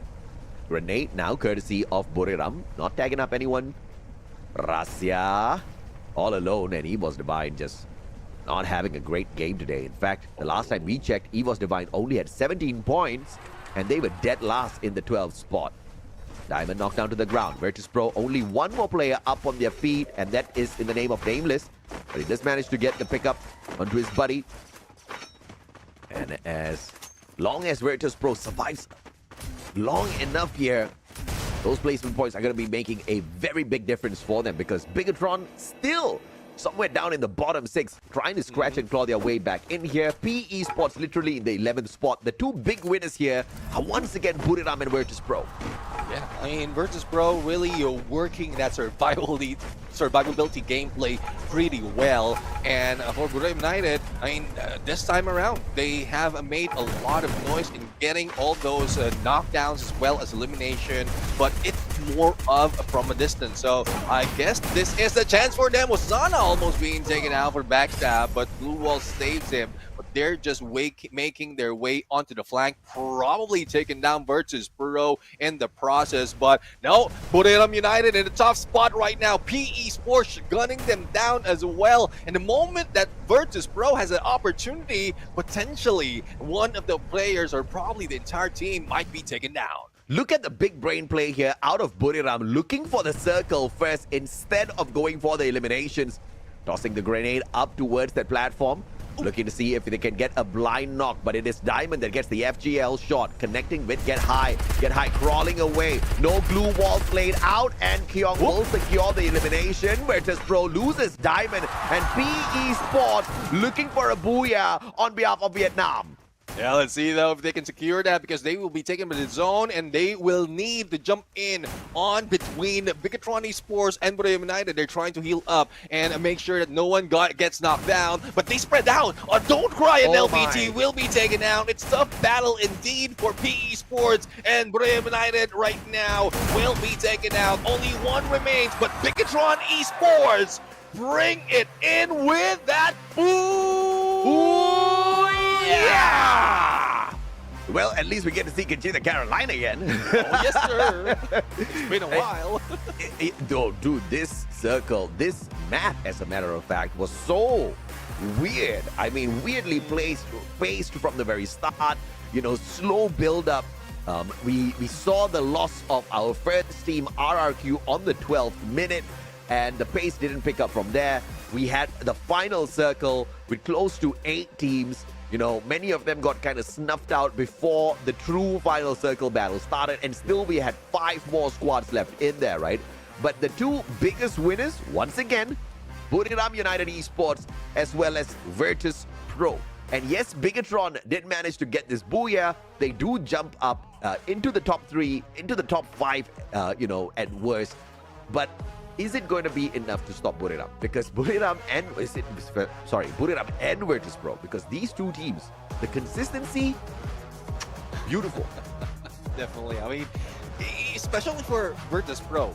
Again, they haven't gotten the booyah just yet, but how they survive, how they get elimination on the way is maintaining them afloat. They might not be getting that #1 spot, and Buriram United is getting so much more in them, but the lead is not that far. So that's what we call consistency. It's not just about getting as much elimination as possible, but also maintaining survivability. And both the 2 top teams, from what we've seen earlier, are still doing it. But I do agree, Bigatron Esports, and it's how close everyone is from the lower part, or from the middle part to the lower part of the leaderboard. That's why one booyah will make it jump up. Probably the top 5, probably top 2, or probably top 3, and we'll have to see later on. But Bigatron Esports bringing us Conchita Caroline. That's a good sign indeed for Indonesia. It's a good sign for everyone. So we get to spot Conchita on the stage this time around. We haven't gotten to see much of her because of the sheer dominance out of the other regions, especially Thailand. Even yesterday, we didn't get to see the performance from the Indonesian squads. Only EVOS was there, but then they took an L very early on in the day. But of course, no disrespect to them, right? It was a very, very tough fight. At the end of the day, of course, a great showdown between Buriram and Falcons. But today, Falcons are nowhere to be seen. You know, many predictions that Falcons may be able to rise up to the top after the phenomenal stuff that we saw yesterday. But clearly, there's a huge difference between Battle Royale and Clash Squad. I mean, they might be able to win their team versus team, but once a third party is involved, once those dropping in is involved, and even shots from afar is involved, then it's no more Clash Squad. We are back in Battle Royale, and they need to focus on that. But I don't think there's a lot of pressure for Team Falcons. We know that they can bring themselves back up, despite of the slow start for them. But that would depend on how much or how soon this will end. But before we go anywhere, let's head over to the stage and bring Bigatron Esports for the interview. It's BTR, Bigatron Esport. Congratulations! And here's our Kyung, and he will be in the interview with us today. Xin chào tất cả mọi người, và Booyah lần này đã trở thành của Bigatron Esport. Xin được chúc mừng đội tuyển và ngay bên cạnh mình đó chính là tuyển thủ Kyung, và anh ấy sẽ đồng hành với chúng ta ở trong buổi phỏng vấn lần này. Bây giờ thì hãy cùng mình phỏng vấn anh ấy nhé. Hello Kyung and Konchinta. Hello. Hello. Good to finally be here. Yes, I'm so glad to see you on stage. Okay, so for my first questions, it seems to be like Indonesian teams are not having their best how do I say it? Their best performance, right? So I was wondering what happened. But after this Booyah, maybe they were having a little stronger comeback. But overall, I want to ask and I want to know what is happening to Indonesian teams.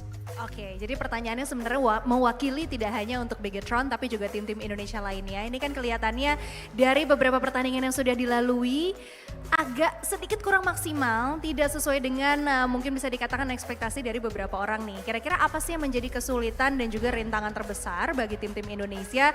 Harapannya sih tetap bisa ada comeback yang lebih kuat dan lebih maksimal lagi setelah Booyah perdana yang akhirnya didapatkan tim Indonesia ini. Tapi kalau menurut Kyung, apa sih kesulitan terbesar sejauh ini?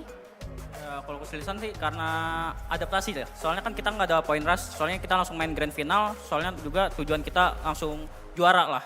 Jadi nggak ada yang namanya buat ngumpulin poin itu nggak ada. Jadi kita kayak ya kita harus nargetin juara. Okay, so at the end of the day, what has been pretty hard for the Indonesian team, including Bigatron Esports, is actually to adapt to the new rules and the new concept of a game. So it's taking them a bit of a time to actually adjust to that, but hopefully once they get this first Booyah, they can do better in the upcoming matches. But one more question actually. I thought this format and also the new meta which is updated is the game style, the gameplay of Indonesian team, isn't it? So I was wondering why are they not adapt this good, you know, because this is their meta of the game. So I was wondering why they cannot adapt to the meta this week.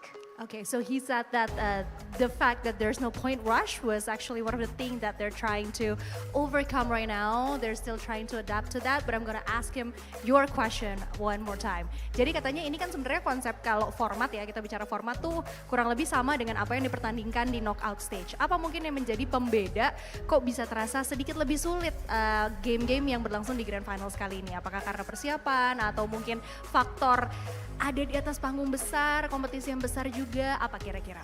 Kayaknya sih mungkin dari persiapan timnya lah. Mungkin udah bener-bener mereka langsung ngeluarin strategi-strategi yang mereka simpen. Jadi kayak nggak ada namanya nyimpen-nyimpen buat kayak misal point rush itu nggak ada. Jadi kayak mereka ngeluarin semua strategi yang dia punya.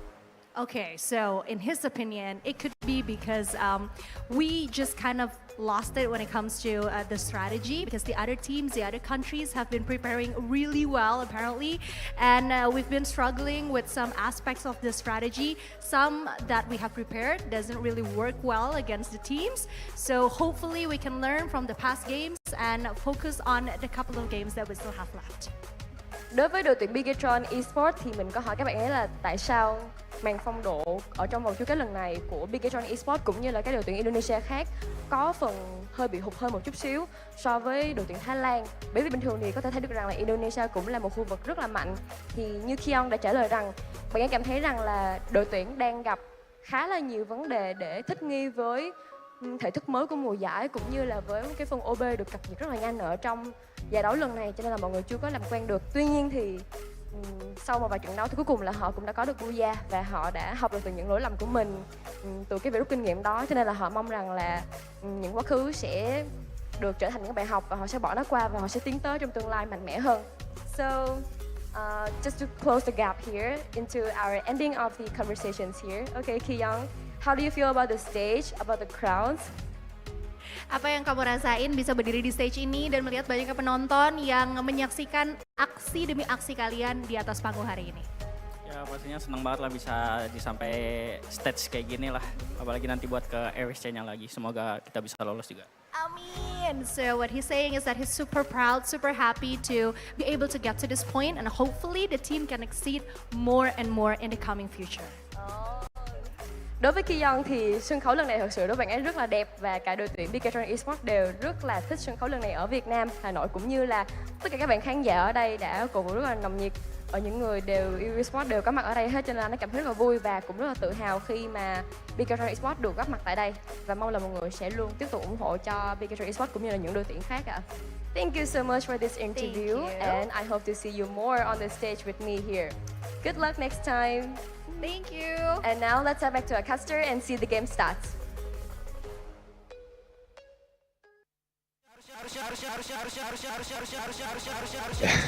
There you have it. We have another Booyah song.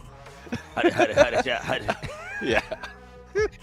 You missed the opportunity, bro. I don't have They any dropped the beat for you. I don't have a song in mind literally for that audio, but at least there's a lot of entertainment that has been happening right now. I mean, imagine you have a good stage, you have good music, you have good sounds as well. Well, except for what happened earlier, but it's good chat from the comment section as well. So everything is running smooth right now, but I would say the story is mostly smooth for two teams. Todak United and Virtus Pro. The others, they might take turns and trying to catch up, and that is where the trouble is. Yeah, man. I mean, Buriram, you know, it was unfortunate because I think it was the rotation. Jonah kind of peaked out a little bit too much. No glue walls used, and he was too far away from the rest of his team members. They couldn't go and pick him up. And obviously, with the chaos in that circle, the moment they see somebody crawling out there, help me, they are going to try to steal the point because everybody's greedy for those points, right? Jonah lost his life, and then they had 3 players, and trying to defend, just because without Jonah, it doesn't mean that they couldn't go for the Booyah, but that was 1 man less to secure it, right? And as they were trying to run away, the location of that final circle was just not very favorable for them, although they did have a phenomenal read on that circle. And PE Sports flying down like the gods of death from above just didn't help them. It kind of just threw a little bit more chaos into the mix. And the ones that took advantage of this chaos was Bigatron Esports. Kiyoung with the 5 eliminations, 5 knockdowns, running the A1-4. Has got the Kairos on him as well as that Joseph. And you know, with that Kairos, with that EP, it's just so phenomenal once you hit that 200 extra layer of damage with the extra bit of penetration, you are going to be that monster. And I love how Indonesia is really playing around with active skill, making it apply to their own playstyle. And I guess this is how they are trying their best to catch up with the top dogs. But team stats right now, this will show the number of eliminations from Bigatron Esports adds up to 14. And well, this is not a joke, especially in how that circle was set up. A lot of teams still available towards the final circle, and they managed to survive longer and along the way get a lot of points. Yeah, absolutely. 3 players on the key highlights here. Kiyoung with the 5 eliminations, Lau Hall with the damage, 3,832, and 6 assists. Oh man, Wasana, who's a absolute pro on the M590. Clearly, he has hustled a lot and is looking for the trophy. But unfortunately, they do not unlock Champion Rush because they only walk away with 18 points. Remember, we were looking for at least 25 out of them. They do not deliver that 25, and they will have 2 games. So therefore, our grand finals will not end on game 5. Cannot end on game 5 because nobody has achieved that Champion Rush point. Yeah, it might be after Purgatory, game 5, that someone will be achieving that Champion Rush condition. It might not be 1, it might be 2 because of how much consistency some of the teams has, and this is where we get that read. So very, very close. Only 9 points remaining. They could have triggered that already, and all we have to wait for is that Booyah. Regardless of you don't get any elimination, as long as you achieve that Champion Rush condition, imagine no elimination, probably minimal elimination, but you get that Booyah, you still end up a champion. Yeah, absolutely. And here's what I think, right? We increase the potential number of games up to 10. But I think we need to push the Champion Rush condition up to maybe 120 as well. Because literally in this next game, we are going to have two teams achieve the champion rush condition. Assume, of course, that's a huge assumption, but that assumption is coming through an educated guess based on how Virtus.pro and Buriram have been so consistent in getting to the final circle. And I think it's going to be very possible. Now Buriram just 9 points behind the champion rush condition activation.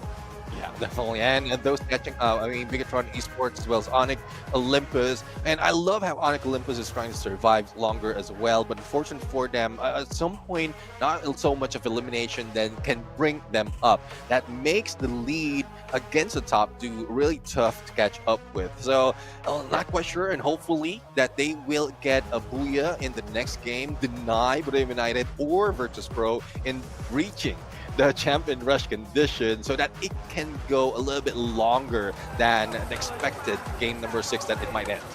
Yeah, and just to catch up with Buriram, Bigatron is going to need 24 points, which is not bad. But if they want to activate the champion rush condition in the very next match, they need to achieve at least 33 points, which is a massive game. Is it impossible? I don't think so. We've seen something like that in the past as well. But of course, we are going to be taking a quick short break. And during the break, you will not be bored because we have an interview coming up for you guys. So we hope you enjoy it. Don't go anywhere because right after the interview, Neptune and I will be back for rất 2 vui vì được quay more trở lại games. sân khấu trong phần break time cùng với MC Yusun. Và ở đây thì chúng ta còn có một gương mặt rất là quen thuộc trong cộng đồng Free Fire Việt Nam, đó chính là bạn Tuyền Xu. Hãy gửi lời chào đến với tất cả các bạn khán giả đi nào. Chào tất cả các bạn đang có tại khán đài và tất cả các bạn đang xem live ở nhà. Ngày hôm nay khi mà đến xem trực tiếp giải đấu thì không biết là bạn cảm nhận như thế nào về không khí của giải đấu lần này? Hà Nội thì hôm nay rất là nóng rồi. Em cảm thấy là trong khán đài này đang rất là cháy luôn. Cảm ơn Tuyền Xu rất là nhiều ạ. Vâng vậy thì hôm nay chúng ta đến rất là đông, cũng có sự góp mặt của Tuyền Xu ở đây. Thì không biết là hôm nay Tuyền Xu đang cổ vũ hết mình cho đội tuyển nào vậy ạ? Hôm nay Tuyền Xu và tất cả nhà sáng tạo Free Fire đến đây để cổ vũ cho hai đội tuyển Việt Nam. Chúc hai đội tuyển có tấm vé đi Á gặp Ok. Minh Anh tin rằng là các đội tuyển Việt Nam khi mà nghe được lời chúc này thì cũng sẽ được tiếp thêm rất là nhiều năng lượng để thi đấu thật là tốt trong trận đấu tiếp theo. Vậy thì cuối cùng bạn dự đoán đội tuyển nào sẽ trở thành nhà vô địch lần này?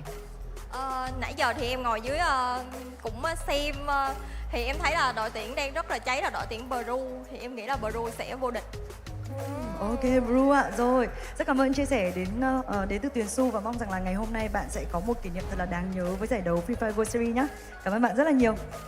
Cho em gửi thêm một lời nữa là mong là năm sau Free Fire tổ chức ở Hồ Chí Minh nha. Tại vì anh em Hồ Chí Minh với cũng đang rất là hóng một cái buổi offline cháy như thế này.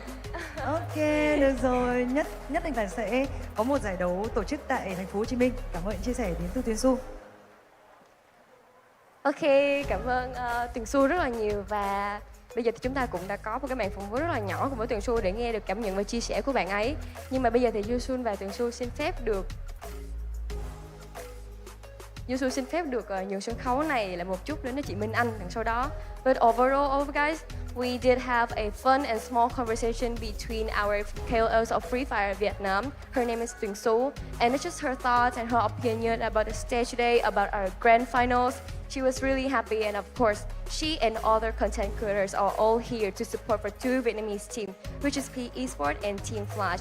And she really hopes that every foreigners are here. You guys will have the best experience in our stage. Thank you so much. And now we would leave the stage for MC Minh Anh so she can continue her parts. Thank you.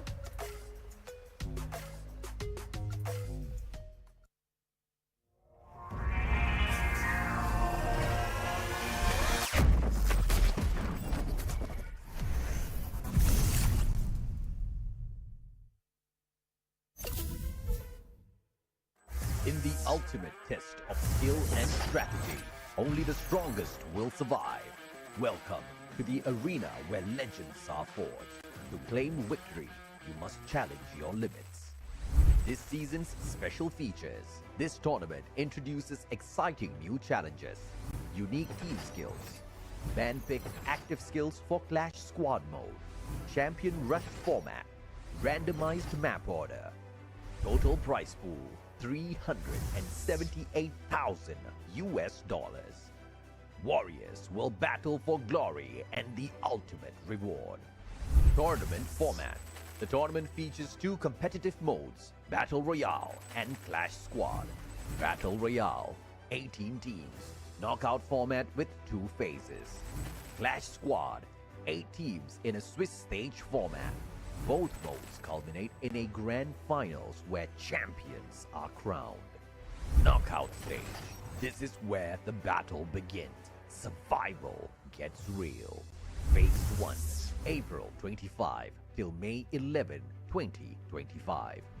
18 teams divided into 3 groups, A, B, and C, with 6 teams each. 3 weeks, 54 intense matches. Daily format. Group A versus Group B versus Group C. Top teams advance, the rest are eliminated. Phase 2, May 16 till June 11, 2025. 1 misstep and you're out. Week 4, only the strong survive. Day 1, top 12 from Phase 1 compete in 6 matches. Only 1 team advances to the grand final. Day 2 and 3, the remaining 11 teams battle alongside underdogs ranked 13th and 14th. 1 winner per day advances to the finals. Week 5, second chances.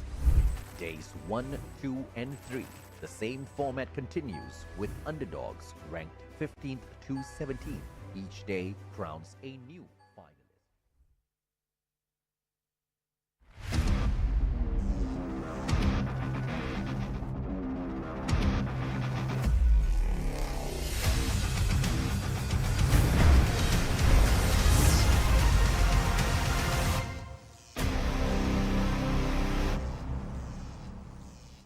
Ladies and gentlemen, welcome back to the show. This is the Free Fire World Series Southeast Asia Spring 2025. And I am Neptune the Gentleman Garcia, joined by my brother, the Mustachio AJ. And we are looking at the teams racing to activate the champion rush condition. It is dependent on next few maps, but there's still a question of who's going to do it first. Virtus Pro or Buriram, or neither one of them, right? Because obviously we are looking for them to make that climb up, and we are blasting the music on for all of you guys, and we are powered up, not just us, but the background music as well, by Red Bull, the official energy drink partner for both the spring and fall FFWSC 2025 seasons.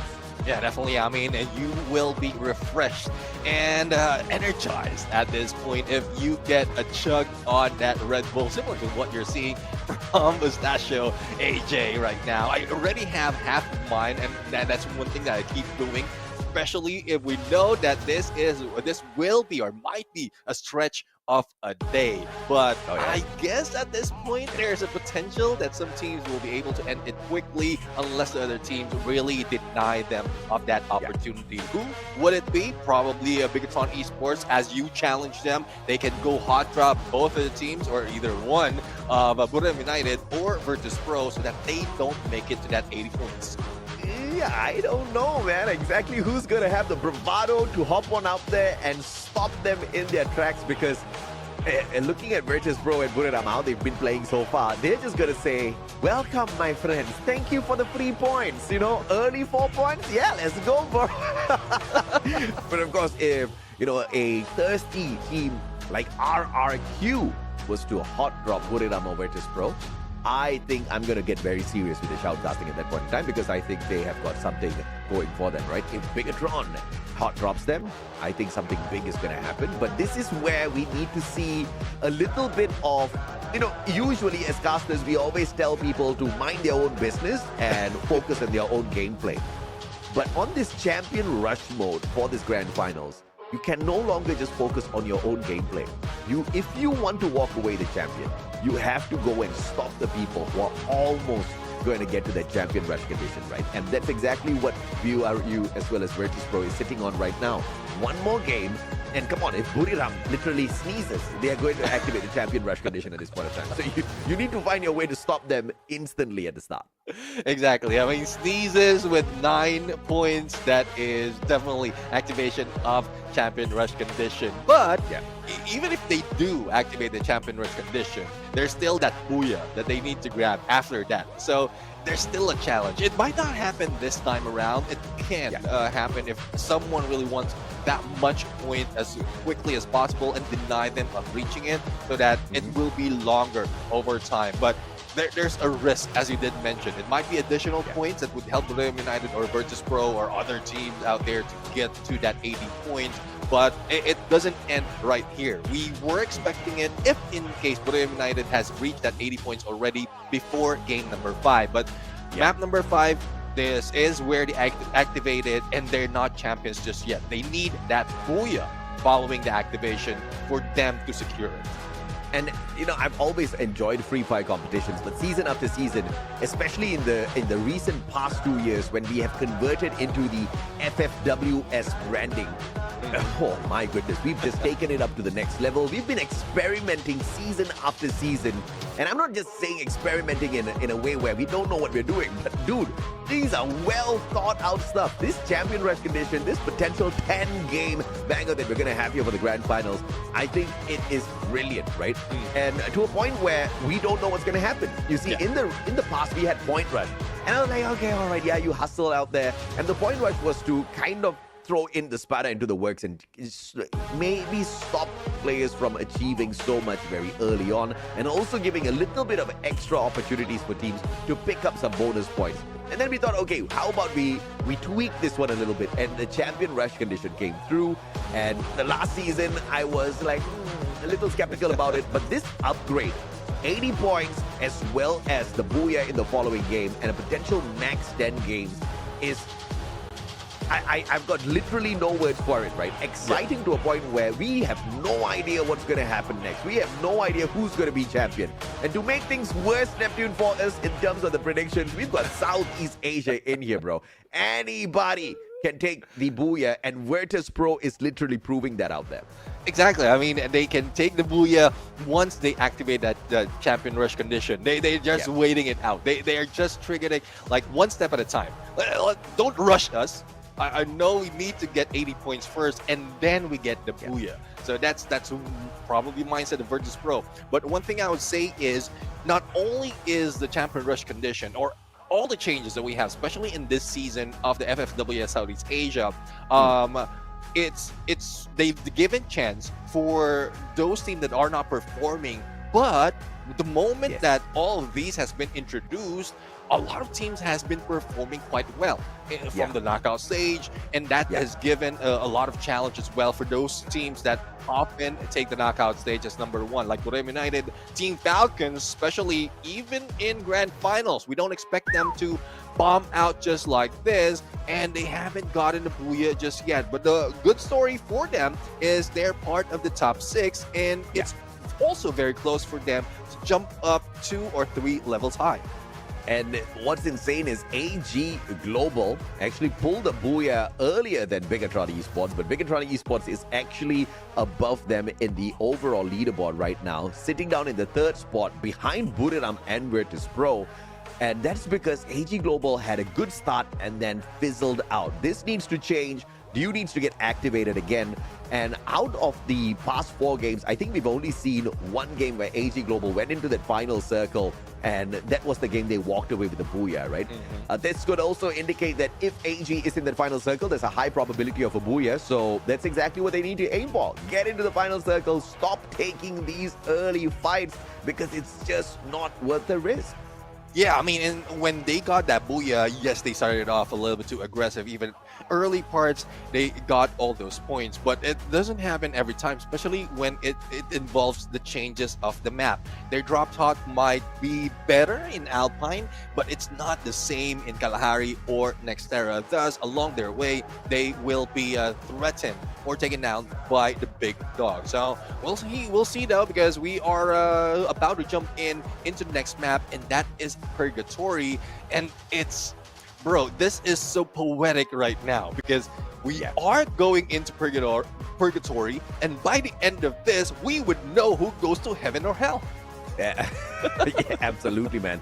By the end of this, we will be able to understand exactly who books that ticket into heaven. And unfortunately, obviously, a couple of people need to fall into hell as well, right? But of course, as they... if you've ever watched this movie called Munna by MBBS, okay? My favorite actor, Munna by, in that movie, he says, tension lene ka nahi, dene ka. Don't take tension, give it.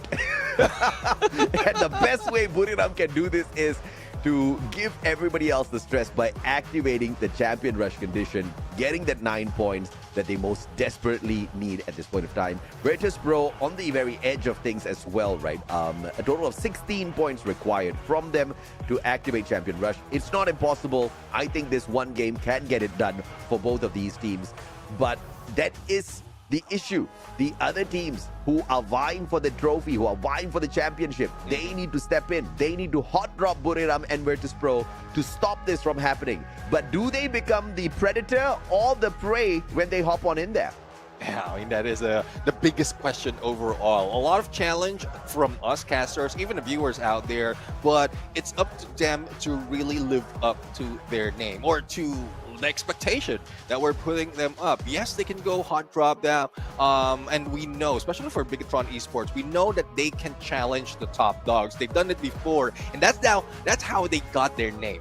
The first time they got into the FFWS Southeast Asia, they just keep challenging giants, Falcons. Yeah. And then after that, they got used to it or probably got bored of it. And then they went in against Buriram United. They went into the other top dogs as well until such time that everyone else was so weary of them that they are being taken down a little bit too early. So let's see if this is a different story overall, because that's why I often say neither heaven or hell can save the teams who's fighting in this battle, because we're jumping into purgatory.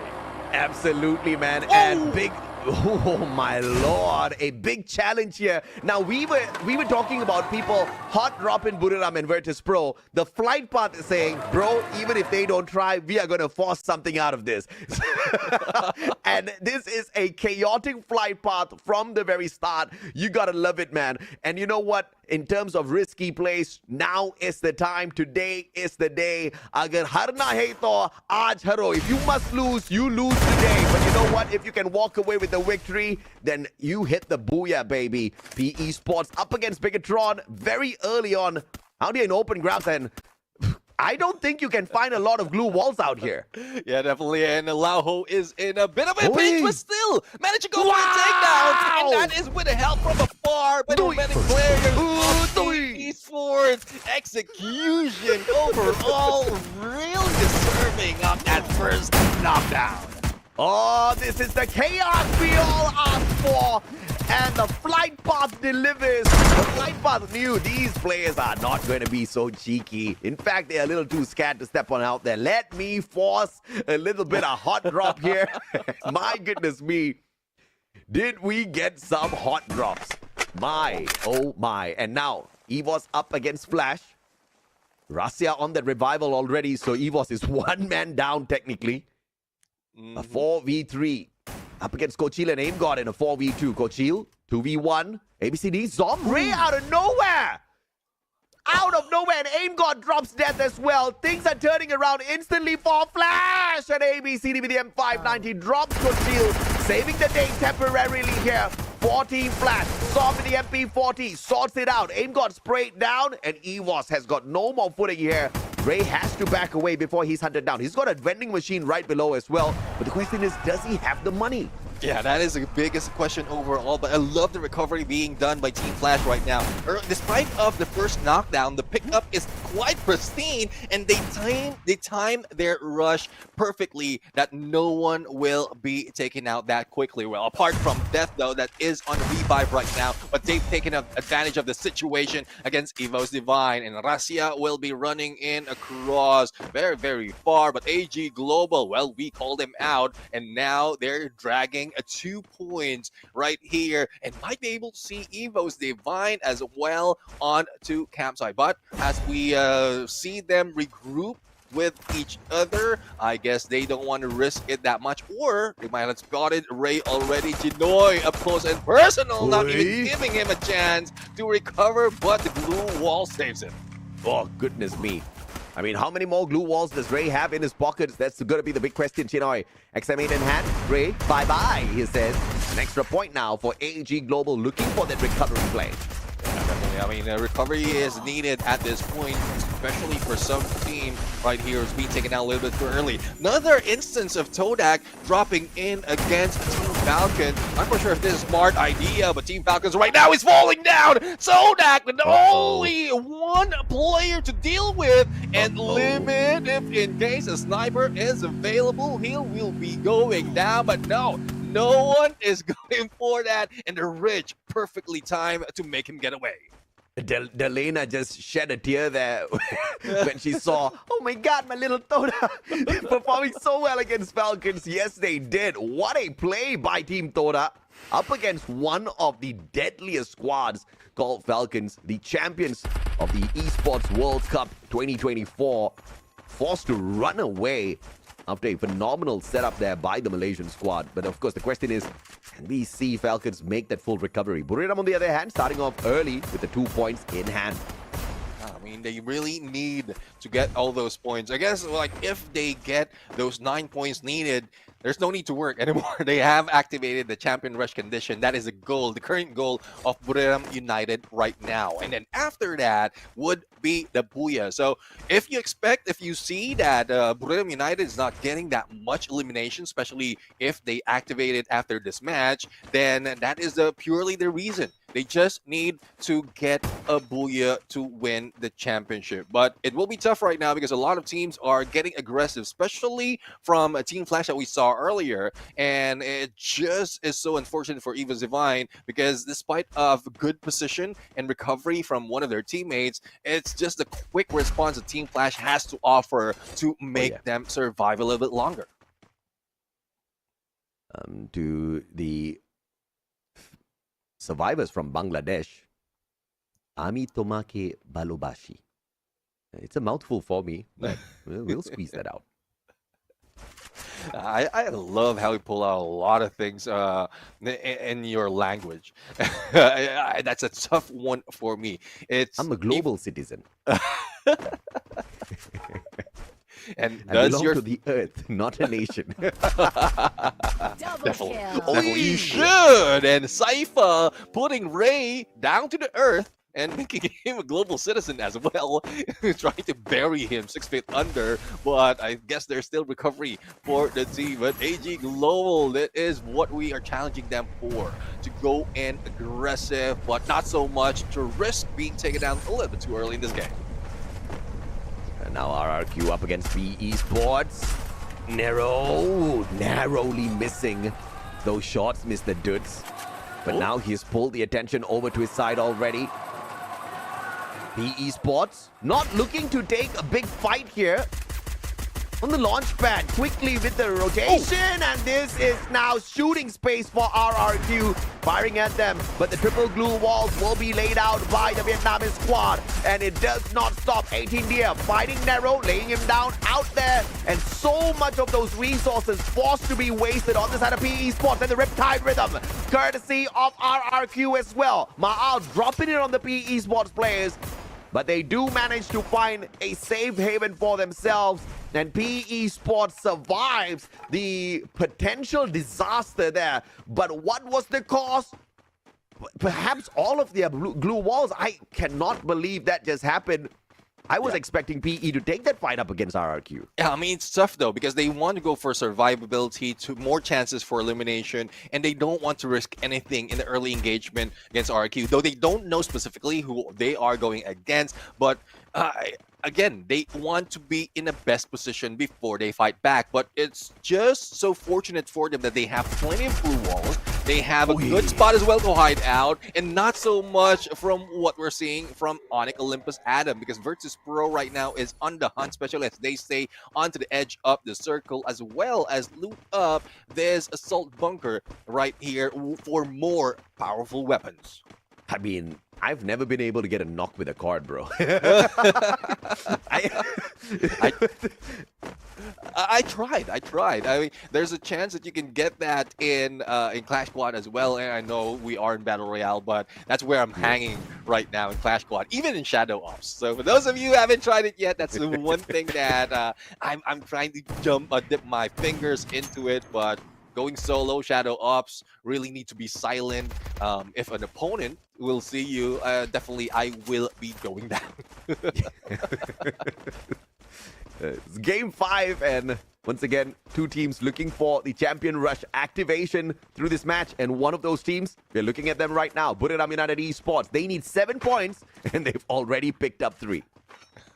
See, though, I mean, it's just a few points. They really don't need to work that hard, but I guess there's also another target that Buriram United is waiting for, that MVP. So if they can get a little bit more extra for the MVP for the team, then why not? They will be taking it. But 12 teams remaining, almost 9 minutes in the clock, and the Evo's defined! 2 of them fell down from the vehicle, but that doesn't stop Ray and Razia to move out of the way.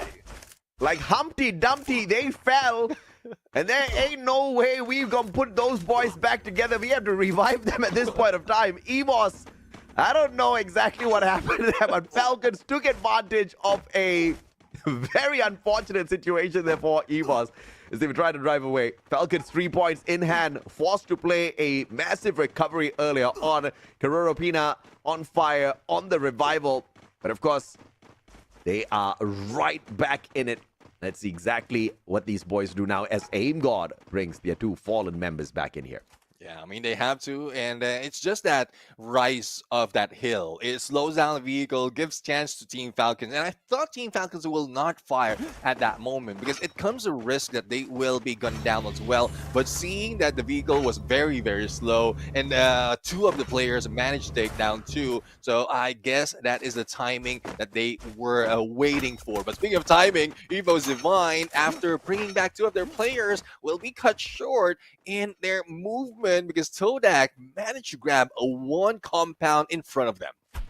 We still have a confusion whether or not Elena is a caster, but we'll sort that out in a bit. Or where she's from. Oh, where she's from, yeah. Pina finding Aim God and Evos being tortured yet again. And not all of them, though. A couple of players did manage to pull away earlier on thanks to that revival, dropping far away. But just behind the players of Todak, who are on fire this time round. So Evos in a lot of trouble here. And it's not even the halfway point just yet. Yeah, I mean, we're getting to a halfway point, but as we can see, all teams right now is going in a little bit too aggressive, especially AG Global up close and personal, but Chinoy for take down the SVD against Sairu, and here comes the rest of the team. Saifa switching it over with an M1887 plus a Trogon, managed to clean house. Only 1 remain, and Crime might be able to be the thief, the criminal at this point, to be taken down, but do be recovered. That healing gun, that update on a healing gun to be able to bring up or pick up your teammates from afar, that is a game changer. Yeah, man, and the accusations that Elena has got 2 kids. She has got more than 2 kids, guys. What are you all talking about? The Malaysian squads, all of those kids are her kids. We have 4 of them in the battlefield right now. Oi! Falcons exiting early. And it looks like there's just no trophy pickup for Falcons this time round. And Onyx following suit as well. These 2 teams not too far away, unless of course they do hustle. But perhaps before they start to bring that hustle out, this will all be over. Yeah, let's see though on how quickly can they finish and make this all over, as Core Memory, good position for them, but before they were able to get that high ground, a lot of damage has been dealt on them. But for AG Global, well, they are setting up on a fight against Virtus Pro on the wall between them, and well, I guess that overshoot on the grain, and getting very close to that wall will not help them put Virtus Pro out. But it's a good thing Ju managed to launch himself in or near the next phase of the circle, because they can have a good position and block out Virtus Pro's approach. Dew, nades, is all those glue wall melters being laid out here for Virtus Pro, and AG Global looking to end Virtus Pro's hopes of activating the champion rush condition right here, right now. Sci-Fi and 590 water down on the ground, and look at this, AG, perfect connection. Diamond will be able to lay them out with that ice grenade first. Dew, AWM looking for one, and bye-bye Virtus Pro, says AG Global of all teams. Yeah, AG Global doing work of Virtus Pro. Now, Borneo United is the next target for the top two that we had, who is about to reach that champion rush condition. PE Sports going against them, but PE Sports not really breaking through against Borneo United. Despite of all the blue walls, despite of all the FGL, they still couldn't bring Wasana down, but finally, Nero managed to do so, but that is in exchange for a few players from PE Sports. Uh-oh, Jonah now down on the ground. Mochi trying his best to pick up his captain, and wow, what a beautiful pump there with the electrotherapy. Get high, backing up Jonah instantaneously. Lao Ho behind the tree, trying to clip his arm and get high, doesn't find that full connection just yet, and the circle will do the rest of the damage. 9 more teams left in here. We have got not enough real estate. My goodness me, we are gonna see some super chaos shortly. Yeah, well, PE Sports will not be part of that chaos because Lao Ho has been eliminated. We're down to 7 as AG Global also being taken out of the picture. But everyone is in the northern part. It's only, I think, Borneo United who has taken a good spot for themselves. So a good chance that they can get everyone in a good line of sight to take them down as the blue closes in. But Team Flash right now, the aggression has died down and they are just dealing with 4 elimination for the moment. For Core Memory though, they have the same thing, but they are the ones who managed to take down a few of the challenges in this latter part of this game. So going toe-to-toe against the blue plus the remaining players of Todak will be a challenge for Core Memory right now as Evo's Divine knocks in onto the other side. Oh, Core Memory. A couple of players spending time outside the circle. That's not great. Trapped inside the car. And he says, hasta la vista, baby. Out he goes. Toda surviving with some masterful trickery out there. He was expecting someone that will be jumping in, but they will not be spotted. Assassin Ninja gameplay and Core Memory right now focus their attention, their aggression, their disappointment of taking Todak out to Megatron Esports. And Core Memory with 8 already, but that is the risk of taking or losing Sensi in this fight. Traps being taken down. Core Memory, Cooper and Jump out in the mix. Team Flash right now getting all those energy from the fans roaring in the stage. Yeah, man, I mean, Flash is quite far away from the 80 points, but these boys are still gonna hustle. Team Toda out in 5th. Look at this, put it up. 3 players left in here. They only need 9 points. And they only need 7 points, and I dare say they have activated this already.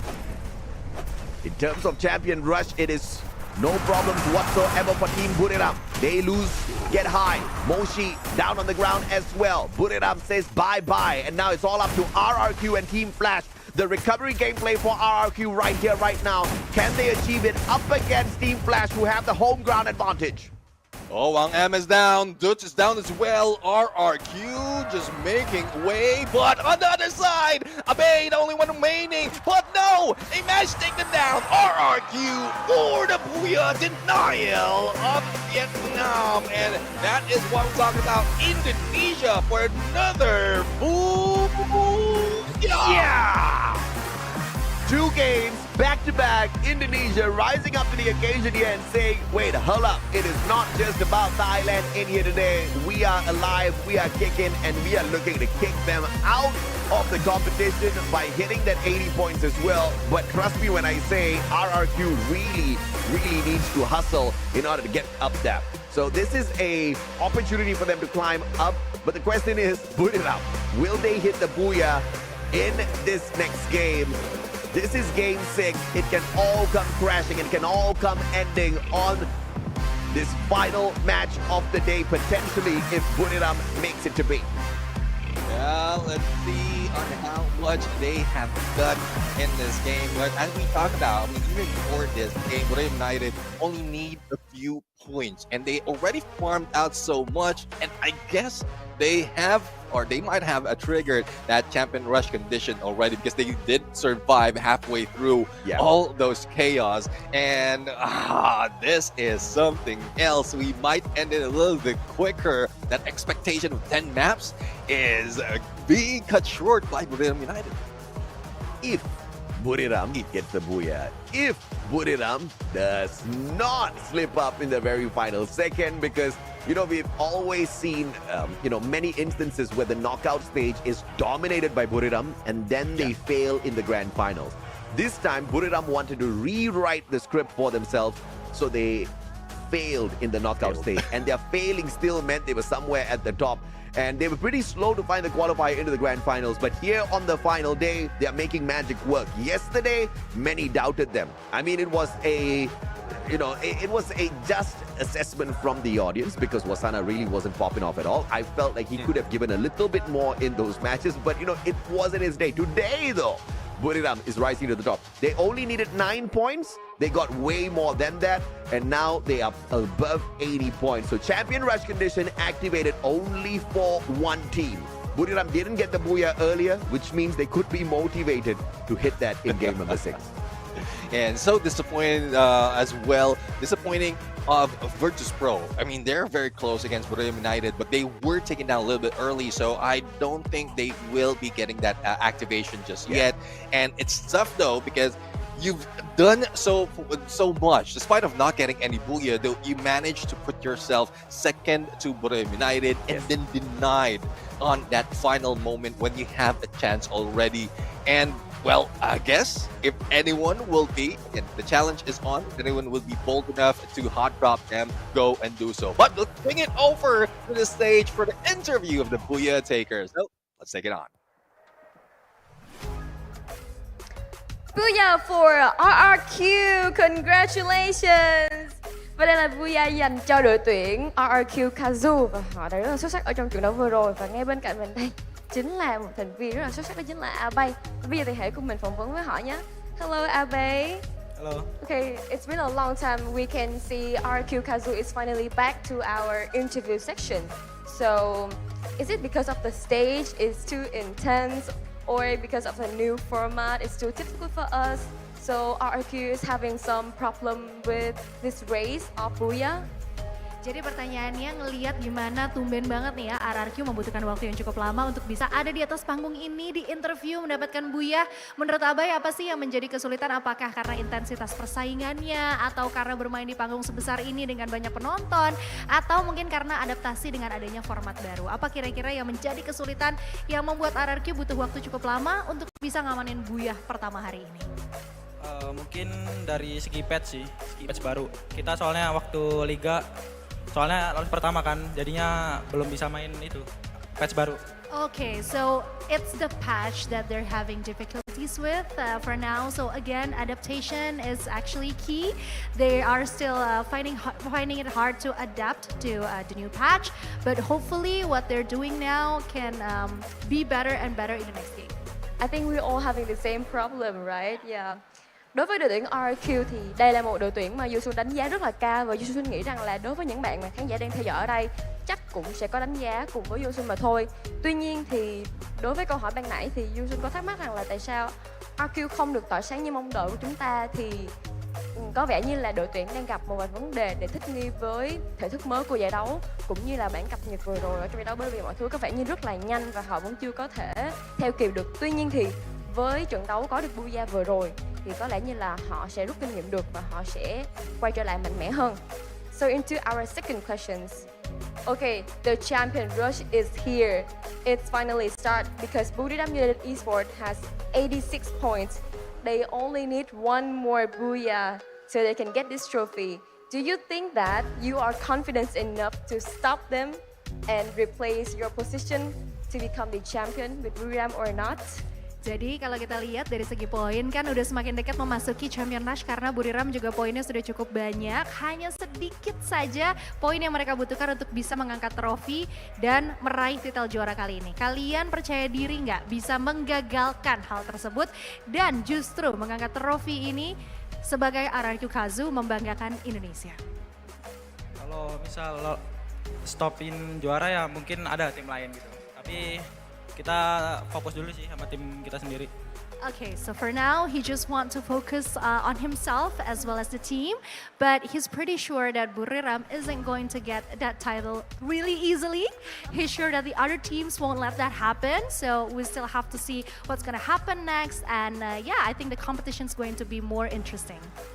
So, như các bạn cũng đã biết rằng thể thức Champion Rush của chúng ta cuối cùng cũng đã bắt đầu khi một đội tuyển đầu tiên chính thức đạt mốc điểm 80. Đó chính là Buriram United Esports. Hiện tại thì họ đang 86 điểm rồi. Và tất nhiên chỉ cần với một cú booyah nữa thôi là họ sẽ trở thành nhà vô địch. Tuy nhiên đối với A-Bay thì họ bây giờ thì họ không tập trung vào vấn đề đó nữa mà họ sẽ quay trở lại tập trung với chính bản thân của mình. Nhưng mà một lời gửi đến Buriram rằng là điều đó sẽ không xảy ra dễ dàng đâu, bởi vì những đội khác tất nhiên là cũng sẽ không thể nào mà để cho BRU có được cái cơ hội đó cả. Nên là mọi người hãy tiếp tục cổ vũ cho tất cả mọi người ở đây nhé. Thank you so much for the interview and really happy to see you again on here, Conchita, and good luck to you as well, Abe. Keep that spirit. And now, let's get back to our caster and see the game starts.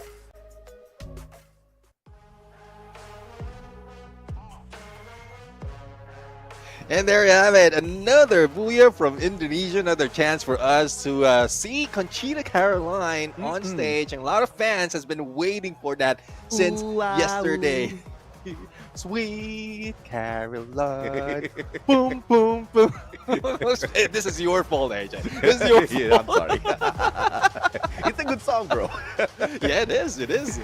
But of course, RRQ Ma'al with the Riptide Rhythm Skyler. We saw how he tried to torture PE Sports earlier on. Thankfully, PE Sports, you know, some sort of lucky star above their head saved them from the destruction that Riptide Rhythm could have laid upon them. 5 eliminations, 7 knockdowns, 2,860 on the damage, rocking the M82B this time with one of the most straightforward active passive skill lineup for a sniper, except that Suzy, he loves those coins.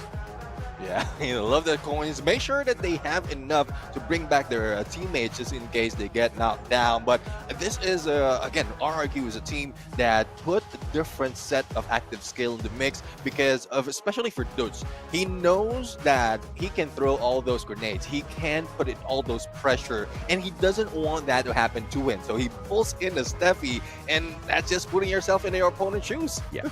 I mean, absolutely, man. I mean, look at this overall. Not a massive game from RRQ, but they're doing just enough to sneak their way in here. A total of 11 eliminations plus the booyah is obviously going to give them enough to be in the top 3 because there's not a lot of points between the teams out there. Ma'al with the 5 elimination highlight, Dew with the damage 3,374, and the Zom out of Team Flash this time round gets the highlight for the assist.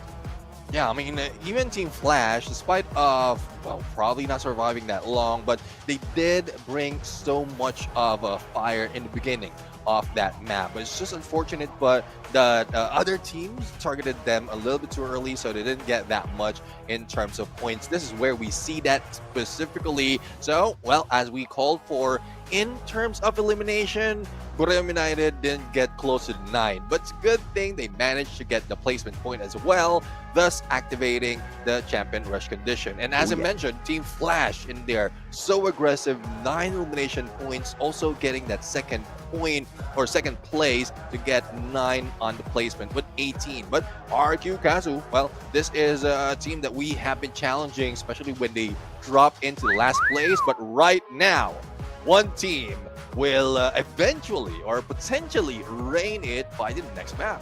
Hey, you know, this is the thing, man. Buriram is not the king of Solara. EVOS is. But unfortunately, EVOS is throwing up at the bottom of the leaderboard. I think they're feeling a tad bit off at this point of time. In order to jump to the top, they need 45 points. Can they hit that within the next 2 games? Are we going to see Buriram held back for the next 2 games? We've got a potential maximum 10 games here. And Buriram will be able to finish this off within the next matchup. I think it's going to be absolutely insane if they do it, because they're the only team that has activated the champion rush condition.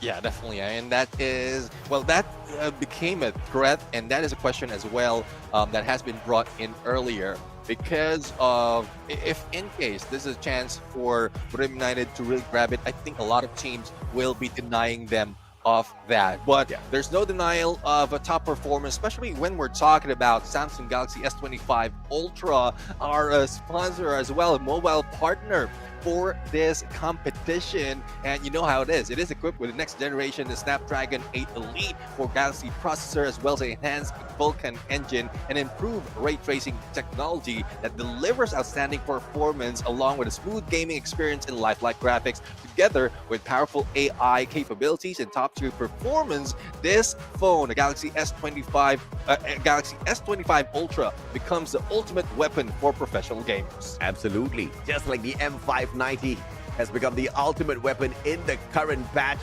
I'm absolutely delighted to have them as our sponsor. Cannot wait to get my hand on one soon. I don't know. The budget still has not been approved by the wife. But you know, we'll get there. We'll get there. Maybe after the tournament, I'll clear my invoice and go get it secretly. She's not gonna know. But she'll find out. And then you won't see me for the next season. I think I need to rethink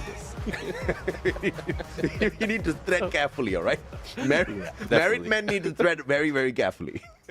Yeah, that's why I name myself the gentleman as well, so that I will be reminded of what I need to be.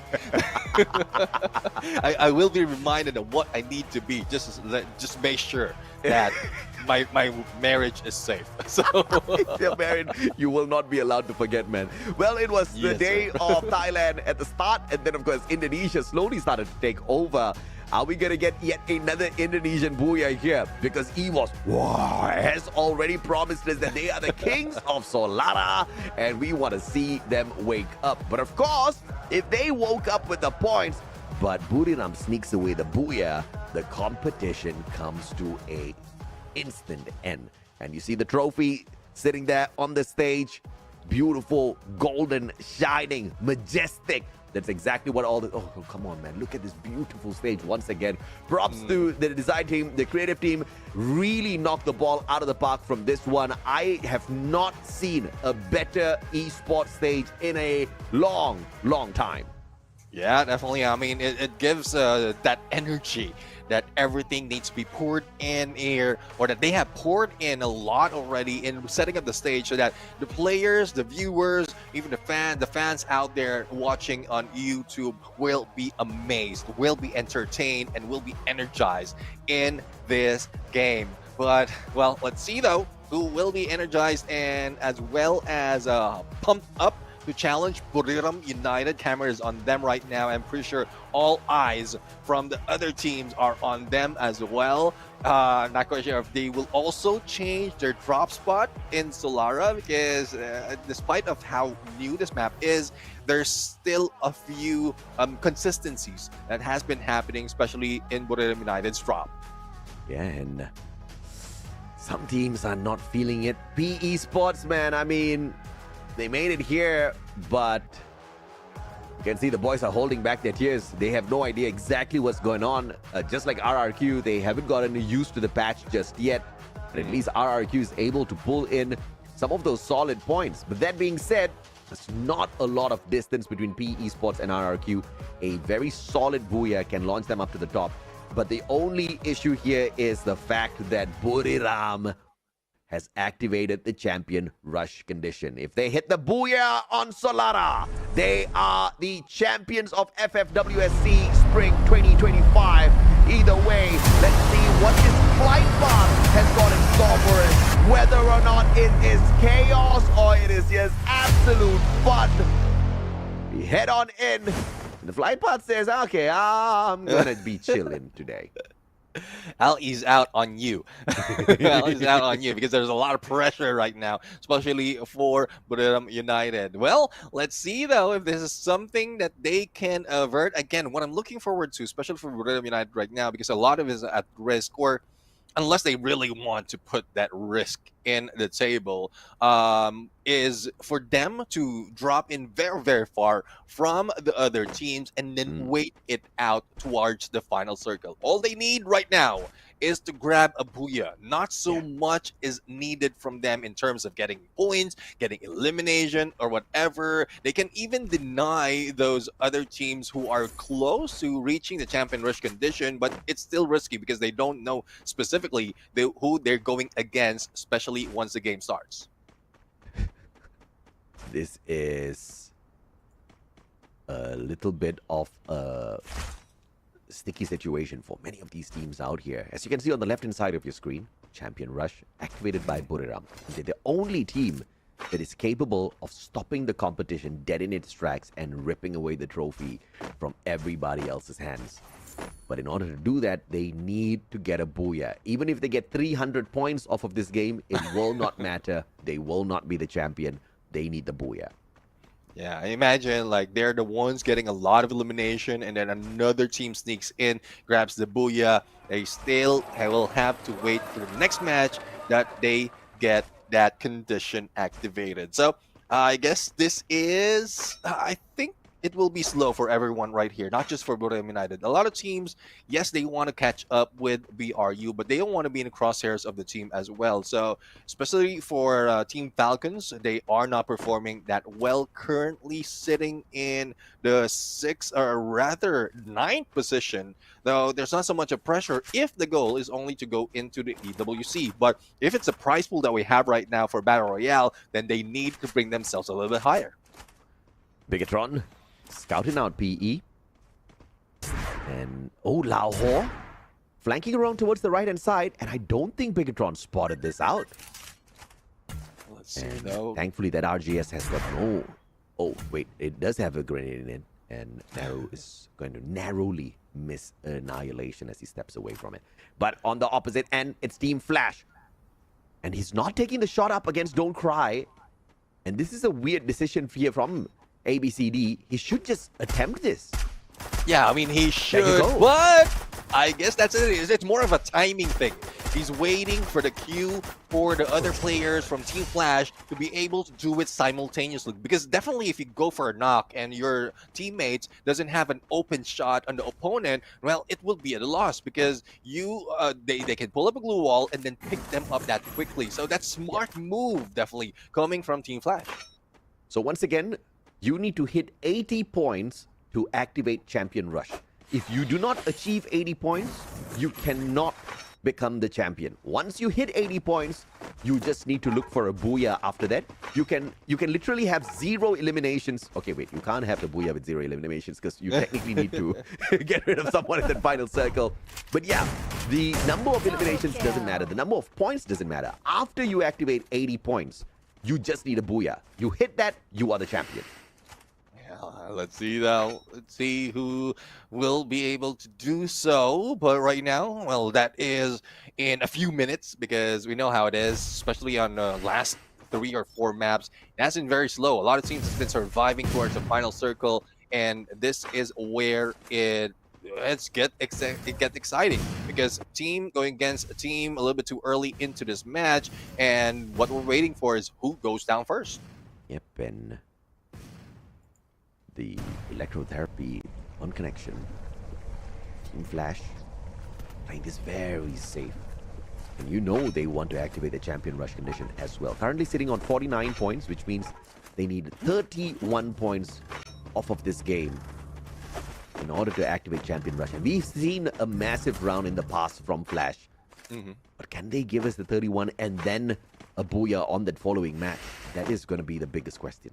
Yeah, definitely. And let's see, though, if they can do it. But for Team Todak right now currently on 11th place. If they want to go into the next level and also a bigger piece of the prize pool, they will need to work harder. And that would be the 8th place that they will need to target. But I guess despite of them being too aggressive earlier, they want to slow it down. And same goes for Buriram United as what we call them. They are in the champion rush condition already, spotting 1 LBT, and you can see even Jonah, though he have good, a clear shot. He's backing away because he don't know what's waiting on the other side and waiting for the rest of the team. But as you can see, the glue wall saving them, and still it took them a while before taking LBT down. This is how crucial it is for Buriram United to survive a 4-man strong squad. LBT almost did a number there on Buriram as he was running away through a frag grenade. Thankfully, the glue walls were pulled up in time, and that chaotic mess was just to get that one extra point. Once again, Buriram doesn't need these points. Buriram doesn't need to get into any fights at all. They just need the booyah. Let's see though. I mean, it's a few minutes away, and the other teams are just very cautious, just to make sure that they don't give that much in terms of like the other teams that much point to catch up to Buriram United, if in case this is not the time for them to grab that booyah. But Onyx Olympus right now, just taking peeks, and Evo's Divine RRQ potentially getting too close, and Mahal, yes, the glue wall is there, but still out in the open because of the elevation that Evo's Divine has taken. Yep, absolutely. And now the Riptide Rhythm just breaking down those defenses. EVOS versus RRQ. Who's going to be able to walk away from this one? As the big brothers RRQ quickly back away from this engagement, not wanting to deal with them at all. What attack by that nade. And the split blitz does not do that full damage just yet. And CRM, core memory out of nowhere. Dropping dudes out there on the ground. And now glue wall smashed. EVOS trying to shoot down RRQ as well. RRQ just made it into the top 3. And now 2 teams personally trying to end their hopes right here, right now. 18 deer. Sliver of health. Ray going in to steal that point, and bye-bye RRQ, says core memory. Yeah, I mean, it took them a while to be able to get back up on top 3, and now they need to say goodbye unless the game continues. If Buriram United doesn't get a booyah in this match. Core memory right now, 1 point to their name, and that is because Evo's Divine managed to get as much as possible against RRQ. But it will be a tables being turned right now because Evo's Divine is now in the lower ground compared to Team Flash, and we know how aggressive Team Flash is, especially with Wang Han and 1M on the snipe. This is a crazy situation. You look at how close Virtus.pro is, 69 points. They need 17 to their name in order to climb up. And they are right behind Team Flash and EVOS. So this could just be something that they can work towards their advantage here. Team Flash watching EVOS, but they have no idea of the position of Virtus.pro. And I don't think Virtus.pro is out on a hunt, right? They're just looking for potentially the final circle play. Yeah, I mean, yeah, if they can survive towards the final circle, then that's where they can gather as much point as possible, because it's 69 points from after the previous round, and all they need to do is get 11 points to be able to reach that or activate that champion rush condition. So if they get the booyah without any elimination, well, as you did mention, it's difficult, it's impossible to do so. But if that is the case, they will still activate that champion rush. But as we look at the map, I miss you so much. Buriram United is in a safe spot, but potentially PE Sports might be the next target for them. Yeah, man, it's the shots now from Flash and EVOS to its core memory. But this is looking like a decent enough circle to play around with still here for these boys. And Team Falcons scanning out the area right ahead of them to make sure the binoculars gets the information. If or not people are hiding behind those trees. Unfortunately, nothing at all. And Onyx Olympus makes that huge jump over to meet Bigatron Esports at Archway. Yeah, let's see though if they can play on a clash at this point. Adam already on the peak, but no shots just yet.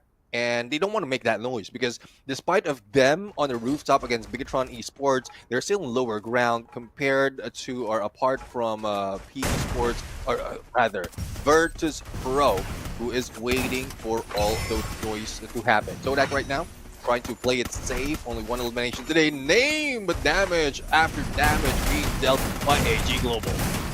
Whoa, Vidal's now up against AG. Traps looking for the M519 knockdown and finds Saifa with that. Beautifully done. Finds M82B, BSK in hand as well. Noki backing away, but Chinoy outplays him with the shotgun.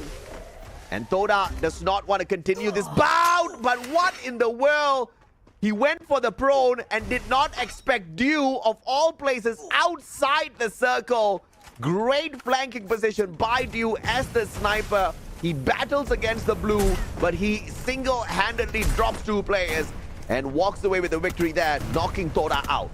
Yeah, and they're very close right now to activate that as well. If they become aggressive a little bit more, they have a potential to reaching the champion rush condition after this match. But speaking of aggression, Cougar a little bit too aggressive, and that means HB being taken out of him. But that Chrono will be able to save him a little bit. Time Turner that was pulled in the perfect timing, and that pushes Evo's Divine away. And we've got calls in the chat to stop Virtus Pro because they want to see Buriram be the champion. If you knew how to, right? Because there's no kill feed, which means if you knock anyone or if you eliminate a player out there, you don't know who you're fighting against. So teams cannot actually focus to take down a certain squad. This can only happen at the initial drop. If you try to hot drop a team because you know their usual drop spot, that's the only place where you can kind of, quote unquote, guarantee to take out a team. But that's, of course, if the team does not switch their drop spot, anticipating a hot drop from someone. Definitely. I mean, that's something that we want to see as well, because pretty much what we're seeing is the observer's view, wherein everything is showing up, the kill feed is there, the team names on the glue walls are there. But I would love to see how the teams are playing as well, or how it looks like for the team in game. But I guess that would be the future, because we are now into the 4th phase of the circle. Evo's Divine managed to move across that battlefield and meet up with a core memory, or leave core memory behind, but Team Flash is doing a number on both teams. Yeah, Evo's Divine rotates away, and that basically means they put themselves in a very decent spot for a booyah here. Sitting down in the center point of Archway. In fact, Evo's Divine actually has the most number of eliminations thus far, which is good on the squad, as they are dead last on that 12th spot. And we are always focusing on looking at who gets the championship, who gets the booyah for this final one. You also have to acknowledge that every single move on this leaderboard for this final match determines how much of money you walk away with as well. Yeah. So this is really crucial. And CRM dropping out early does not help their cause for picking up more points or more money at the end of the day. Now CRM needs to hope and pray that Buriram does not get the booyah so that they can try again for the next game to earn a little bit more. Oh, but it's being tough right now, because Buriram United is being cautious but still aggressive at this point. And as quickly as that, they managed to take down PE Sports. It's not the usual rushing gameplay that we see from Buriram United, but we'll have to see. Wasana's already out, and Team Falcons are doing a number on them. Get High will be taken down. Buriram United only go and denied of being the champion in this tournament. Well, it looks like the show must go on, says Falcons. Not today, baby. Just like what they did yesterday. Ripping it away. Beautifully done by Falcons. And we get to enjoy more free fire action right here. Never have I ever thought I would celebrate the absolute demolition of Buriram United Esports.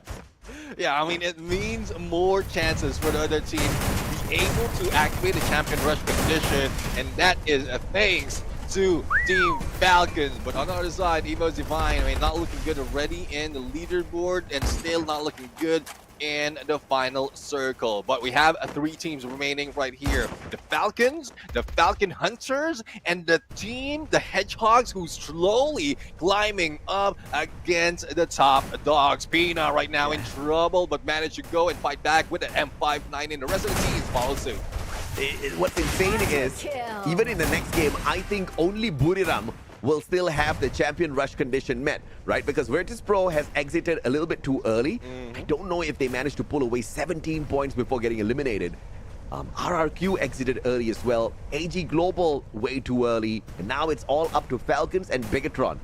Bigatron needs a massive 27 points off of this game in order to be able to activate Champion Rush. And on fire from the back. Beautiful knock onto Azrael as well. Diggs very low on that HP, but has got that electrotherapy on the run. Kororo with his back turned up against Diggs. And Kyong meeting him halfway, and a great glue wall by Kyong to protect himself for 1 extra second there. Yet another tag. Both Kyong and Kororo fighting each other at the same time. And Kororo turning 180 to drop Diggs, but Koja taking advantage of that chaos. And it's now a 1v2. On fire. Needs to go in for the pickup. Changes his mind. Final second as he sees 2 players from the side of Bigatron going in here for the chase. Ooh. And it's over as Indonesia secures 3 booyahs in a row. And this time it's Bigatron Esports that does it. Yep, definitely. I mean, another booyah for Bigatron Esports, and 3 times in a row for Indonesia. We're going to see Kanjita Caroline once again, but the question remains, is this enough to bring them higher? Is this enough to really activate the Champion Rush condition and to probably fight along Buriram United in that survival mode? But it's a good thing that it is being stretched in a longer match, because I was almost set to end this game, especially with how Buriram United is trying to go, or best trying to go for that survivability mode. Yeah, absolutely, man. And I believe even at the end of this, we still only have one team that can end the competition, and that is Buriram. They continue to pick up points. They don't get the booyah. Bigatron Esports picks up their own booyah, the first booyah for them, as they climb up to the number 3 spot overall. Sorry, and this has to be the second one for them. Yeah, I mean, the second booyah for them, and as well as the second booyah for them, as well as the second time that they were on that 3rd spot. So I guess we'll have to see if they can maintain this, because earlier it was RRQ who was there and then pushed down. Now Bigatron Esports was there, pushed down. And it's tough if that is the story for the remaining teams. But going back to activating the Champion Rush condition, both Virtus Pro as well as BTR right now, I think only needs a few more, less than 10, to be able to activate that. But they have to wait for the next round to win the championship. Absolutely, man. And again, because of how massive the point rush here for the side of Buriram was initially with the double booyah, they were the only ones to activate it first. And they're clear by 1 game. And still in this next matchup, they have to aim for the booyah to complete this. But nobody else is in position to take it away from them. Virtus Pro, they crashed out way too early in this Solara game. And I was actually a little bit surprised. We were thinking, no booyah, no problem. Yeah. But it is starting to become a problem, Virtus Pro. I think you need to hustle a little bit more, because we've been waiting for a long time now. Yeah, let's see though. Let's see how much they will be hustling at this point. But I don't know. It still brings in so much excitement, because a team will be able to deny Buriram United in getting that next booyah. But let's bring it over. Bigatron Esports, unstoppable match for the second booyah to them. Congratulations.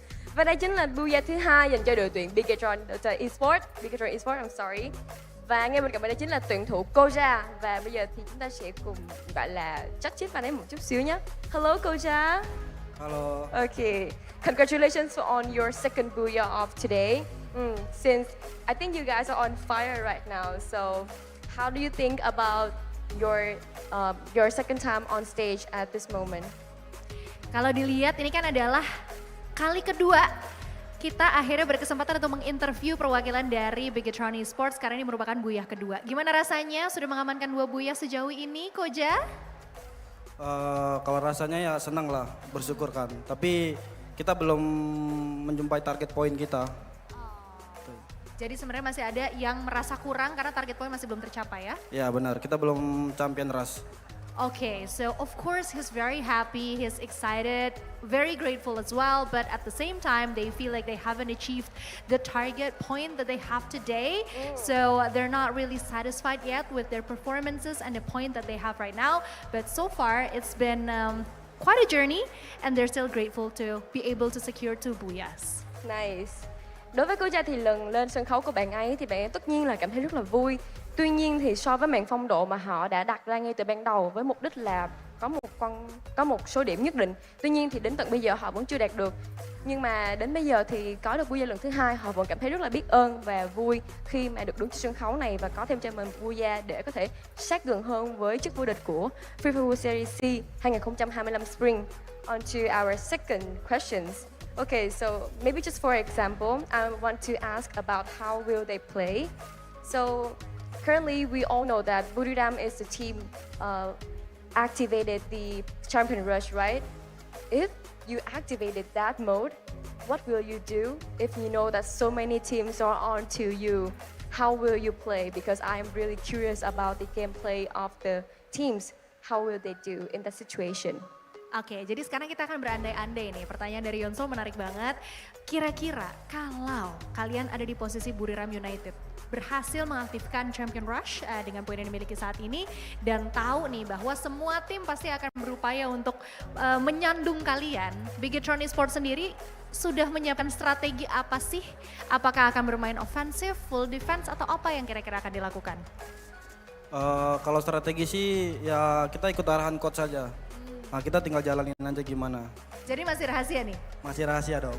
Okay, so this is interesting. He said that he is willing to do whatever the coach is telling him to do, but what kind of strategy that they have been preparing if they were in Buriram United spot is still a secret. So unfortunately they can't share it yet because it's still a secret and not allowed to tell it yet. I understand.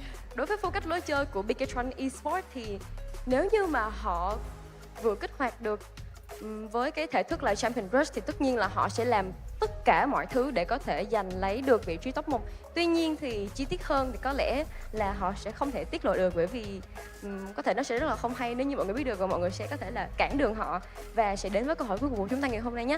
On to our last questions. Okay, straight into the point. Buriram right now is the first one and I think you are following them 72 points, right? Are you willing to clash right into Buriram or Oke, ini pertanyaannya juga langsung to the point aja. Ngelihat Buriram sekarang ada di peringkat teratas dan tentunya kalian juga pengen banget untuk bisa mengejar Buriram. Target di pertandingan selanjutnya, apakah kira-kira kalian akan langsung menabrak Buriram atau gimana nih? Kita bakal ambil boynya lagi aja, biar dia nggak juara. Okay, a very wise answer from Koja because he said, I'm just going to focus on getting as much points as I can, as we can. So we're not going to clash against Buriram right away, but we're still going to steal their points. Steal the points, very smart. Bởi vì hiện tại là Buriram đang ở vị trí top 1 rồi và Yusu có hỏi rằng là anh ấy sẽ có chơi thêm một cái phong cách rất là free fire, rất là táo bạo, rằng là liệu rằng là họ sẽ nhảy thẳng xuống chỗ của Buriram và tiêu diệt họ trong một chốc lát không. Tuy nhiên, Koja bảo rằng tất cả chúng tôi cũng sẽ chỉ tập trung về chính đội tuyển của mình, sẽ không có làm theo chiến thuật như thế và chúng ta sẽ chơi một lối chơi khôn ngoan hơn, đó chính là cướp lấy những số điểm mà họ có thể để tranh được cái vị trí top 1 của Buriram. That's a very nice answer. Thank you so much, Koja, and I really hope to see your team again on my interview stage with Conchita. Thank you so much and good luck to your next game. Cảm ơn các bạn rất là nhiều và bây giờ thì chúng ta hãy cùng quay về bàn caster nhé. Let's head back to our caster and see the game starts.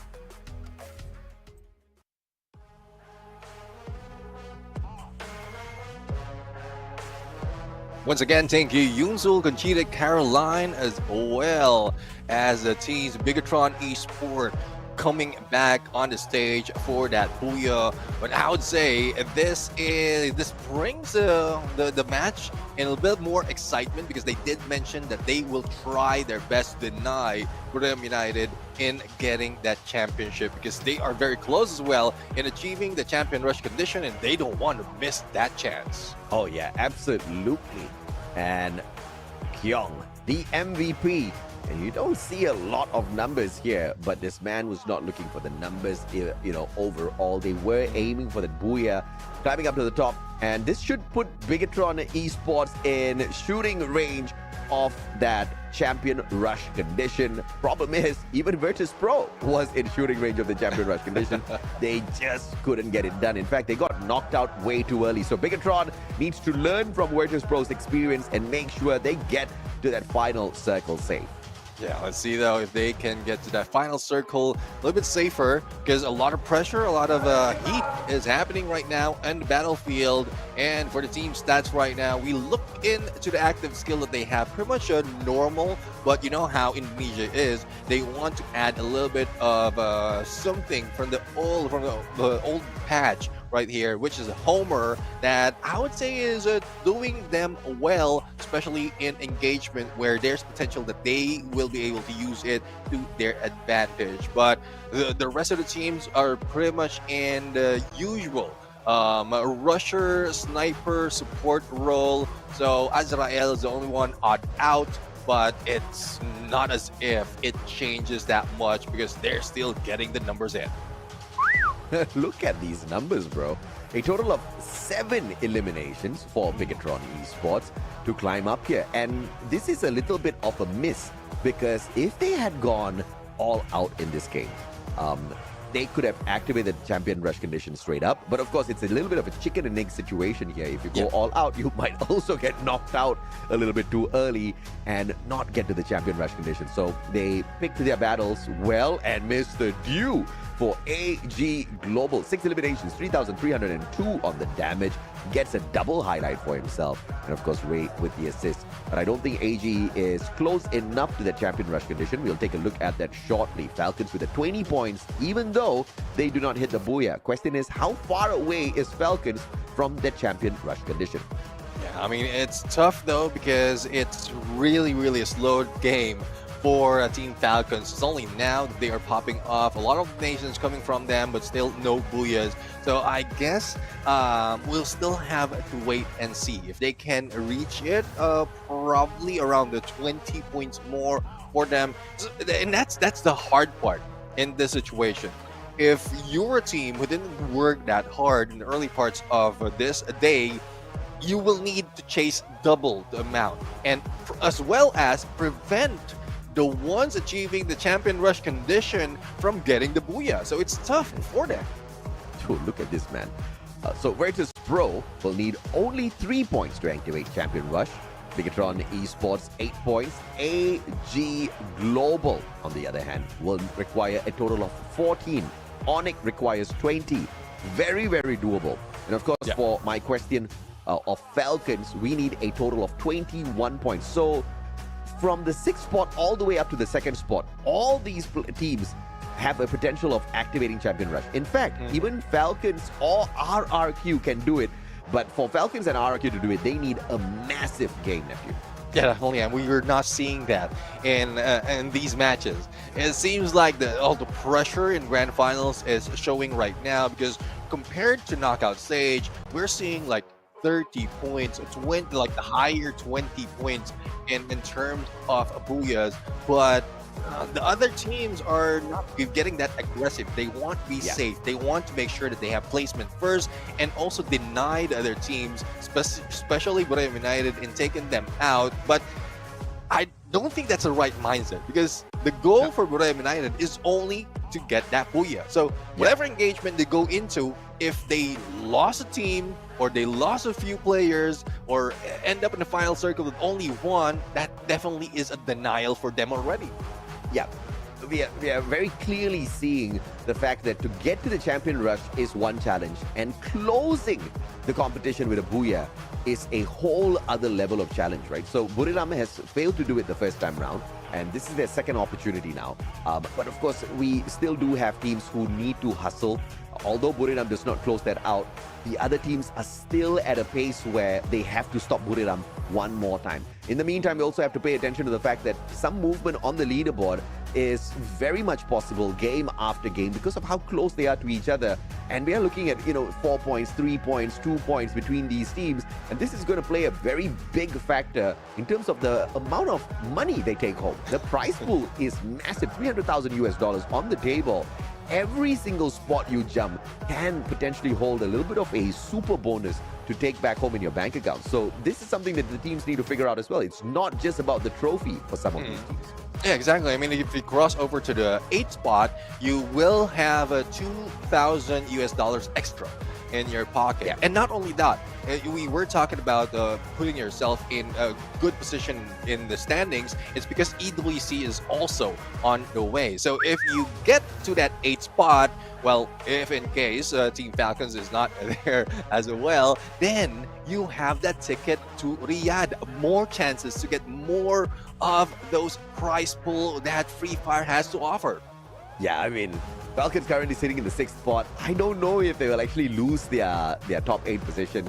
But if they do, obviously only the top 8 will proceed. If Falcons are still in the top 8, that means the top 9 will book their ticket to Saudi Arabia to compete at the Esports World Cup. So yes, you are absolutely correct, Neptune. We are aiming for so many things here. We are aiming for the champion. We are aiming for teams to stop them being champion, to activate the champion rush condition for themselves. We're looking for more money. We're looking for the flight ticket to Saudi Arabia Esports World Cup.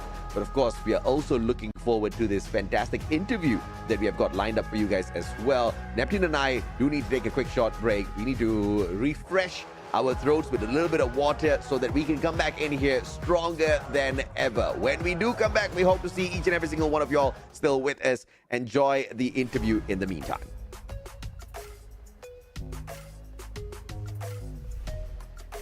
Xin chào tất cả mọi người ạ. Đây là Yunsun, bên cạnh Yunsun đó chính là hai host đến từ hai khu vực Thái Lan và Indonesia. Đây là Misako và Conchinta.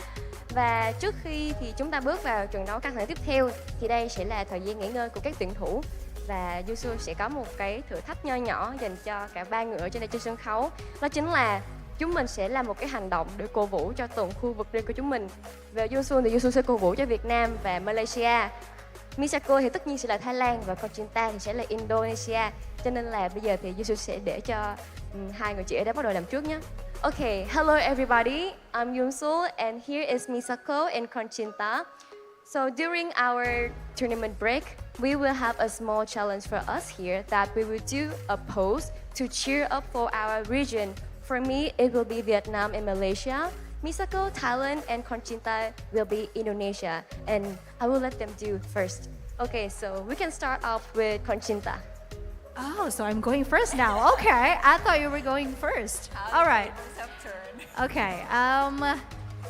Indonesia fighting! Go Indonesia! Come on, you guys. So close. Okay, Really I think that's cute. it from me. That was like the whole content, not just the post. but okay. Okay, let's see what you got. I think I'll go with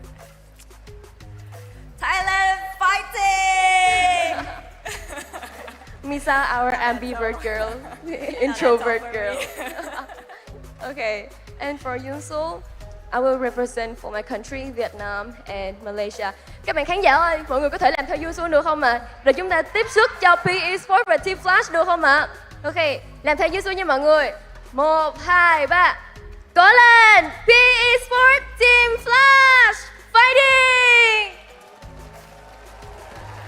And of course, good luck to you as well, Todak. Okay, we just finished our job. Thank you so much. Thank you. Thank you so much for joining us on the stage. Và các bạn khán giả ơi, cảm ơn tất cả mọi người rất nhiều vì đến giờ này vẫn còn ở lại với chúng mình để tiếp thêm lửa và tiếp thêm nhiệt cho hai đội tuyển PE Sports và Team Flash, cũng như là đang theo dõi 12 đội tuyển ở đây. Thực sự cảm ơn các bạn rất là nhiều ạ. Thank you so much. Cảm ơn mọi người rất là nhiều ạ. Ok, và bây giờ thì chúng ta hãy cùng chuẩn bị cho trận đấu tiếp theo nhé. Let's head back to our casters.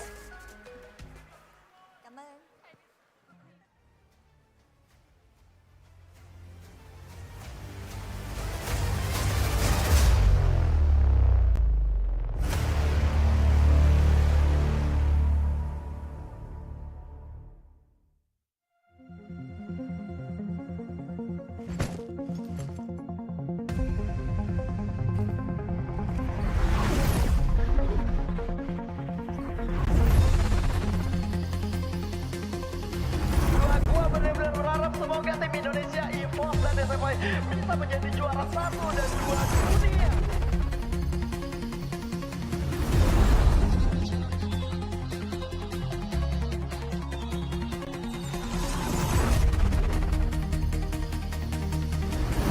Let's go! Make that done back!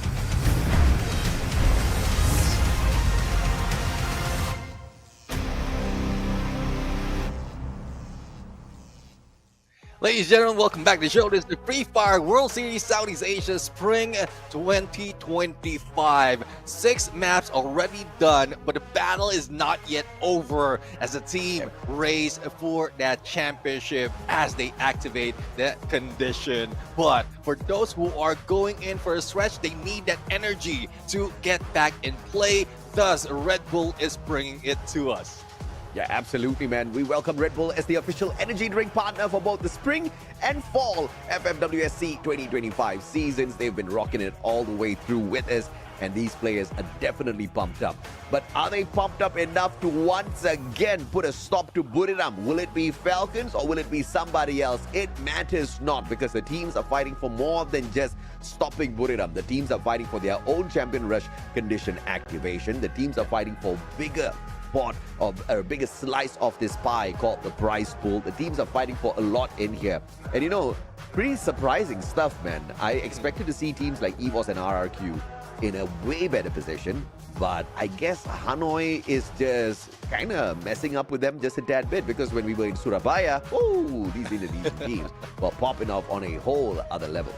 And that provides a lot of problems, because at some point you will end up playing in different place. You won't be playing home soil. And even for those who are, especially in Vietnam, only a few or only one is really putting it on, and that is Team Flash. And not so much that they are on top 6. And even PE Sports are getting that much pressure as well. So it's only those who are set in mental fortitude that's really doing that much, and that is Buriram United, who managed to activate the champion rush condition a little bit too early than the rest, as well as Virtus Pro, who is doing so much to survive and reach that same level. But I would say for AG Global and Bigatron Esports, they are very close against those two teams, but it would depend on how it will end into next map. But speaking of map, we don't know yet which map we're playing.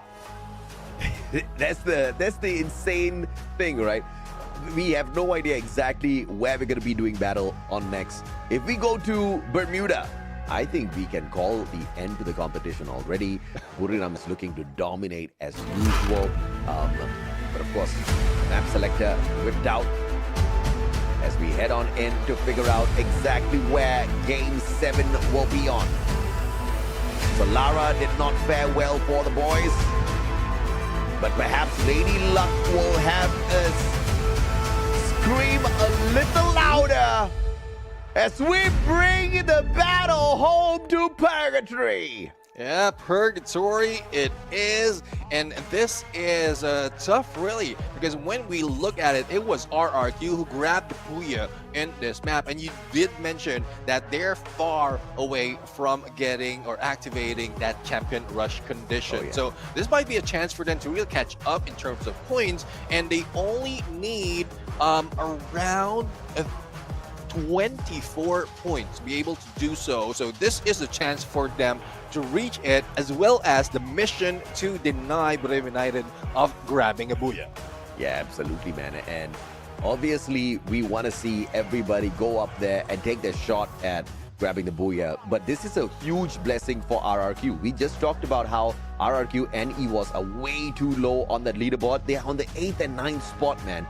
Unbelievable stuff. But if RRQ can use this map as an opportunity to grab yet another Booyah, they will launch themselves straight into champion rush territory.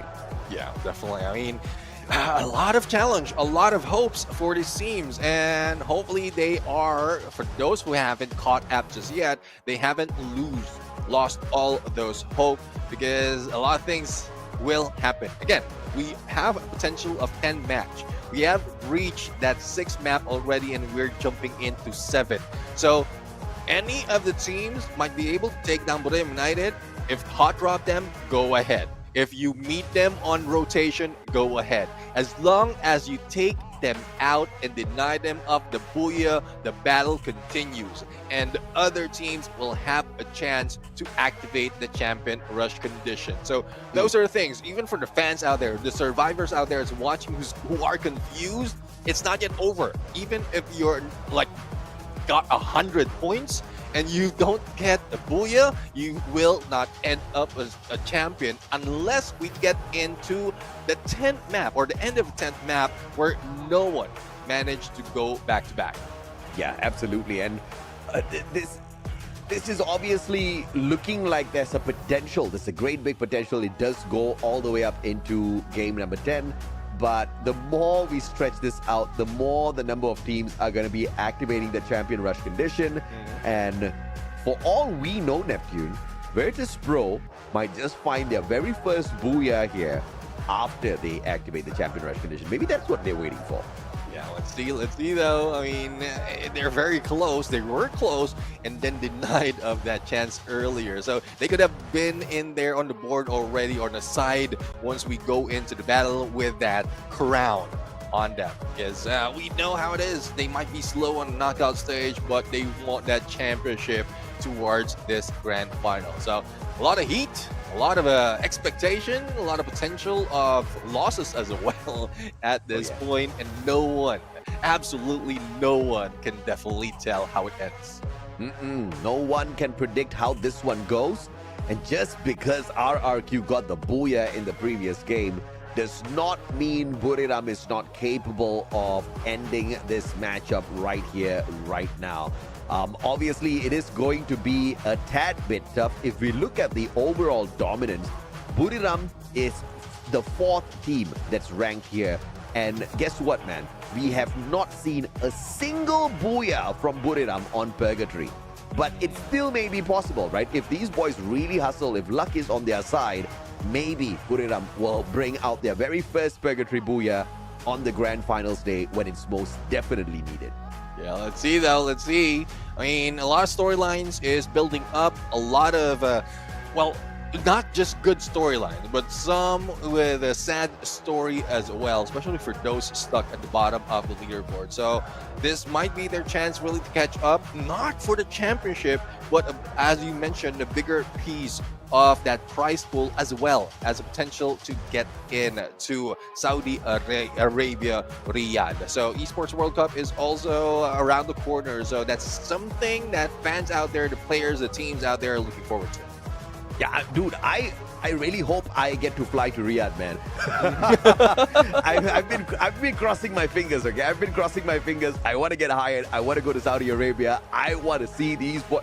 And the only reason why I want to go to EWC is because I want to meet these players. I want to see them perform on that stage live. It's going to be, you know, epic on a whole other level. But yeah, we'll see what Lady Luck has in for me. Maybe my luck is going to be like Buriram, right? Perform all the way to be on the champion rush condition, but no booyah. I mean, it's not over till it's over, as we often say. Yeah. I mean, we still have plenty of chances remaining. Yeah, I'm talking about Brim and you both. Plenty of time remaining before we see the end of the story. So as we wait, everyone is prepared right now, and they're keeping their time because I know all the tension is already on a team. A lot of teams have met early demises in the battle, and this is the team that we're showing right now, Evo's Divine. We expected them to really bring it on. The same goes for RFU, and it's really not showing. And of course, nothing is guaranteed out there just because you're a damn good team, because we are in Southeast Asia, baby. Every single team out here is good enough to rip away a booyah. But of course, thus far, only 5 teams have managed to do that. Buriram, Vegatron, AG, Global, alongside RRQ. That's 4. Sorry, my math fails me. It's all right. I mean, there's a lot of calculation that we've been doing, anticipation on what the next result would be after a map. So hopefully, Buriram United right now is ready, because all they want to get, and it's not even Christmas, all the gift that they want to get is that booyah. So let's see if this is the chance that they have, or can they share, give a chance, a little bit of hope to others, and keep them in the game up until the 10 match. And of course, I'm just wondering how long more Will these players kind of hold out on us, right? This is obviously the final opportunity potentially if Buriram, because it's just about time before we see Bermuda on that randomizer. And I believe if we get a Booyah, if we get a Bermuda pull, Buriram is going to hit the Booyah, just like how we started off the day. So teams need to end this before we get that far. Yeah, I mean, we'll see though. I mean, I guess we're just waiting for the match to continue, and the teams are getting ready. And you know how it is, even from the early parts of this day, we have met a few of those delays because we want to make sure that the teams are all set. Everything is perfect in terms of their devices. Everything is perfect in terms of their own status, personally, mentally. So I guess that's one thing that we will be waiting for. As we look at the players, and only a few of those faces are in a not so good mood. Probably it's because not too comfortable in front of the stage and in front of a lot of fans out there. And that's what we're talking about. Some pressure will bring that, thus your performance will dwindle. Absolutely. And of course, we're looking at teams like Todak as well. The Malaysian team has been very impressive today in terms of what they have done in certain circumstances. But points-wise, they have been struggling, right? And no doubt at all, this was something that was expected. Not a single time Todak has made it into the final circle. And this is a little surprising for some, but not so surprising for many. They did manage to perform quite a little bit in Phase 2, but that was only towards the tail end of Phase 2. They've managed to break into the top 6 by the end of Phase 2 to book themselves a slot here, but we haven't seen much to celebrate about for Malaysia. Yeah, again, I guess the same story goes for those part of the bottom 6 before heading into the grand finals. Because, well, at some point they do have, or they might have taken that chance to get to the grand finals a little too early, but they waited, or probably it's chances that the top dogs are not part of it, thus they managed to get back up. So, and if that is the tactics, grand finals will not help you in any way, because pretty much that's where you meet all those top dogs. That's where you meet all those giants. And well, you do get that $10,000 if in case you end up at the bottom of the grand finals, but hopefully that is not the case for some. Hopefully they aim for a little bit more. Hopefully they are more motivated because they are on this stage, but it's tough to call. When we thought that aggressiveness will be showing, especially the latter part of the game or of the day, it's not, because everyone is very cautious. They don't want to be like shot at from afar by teams who's chasing for that activation of the champion rush. So there's a lot of factor that affects their gameplay. Yeah, no doubt at all. And I think, teams really need to hustle, and we have seen the hustle from Falcons quite a little bit already, but no Booyah for them just yet, and quite a distance away from activating Champion Rush. But what they did was stop Buriram dead in their tracks in the previous match, and this has allowed many of the teams to continue to climb the leaderboard, to make their fate, and to play for a bigger prize out of this solid prize pool that we've got on the table today, right? 300K USD, and the top spot, the one that rips away the #1 place, gets $100,000. So much of money on the table, and this is not peso, this is not rupees, this is US dollars. So yeah, you take that, you convert it, it's a lot of money. Oh, definitely. I mean, when you say US dollars already, that is like no need to convert.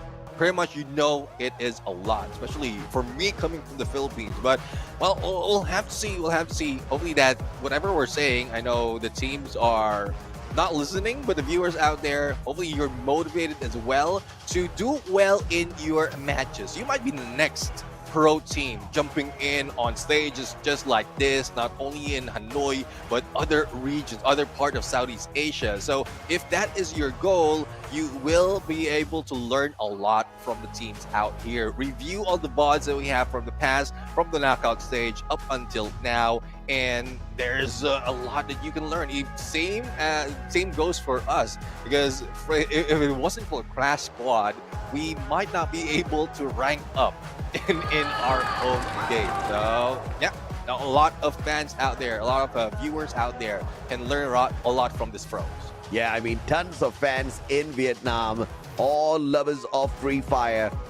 And of course, if you're PE Sports, I thought he was spraying, but he's just making sure his hands are warm. Yes, well, either way, man, whatever rocks your boat, whether you pray or you keep your hands warm, as long as these boys can go out there and perform well, that's all we are looking for. PE Sports. The last time we looked at them on the overall leaderboard, they were in the 11th spot. So, yeah, they're definitely not playing for Champion Rush Point at this point of time. They're just playing for more money. And I want to see them in the final circle. I think PE Sports has not been playing their best for the past few seasons, unfortunately. Yeah, I mean, that is a challenge for them. And this is, I would say, despite of them getting last year into Esports World Cup, this is another future. But as we go into this fight, we are about to see if this will be the end of the battle. Purgatory showing up, the flight path is on, and it is queued once again. I guess a lot of hot drops will be starting this game pretty well. Yeah, man, I mean, the hot drops are going to throw quite a bit of chaos into the air. Put it out of the flight already, straight towards Marble Works as usual. The question is, does anybody else decide to drop by here together with them as well? That is going to be a huge blow to the team that's currently sitting on that champion rush condition. But thankfully, nobody chooses to disturb Buriram as of now. Megatron Esports will not be troubled by anyone. And of course, as we spot the players on the side of Buriram, slowly chilling as they take their landing. Yeah, we are going to be all fine and dandy here. Two big compounds for Buriram to loot up. Yeah, definitely. And one thing I noticed, though, is if I remember it correctly, the previous Purgatory is also a skewed flight path. Because I was expecting a Virtus Pro to drop into Moat House, but like the flight path is just coming in the bottom part, the southern part of the map. Thus, they weren't able to reach that, and they ended up in a different drop spot. So yeah, Purgatory definitely is something that is quite different for the team, but you know, that's how RRQ made it work. So let's see if they can grab another Booyah, or will it be the champion or potential champion Buriram United that can do so. Yeah, man. And Megatron looks like they are off the cuff for this time. But core memory up against Todak. This is a sticky situation here at Mount Villa. Todak has got the guns, and CRM knows there's an opponent waiting to knock down at their doors. Don with the P90. Traps on the hunt. With the Trogon, manages to pop one, but does not get the takedown just yet. And Don's going to get sprayed down as Traps shows up with the Trogon. Try to turn around and get out of there, but Cougar is going to be caught as well. So early two-player sacrifice here from the side of CRM, and Todak gains 2 points. Yeah, 2 points to be able to, well, I would say move themselves a little bit higher on leaderboard, and let's see if they can get out from that 12th spot. But it's a good way as well, or it's a good thing that we're seeing it from Todak, because most of the time, every time they are down in dumps, they slow down their approach, but there's no slowing down for AG Global. Oja is a casualty in that fight, and as Royale tries to fight back. Yeah, bro. I mean, Megatron, 700 coins, no issues. Buys his buddy right back. Oja, 600 spent early on as AG Global now. Slowly but surely, they drive in to see if or not they can pick up a couple of extra points. Ezreal will get the double revolver knock before getting hit down to the ground. Unfortunately, nobody there to continue those shots, so that knock will be deterred as they pick their buddy up. Core memory will allow RRQ to take the zip line and back away, but RRQ now perhaps straight into the hands of Team Flash, but very smart rotation using the bottom of the hill to block out quite a bit of vision here from Team Flash. Yeah, definitely. I mean, they need that. They definitely understand what rotation they will take. They spot out the opponent already from afar, and let's see if they can take this compound with a bang. Because the Team Flash, they're not sticking into one part, and Dinoculars has been used to spot out, but not all of the players. So they might be in a surprise right now. Once Team Flash regroups and they see that there's a full squad in this compound, and there you go, Team Flash initiating the challenge just to make sure that they don't get too close. And the question is, can Dudes pull this grenade off? Very smart pullback by Team Flash, not wanting to deal with any bit of lethals, courtesy of RRQ. And Flash is just really not waiting at all. They've run away, and this could just put Team RRQ in a lot of trouble, because as Flash backs away, RRQ on pursuit. EVOS Divine is watching all of this, and Coach Jill with the shot from afar, the Woodpecker finding one and instant delete onto Ma'al as well. And that's one thing, though. That's one thing. I mean, they might still be expecting the Team Flash is the challenger that they want to deal with. But EVOS Divine already jumped in, especially Rasia. And again, a good view against Abe right now. And on the other side, it is Ray with that M79 grenade launcher. And RRQ is in trouble. Ma'al going in for that revive, but might be stepping into the compounds of PE Sports, not being able to survive that much. 40 HP and not so much, leaving it all to Dudes. Yeah, absolutely. And Dudes all alone. Question is he going to get caught out here as he drops back? RRQ's just been having a messed up run here on today. Ray, grenade launcher. We'll find Azriel. A little bit of civil war between EVOS and Bigatron. And straight out of there, Kyung's going to be holding back to see if or not he can play a little bit of distraction as he allows his team member to get away from this sticky situation. Core Memory dropping by as well. And Bigatron should be able to survive, all thanks to the interference here from the Thai squad. Oh, well, we'll see, though, if we can survive. The Knockler is being used, spotting 4 of the members. And the player from Bigatron Esports is very quiet in this compound. In one corner, not really breathing out. And Kyung really needs to do so. Otherwise, he will be the next target, unable to revive their teammate. And I guess they remain, or they stay alive in this fight. And now Core Memory sizing up EVOS. Not looking to make a mistake just yet, though. They've got enough utilities here to pick up a good fight. Of course, they want to guarantee themselves a victory here on this team fight as well. So they're waiting for EVOS to make a mistake first. And as they do that, Koja brings 2 of his players back in, which means Bigatron is on a full team recovery. Yeah, Bigatron Esports is back. And looking at the leaderboard for this map, EVOS Divine already have 4 elimination. But as we look into the map as well, the Team Flash and PE Sports might be going against each other. For Borneo United, well, they are getting deep. And, well, they went deep. And now going into the edge, again, we are seeing survivability. That is name the game right now that Borneo United is following. Spotting Todak, or being spotted by Todak, though, might spell that they need to go out into the next phase of the circle. They don't want to lose any of their players, and they're just aiming for that booyah. Let's see if or not they can circle around. Out in the open now, Buriram. It's got a truck to play with, so very instant transportation to get into a little bit of a better defensive spot. Virtus Pro in a little bit of danger. Look at this. Onyx flying straight in for a fight. And Nameless could not find the full connection as somebody else dropped the blue wall right in front of him. That bit unfortunate, that.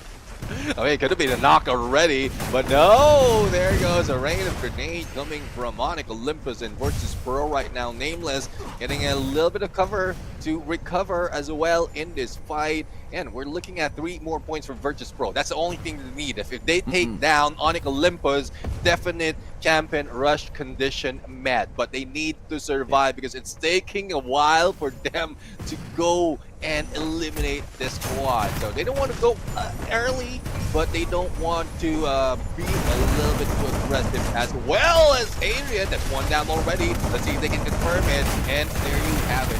Another one as we look into the fray. Zairu is getting close, but as we switch on to Diamond, Adam can meet the backstab, but nope, it is Zairu who brings him down. Yeah, absolutely. And Virtus Pro losing Fuwara as well. A 2 for 2 now. And make that a 2 for 3. Virtus Pro did not see this one coming. Fuwara, laid out, and Onyx came flying in just to wipe Virtus Pro out. Unbelievable. Virtus Pro was looking for the Champion Rush activation, and 2 games in a row they have been denied. Denied? Not only by 2 games, but also by 2 points. And, well, Virtus Pro, that is what happened if they're put in the pressure cooker. They are really going to boil. And it boils down to them waiting for another chance, especially depending on core memory right now to finish Buriram United off.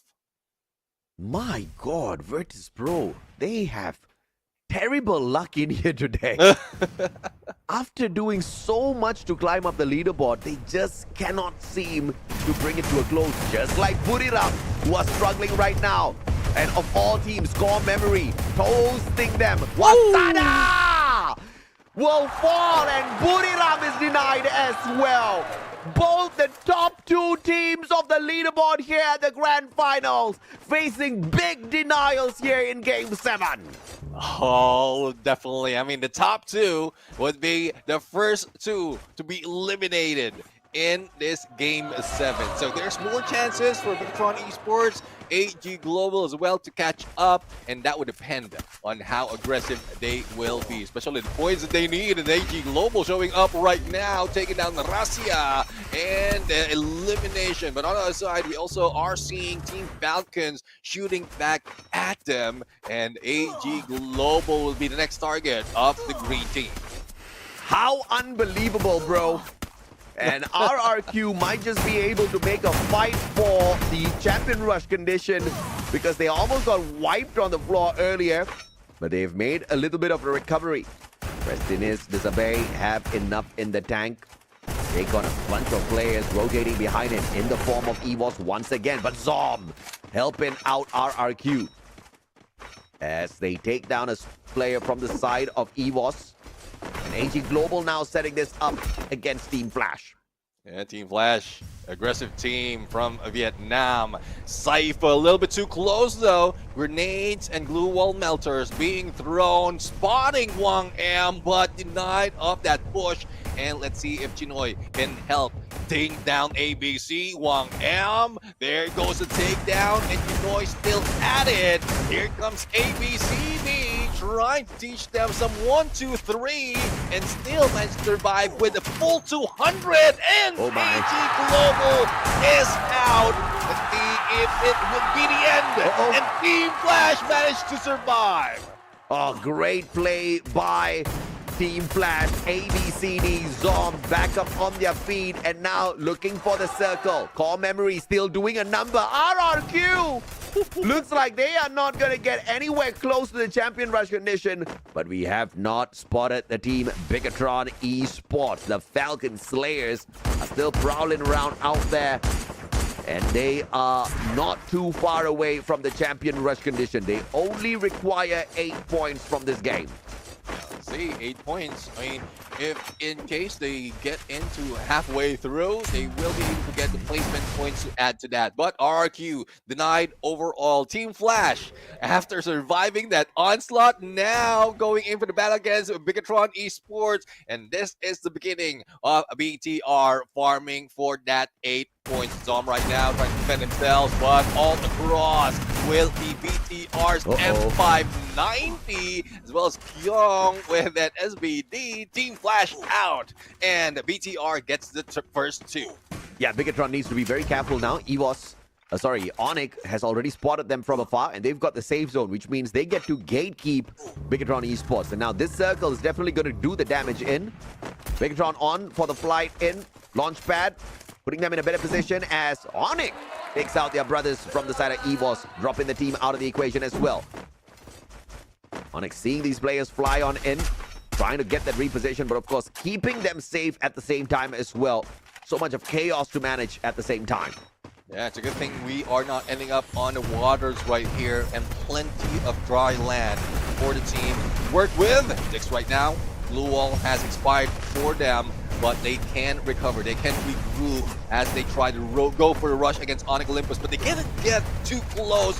And with all this noise, it can pull in the attention of the other teams from the other side. But Team Falcons, only one remains on fire against a number of PE Esports player, and PE Esports get their 6th elimination. PE Sports for Vietnam rising up to the and Onyx mowed down. Bigatron needs 8 points, which they have secured. Now Bigatron Esports has successfully activated the champion rush condition, but of course they have to finish this game first. Even if they walk away with the booyah, it will mean nothing. And now aiming to shut down PE Esports from afar. Only 3 players left in here. We've got Thailand, we've got Indonesia, we have got Vietnam. Can PE get this done for Yoon Sol's sake today? Yeah, let's see though. PE Sport putting in a lot of pressure onto core memory, not really putting so much mind against Bigatron Esports, especially with the monster truck that they laid out as cover for them. But they need to relocate just to make sure that they have a good cover later on. But Lao Hao will be shot down as they fly in. Oh my goodness me, PE's out. And now it's the show between Thailand and Indonesia. The Falcon Slayers now need to look for a way to give core memory, a core memory to always remember them by. CRM is nowhere close to that champion rush condition. Bigatron Esports have already activated it for themselves. Even if Bigatron falls now, it is of 0 consequence to the team. Yeah, and it's up to them really just to deny core memory of getting a lot of points. They Riptide Rhythm in the wrong timing, in the wrong place. Here comes Bigatron Esports going in for the rush. Kuka right now guards the front as the rotation will be done by Ezreal, or probably the distraction will be done by Ezreal to pull the other players in, and it is working. Kyong and the rest of the team can go in for the rush against Dawn, but they are not working their way through that wall. Yeah, they're just waiting for the circle to come. Moving on through, but Kyong takes the advantage. And the initiative by Bigatron Esports will give them the first knock. Koja down there, bleeding on the ground though. Ding traded out by Kuga. M590 play from CRM is absolutely nasty. Kuga on the prowl, looking for Azrael, who's really, really low. Kyong sprayed down as well, but Kuga has to deal with the glue walls. Kuga, circle, bye-bye, as Bigatron Esports hits the booyah! Yeah! This will be the 3rd booyah for Bigatron Esports, and this one I'm talking about. From the past, we don't see that this much of consistency coming from Bigatron Esports in grabbing the booyah. So I guess they're getting comfortable already, and as we talk about it, they are the 2nd team managed to activate that champion rush condition, AJ. Wow! 3 booyahs, 1 more than Buriram. And now, alongside Buriram United Esports, the underdogs from Indonesia looks like they could just be the champions of Indonesia. In fact, the champions of the whole region of Southeast Asia. Bigatron Esports, what a big play today here at the Grand Finals. Oh, definitely. I mean, and that is big play indeed. Because as we can see it, Buriram United has been taken down a little bit early. Yes, they're not really aiming for getting so much of points, but the denial of that booyah will, or denial of even moving forward past the 12th spot will leave them in the number 1 waiting. But if BTR is already there, there's a huge potential that they can overtake them onto the next map. Yeah, man. This is such a turn of events, AJ. It is, you know, but once you activate the champion rush condition, how many points you have matters not for the championship. What it does impact, though, is the amount of money you pull away from the prize pool. So obviously they will need a few more points out there, but now the aim is simple. look for the booyah. And clearly, Bigatron Esports is very, very good at doing that today here at the Grand Finals. They're not doing it against, teams in Phase 2. They're literally doing it against the top dogs who have made it in here as the top 12 of Southeast Asia. Unbelievable stuff. One of the first few times we spotted out this Bigatron team was the season. It was literally spring last year, right? Yeah. That was the debut of the team, and then we saw them again at EWC, but they were always the underdogs. They were always just a new name that made a little bit of noise, got people excited, but didn't do much in the league. Yeah. Not the case here at the Grand Finals. Well, they want to show up. They don't want to be dubbed as the Falcon Hunters anymore, or the Giant Slayers anymore. They want to be the Giants themselves, and I guess this is a chance for them. It's only 1 year or 2 years, I would say, with the inclusion of when they were introduced, and now they are right here. And the change, if this continues, the change from Bigatron Esports can overshadow a lot of teams out here. The storyline that BTR has brought in, being only new in the FFWS series and still making waves just like this. And now 4 booyahs in a row for Indonesia. My question is, when will Vietnam, when will the host city for the Grand Finals find a booyah out there on the stage? We have talked so much about the home ground advantage. I think the home ground disadvantage is more like it here in Hanoi, because I think the pressure on the Vietnamese teams is just way too much. And we don't have WAG because they just didn't qualify, man. PE Sports Flash, props to them for making it into the Grand Finals, but we just don't see enough from them just yet. Is it too late? I don't think so. I think they can still hustle, because just like how Buriram has now been denied twice, maybe the denials will continuously come through for both them and Bigatron and give teams from Vietnam a few extra chances. Speaking of denials, I'm still, heart goes to Virtus Pro. they could have taken that 3 points already, but still denied of even activating the champion rush condition. So that's one thing though. And one thing is, another, props to Onyx Olympus, they survive a little bit longer to get close to Virtus Pro. Well, I guess with that being taken out a little bit early, it is bound to happen. So we have a few teams that is very close at that point, but the risk is 2 of the teams as well is also waiting for that booyah. So let's see on how it's going to end up on the next map. But in a bit, we're going to hear from the team themselves, Bigatron Esports, for the interview on what they feel as well as how they did another booyah, the 3rd booyah for today, AJ. Yeah, I just want to skip the interview, man. I want to get into the match. I want to bring the randomizer out. I want to see who has managed to hit the champion rush condition. Obviously, we know now Buriram is going to be joined by Bigatron Esports. 3 phenomenal booyahs here in the Grand Finals by an Indonesian team. And for it to not be RRQ and EVOS is mind-blowing, right? And in fact, RRQ and EVOS are down in the dumps. Onyx and Bigatron are above them. What a turn of events here. Ezreal, the MVP, 4 eliminations, 4 knockdowns, 2,410 on the damage, rocking that homer. And we saw quite a bit of action from him, and that AWM, weapon of choice, was truly the weapon of destruction.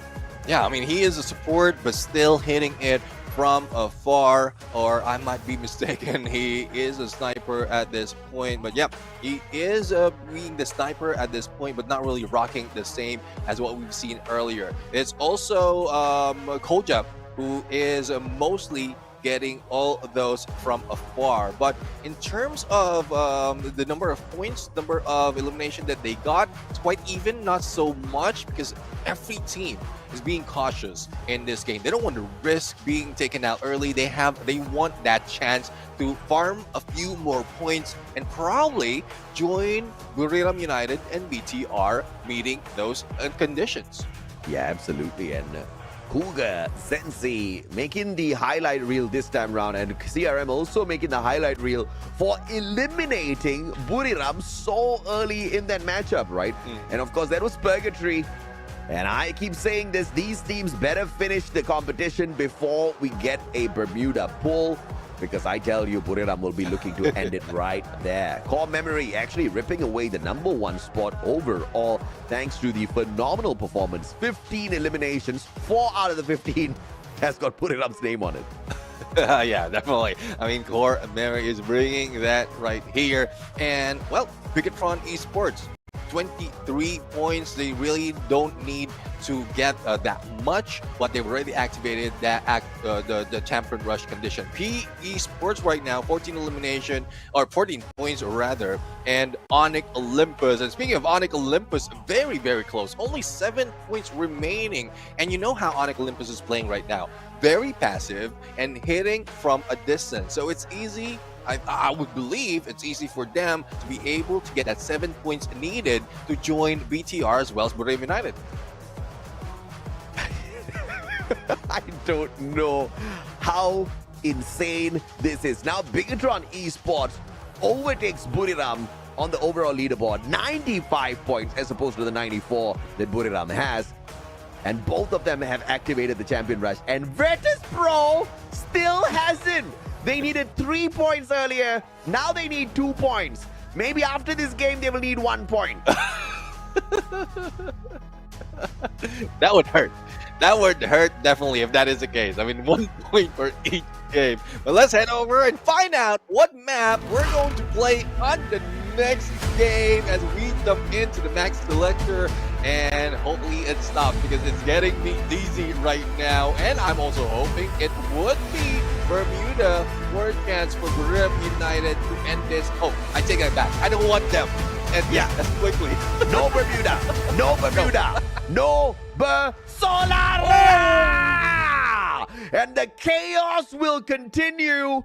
Those slide rails will determine exactly how fast you can reposition. And guess what, baby? Bigatron Esports hit that Solara Booyah earlier. So can we see history here? Can we see a back-to-back-to-back Booyah and Champion Rush condition activation followed by the championship taken home to Indonesia? It will truly be history made here in Hanoi, Vietnam.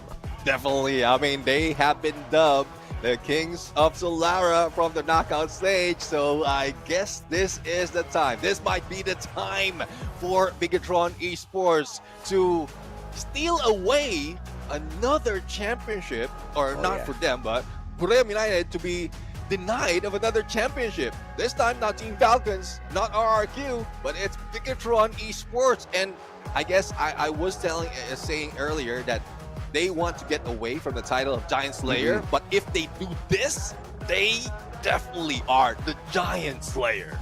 Oh, I mean, amen. You can say that again, brother. And Virtus Pro so close and yet so far. And now they've been overtaken. But it is not too late. They just need to stop these two monsters called Buriram as well as Bigatron Esports. Both of them start with a B. Is that a coincidence? I think not. Yeah, I mean, most of the fans out there might be saying that Alpha is something that you need to be in the top. But these two teams says Beta is also good enough. Good enough indeed, man. Of course, jokes aside, I think it is going to be a phenomenal opportunity here for some of these teams to earn a couple of extra points, right? Because overall, yes, we do want to be looking for those points. Virtus Pro needs 2 points. Onyx Olympus now needs 7 points. AG Global needs 8 points. Core Memory needs 11 points. These are all points to activate Champion Rush. Yeah. And in order for those points to make sense and even matter for a Champion Rush condition activation, just like what we saw happening to Buriram, we need Bigatron and Buriram to get eliminated early. I do not want to see this end early. I want game number 10. I want to make history here in the world of Free Fire. The very first time we have a potential 10 games, we go the distance of 10 games. Yeah, definitely. And looking at numbers as well, well, it seems like even those like coming from the 9th spot and above can hit that Champion Rush condition on a good run. So that is a first, condition or mission that they have is to take down BTR and Brunei United to deny them of getting a booyah and then getting a decent amount. 21 points is needed by RRQ to meet that condition, and they are currently on the 9th spot. And even for Evo Divine, I mean, they need 22 points. So that is a very, very close to reality based on how they played before. And you see AG Global a little sad, but they don't need to be too sad, man, because they're not too far away. 8 points to the activation of the champion rush condition is very doable. But I tell you, the bigger threat here is not Buriram, it's Bigatron Esports, the team that has just secured a back-to-back booyah, the team that secured the booyah on Solara, the team that has got 3 booyahs in the grand finals today. Who can stop the brand new monsters in the competition? Bigatron Esports. Yeah, Bigatron Esports dropping in a little bit early, but not out of the way of the flight path. The only question is, will anyone be hot dropping them? Because Brunei United drops into the hub right now, a little bit too close to the edge, and that is their gameplay. They want to stand by and watch the other teams and then take advantage of that. But for BTR, they jump into the middle, into Archway. So they have a good potential of securing a booyah if they can defend themselves in this area, and they do know how to rotate well in this map of Solara. Oh yeah, absolutely, man. And we saw the beauty earlier, and we might just be able to see the beauty yet again here from the side of Bigatron Esports. But I think if you want to see, we saw the beauty earlier. I think we want to see the beast from Bigatron Esports right now. I mean, their booyah here earlier was not a massive one at all. You know, it was a very tame booyah. Yeah. And that's exactly what they need to become the winners. Civil war between Vietnam play. Ay, death out of nowhere. Drop in narrow, and Kang is there for the save though. And that M82B just way too sharp of a shot. And you can see there's no cheers in the background. And this is how Vietnam can know, okay, maybe we're fighting against our own brothers. Every time Vietnam has been on the screen, they have all been screaming. Right. But no one, because like they're the ones who's falling down as well. Teams from their regions are falling down as well. So I guess this is not what the fans out there on the stage are waiting for, have been hoping for. But at least if one wins and continue it on towards the end, well, I guess that's where we hear the cheer. But first elimination already happening. PE Sports right now moving in across, not really finding some of Team Flash players out here. So let's see if this is an escape that Team Flash can do. But as we go into the other side, we have Evos going against Core Memory. And just when you thought it was all going to come, and I think we're going to get a little bit of a extension on the dream here for some of these teams. Question is, who can catch out Buriram? Core Memory on the rotation, looking for Evos, and Ray on the tags. Time turner pulled out in the nick of time. Gone. P90 and Cougar sprayed down from afar. Evos out of nowhere turns the tables onto Core Memory just like that. One final survivor here on the side of Core Memory. No vending machine. And the slide rails with the glue wall. And Jump is out of there. Yeah, I mean, that saves him. Compared to, I would say, to the launch pad, that is much safer right here. But the only difference is they know where you're going. They know where you are heading. So they can chase after you despite of the glue wall together with the slide rails right now. But Bigatron Esports going against PE Sports, and well, PE Sports backs away once again. So I guess PE Sports really wants to go to survive, because earlier managed to go for a knockdown and elimination of one player from Team Flash, and now after engaging against BTR, they are backing away. So they're just getting positions. Only 2 teams can be champion at this point. That is Bigatron Esports as well as Buriram United Esports, because they have achieved the champion rush condition. That is 80 points. As long as you achieve 80 points, Your very next game or any of the other games, you just need to hit a booyah. If you can get that, you will be crowned champion. And even though Buriram has activated that, they have not been crowned champion because they have slipped up. Not by their own doing, of course. Core memory messed that up big time for them. They slipped up out of the banana from the other teams out here. Yeah. So let's see if they can maintain themselves safe. The same goes for BTR. And you're seeing a pattern. We're seeing a pattern right here. Biatron Esports, yes, Solara, the previous Solara map is not that strong. They don't have that much of elimination, but they started it off with a few already. But now they are getting passive. They're ensuring that they have a lot or complete squad before heading into the final circle. And I guess that ruins your momentum, especially if you're used to rushing to a different team. So not quite sure if how that would work. I guess that's what's throwing off Buriram United as well, because we know how it is. If they have the moment, they go in for a rush. But no, now they meet a different team and then they turn their back trying to get away. And boy, this is not what RRQ needs. Todak out of nowhere, Malaysian. Oi! And Punisher from 18 Dia gets a double and a triple! Todak! Are you gonna let him ace you? Yes, he can! 18 Dia, the monster! One more, let him ace. Let him ace, and he could not cook. Ma'al ends it as he drops the player from the side of Todak. Jojo stayed out of this one. He does not want to mess with them at all.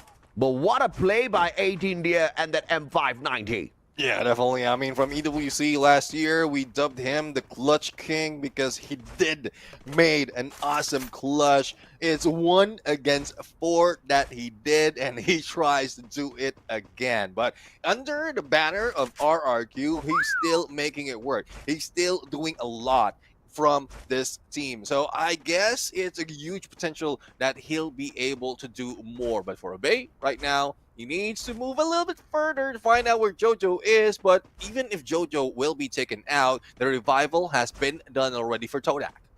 Yeah, man. I mean, 18 Dia. The timing on, and with all guns, the M590, that was free fire perfection right there.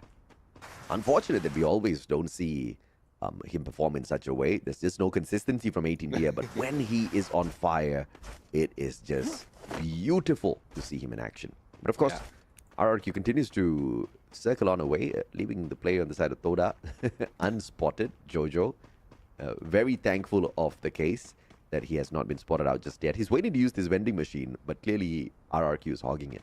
Yeah, I mean, well, I guess he had a chance already earlier, if I'm not mistaken. And you're seeing a few players from Todak already spread out. So we're missing one player from Todak, and that is Videls right now, making work.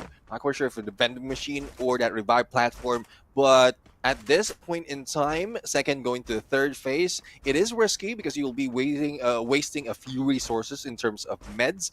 But I guess it will work if it means members of the team will come back. And the pace is slow once again. Everybody is nervous on Solara, except the Indonesians. Clearly, they love the map and they've been playing a lot of Free Fire. That's how you know which nation is the most in love with Free Fire, right? New map, they dominated straight away. Then you know. I mean, that's one really thing. Good at it. That's one thing, though. I mean, RRQ has been dubbed the mastermind because of how quick they adapt. But with Solara, this is a good chance really for Bigtron Esports to make their name for themselves, other than whatever name they've already taken. We've given them so much of names, but again, another chance for Bigtron Esports to really take those titles. But for RRQ, again, slow pace. They want to go and stay the edge. Traps right now finally will be spotted, but everyone who jumps in falls down, and not for the wrong person, but for the wrong floor. Uh-oh, traps. I don't know exactly how he's going to survive this one. I guess he doesn't. Off you go with my frying pan. As Abe gets the final hit in. And still 48 players because the revival was instantaneous from Team Todak. Yeah, I mean, they were given time to recover. Traps, I would say the hero, the savior for Team Todak, because after reviving 2 of the players, they just spread out, and the distraction of Traps gave them chance not to be chased out of those after being revived. But for Buram United, well, we expected this. We waited for them to go for the engagement, but I guess we have to wait a little more. What they're aiming right now is to go and get that booyah, but I'm not used to this. Most of the time, they spot an enemy like AG Global that we have right now, and they sense it. They stop on their heels and they send it, but they're not really firing back. I mean, that's the issue here. And now, Buriram, I was just about to say they better have enough money for this launch pad, and they pulled it out instantly. Very easy. Oh, good glue wall on the landing as well. As they stick the landing, Fuwara out of nowhere, just helping out Buriram a little bit. Virtus Pro shutting down the players who were teasing Buriram on that rotation, and now Jonah gets an opportunity as well to give them a little bit of a payback. Yeah, well, Virtus Pro can rest. They have their 1 point already. They only need 2 points to be able to activate that champion rush condition. So let's see if they can rest or probably get another one just to make sure, just to make us happy. Because it has been quite disappointing. There's only a few more points, and when it really matters, Virtus Pro are failing. And no offense though, they are a good team. They know how to play. They know how to be aggressive, even tactical, because they tried that so many times. Thus, they were not performing that much compared to when they were reverse red. So I want to see that aggression once again. I want to see all those what we've seen them, what we recognize them of. So get back, but well, not today. There's a lot of pressure involved though. Pressure indeed, my friend. Now Bigatron. Will they learn the hard way? Just like what Buriram learned. Do not play passive. The best defense is the offense. You take the fight to your opponents, you walk away with their heads on a platter and the trophy on toe. But now as they patiently await this third circle closing on in, taking the time for that rotation. Let's see exactly what fate holds for them a little bit later on. Falcons though. Up against BE Sport. BE dropping back down, and a double glue wall laid out here. FGL straight to the wall to make sure these boys do not push in to find the players on the side of Falcons. Yeah, Team Falcons has a drop in against PE Sports, pushing PE Sports on the second floor, and also even Divine is very close. Not only that, we also see Team Flash and Onyx Olympus in the horizon, but Team Flash is a little bit busy with Team Todak. So a lot of chaos has been happening 12 minutes in, and now they will be feeling all those aggression, all those fight. So let's see who's going to win this battle. Yep, Flash dropping death. ABCD backing away. M590 in hand. Jojo straight up onto the top. Has got a good angle to work on ABCD as well as the Zombie here with that high ground advantage. Only thing is he might get sniped away. Vidal's on for the pickup. Traps back up on his feet. Fires is there for the backup, and Jojo chips in. ABCD down. Fires traded out. Zom still with the Trogon. Jojo has no angles. And out of nowhere, Team Flash eliminated. Todak gets some help.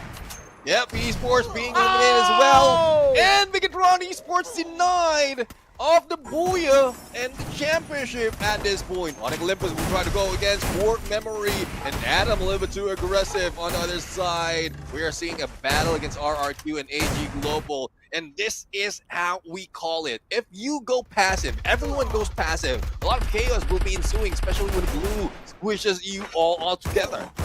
Yeah, this is how we call it. And it looks like Jonah is still in it. And Jonah looking for the revenge onto Core Memory. You snapped us out earlier. You stopped us from getting in. And Jonah personally with those grenades trying to put an end to CRM.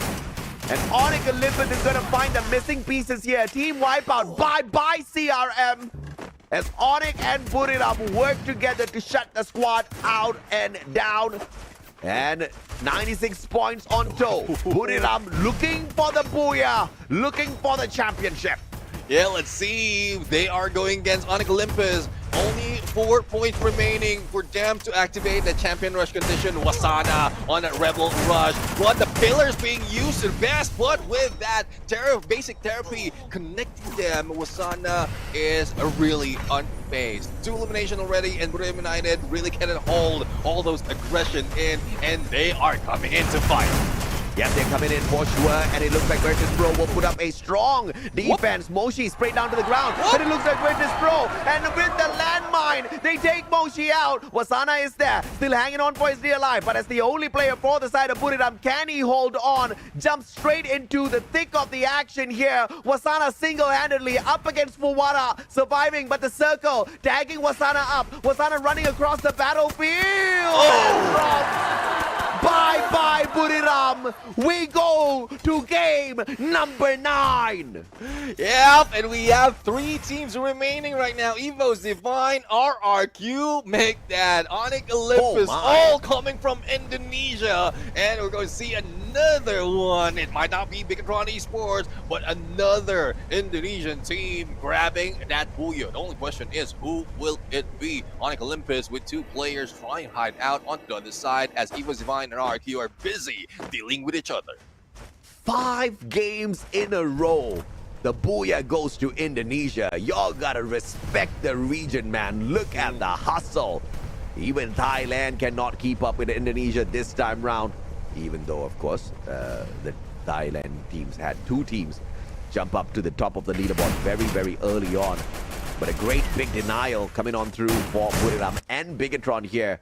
RRQ, EVOS, Onyx all looking for that qualifier into point rush, but unfortunately Onyx will falter, and Onyx is the closest one to the champion rush condition. Riptide Rhythm breaking down the defenses of Aim God, but he rebel rushes out of there, all thanks to the Tatsuya.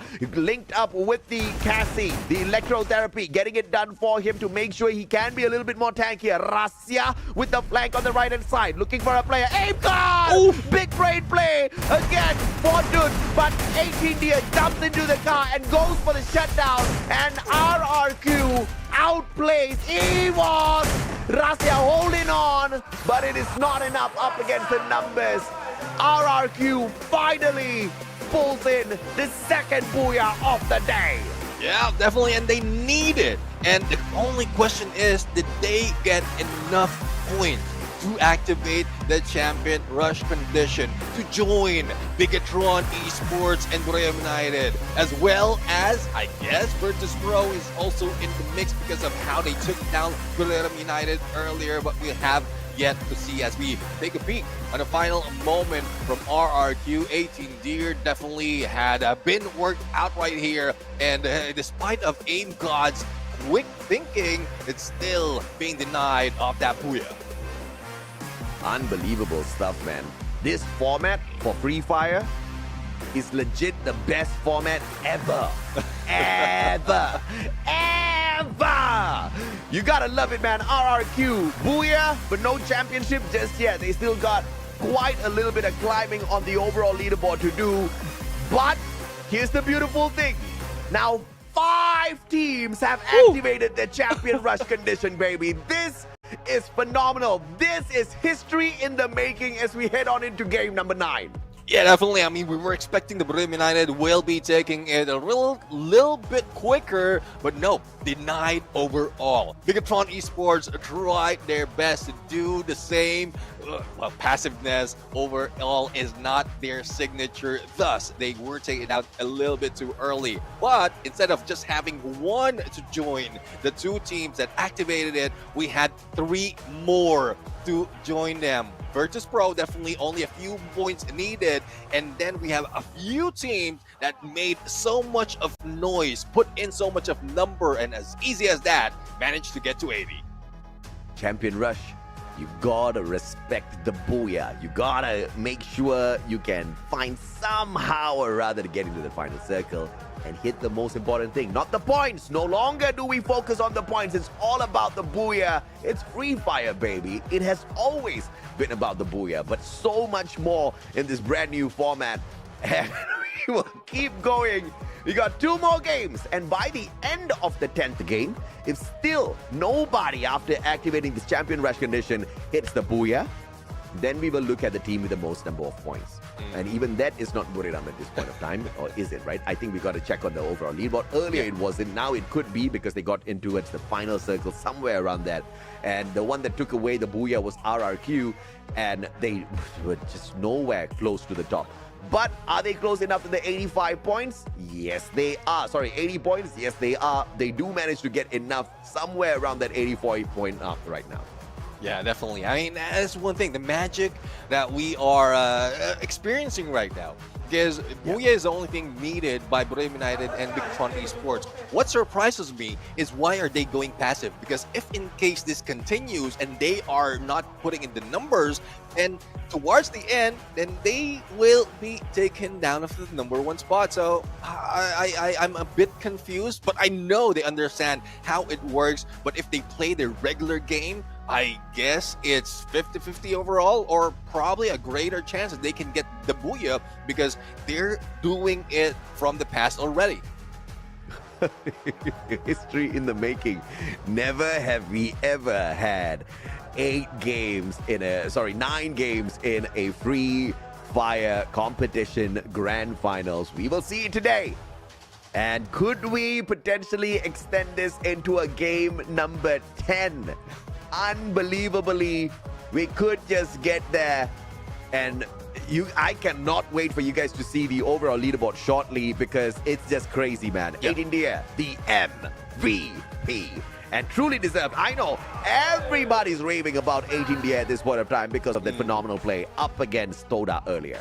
Yeah, definitely. I mean, if you can hit it alone against Todak, 1v3 situation, but unfortunately he went down and needed help from Al to be picked up, but he still managed to play around 3 players. That's something that is not for the teams are here, regardless of them being pro. Yeah, man, it's not easy at all. Tatsuya, Cassie, Skylar, Koda, you know what it is. This is the meta. And if you want to roll out there and dominate some games together with your squad, this is the kind of lineup you want. RRQ is showing you what works. In fact, many teams out there are showing you guys exactly what works. And a massive number of eliminations this time around here for the squad. A total of 15 eliminations plus the Booyah. This is a massive game that has launched RRQ into Champion Rush territory. Yeah, definitely. And well, we'll see. Looking forward to how it is on the scores later on. But as we look at the key players, we have Aim God with 5 elimination as a rusher. We have Evo's Divine Ray with 2,300 damage as a bomber, and 18 Deer. Yes, I know he's deadly on a shotgun, but he also put in 6 assists in that match. Yeah, absolutely. And 27 points to jump on in here. EVOS, Onyx joining their big brother RRQ on the top 3. Buriram, VP, Falcon on the 4th, 5th, and 6th spot. And what's crazy about this is Virtus Pro has finally activated Champion Rush condition. Maybe that will motivate them for the Booyah after this. But here you go, man. 5 teams, 3 from Indonesia, 2 from Thailand have activated Champion Rush. If we still get denied of a championship game here on Game 9, that will be a testament to the quality here in Southeast Asia. And as a matter of fact, this is already a testament to the quality that we have here in Southeast Asia. 8 games in, we still do not have a champion. Yeah, definitely. We still don't know who will be the champion because those that are expected are not taking the Booyah, and those that are like really low in terms of their placement are overtaking the others in grabbing that Champion Rush condition. Evo's Divine very close though, only 1 point remaining, but they have to hope that none of the 5 that is activated it already will be grabbing a Booyah. Otherwise, that would be a great disappointment because missing 1 point to join the 5 teams and probably get that championship is a definitely big disappointment.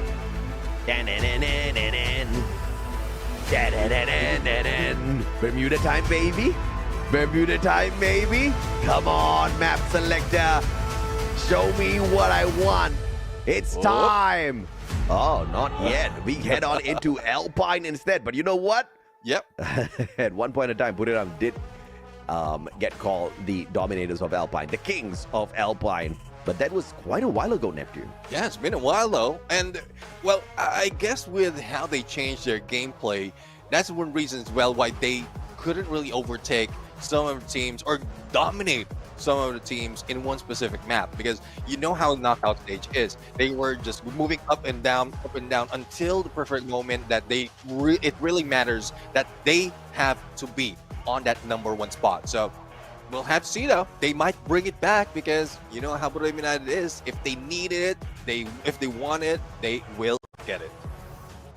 I legit am telling you guys, 8 games in, I have been giving my all for the past how many hours? Close to 6 hours, okay? And it's very different. Clash Squad 6 hours versus Battle Royale 6 hours is very different because it's just non-stop screaming for Battle Royale. But it has been a freaking fun day, man, and I'm not gonna stop just yet. But we are going to be able to hop on into 2 more matches. And one of our sponsors that has been able to, really motivate us to reach up to the top and really go all out is Samsung. Samsung Galaxy S25 Ultra is the device's name if you're looking for a brand new mobile phone out there. It comes with the next-gen Snapdragon 8 Elite Galaxy processor featuring an enhanced Vulkan engine and improved ray tracing technology. This delivers outstanding performance, lifelike graphic, and a smooth gaming experience with powerful AI capabilities, top-tier performance. The Galaxy S25 Ultra becomes the ultimate weapon for professional gamers. And who are the professional gamers? These players out there, FFWS SEA. This is the lobby you should not look forward to being a part of if you want to have some fun, because it's pure torture. Even the 2-time world champs are being tortured out there. Yeah, definitely. And that's how tough it is, especially in Southeast Asia. And this is a big statement to everyone right here who's, I would say, downplaying how Southeast Asia is playing because of, they could have taken that champion already. But no, this is how tough it is. Even the top dogs are struggling because even on the knockout stage, the other teams from the past that was not expected to perform are now performing. And then come the grand finals, a lot of changes has happened once again. And that's not because they are slowing down or the top dogs are slowing down. It's because the other teams are just moving or speeding up. Oh yeah, no doubt at all. And I think we are approaching the end. That's for sure. How many games will it take for us to cross that end line? Do we get a game 10? I sure as hell hope we do. But in order to get into game 10, Onyx, RRQ, Virtus Pro, Bigatron, Buriram, these 5 teams should not get to the final circle. Can the teams do it? We will find out as we head on into game number 9 at Alpine. Yep, Alpine right now, and I think the flight path will be fair to everyone. And we know Buriram United will be dropping into snowfall unless they think that the other teams think that they will be dropping there and not dropping them, so they might change their drop spot. So not so much of a hot engagement that is potential to happen in some parts of the map, but this is another slow start to, I would say, an epic ending once again. I wonder if production prepared enough space on the left here to show. Okay, we don't have enough space. I was just wondering how they're gonna. Okay, there you go. Okay. Big brain thinking by the production squad here. Now we have got all 5 teams that you can see on the left-hand side who have activated Champion Rush condition. What is this Champion Rush condition? 80 points. If you reach 80 points, then you activate a condition that allows you to be the champion. And how do you become the champion? You need to get a booyah. Thus far, these teams have not been able to get the booyah just yet. And in just this past game, 3 more teams have joined the fray. And between PE Sports and EVOS here now, it looks like it's not going to matter if either one of them goes down because neither one has activated this Champion Rush condition. But can you believe it, Neptune? In this game 10, I think we are going to have 9 teams that have activated the champion rush condition. And yeah, you're definitely going to find a team that hit the booyah there. Yeah, I mean, odds are, if you're just looking at one, yeah, denial can be done. But if you're looking at like all this, denial will just be a river in Egypt. It's difficult to be denied of all of that because of the odds of one team out of 10 to grab that booyah. So Evo's Divine right now, the target for the team is to get 1 point. Activate their champion rush condition. Be it Lao Ho might be that, and there you go. They can end their reign. They can go out, step out of the zone, but there's also a risk of the 5 team who will be getting the booyah and deny them of that. Ooh, great play by Todak here. Spotting one out. Traps. Oh, Evo's Divine getting involved in this fight as well. And obviously, Ray looking for those points. Evo's Divine needs literally 1 point to activate Champion Rush. So they are one of the desperate teams looking to prevent Buriram, Vegatron, Virtus Pro, RRQ, Onyx from grabbing the booyah here, which means that they have to focus on grabbing the booyah for themselves. That's one of the best ways to prevent the game ending. Oh yeah, I mean, if they can do so, because at some point, some teams are having that trouble, but Evo's Divine, well, still part of Indonesia, and Indonesia has been rocking this day overall. But Todak, right now, 2 elimination, and I love the aggressiveness coming from Todak, but it is not giving them that much in terms of reaching the condition. It's just giving them that much, like the pressure against the other team to really move that freely. So let's see if this might be the chance for them to catch up. But since they are in 12th spot, they need a long run to be able to activate that champion rush. Oof. Yeah, man, you can say that again. At this point of time, Flash and PE Sports are in the 10th and 11th spot, which means they do not qualify for the Esports World Cup. So this is a big game for both PE as well as Flash. And it does not seem to be going well for PE Sports. We saw them perform very well at the Esports World Cup last year. And it seems to be a torturous journey to get there this time around. Yeah, let's see, though. Let's see. I mean, miracles can happen, and nightmares are happening for those who have already secured those champion rush condition. One team would be Bigatron Esports, who's dealing with PE Sports right now. So Lao Ho will need to get away, but the flank coming from Pyong with a VSS plus a follow-up with that Trogon will spell trouble for PE Sports. But Nkang will be revived, and Nero making that work. So PE Sports is still alive, and 12 teams remain. Oof. And PE Sports forced on the recovery gameplay very early on. Core Memory is not too far away from activating Champion Rush. Core Memory is in the 9th place, by the way, and they'll only need 6 points to activate Champion Rush. How insane is that? What's insane is who's tied with them. It's Team Falcons that amen. Haven't activated that Champion Rush condition. Not quite sure if they're faltering, because I'm pretty sure they would want to get a piece of that prize pool. But if EWC is just a goal, then they already have that, because they were the remaining champions from last year. So I don't know what's happening with Team Falcons right now, but I guess what they can do is just deny the other teams from grabbing that booyah and probably move up, sneak up, and get all those points. Yeah, absolutely. And I'm thinking perhaps Falcons can make something happen for them this time around, because, you know, like you said, they're tied up with Core Memory, 74 points. They need to hit the Champion Rush condition, which means they need 6 points. But they also need to prevent the other teams picking up the booyah. What's the best way to do that? You pick up the booyah yourself. You can still prevent without hot dropping. You just need to make sure nobody else wins the lobby. It's the best way to guarantee the spot. And then, of course, you do a back-to-back and secure it in game number 10. That would be a phenomenal way to end this day. Yeah, let's see now. Let's see if they will be able to do that.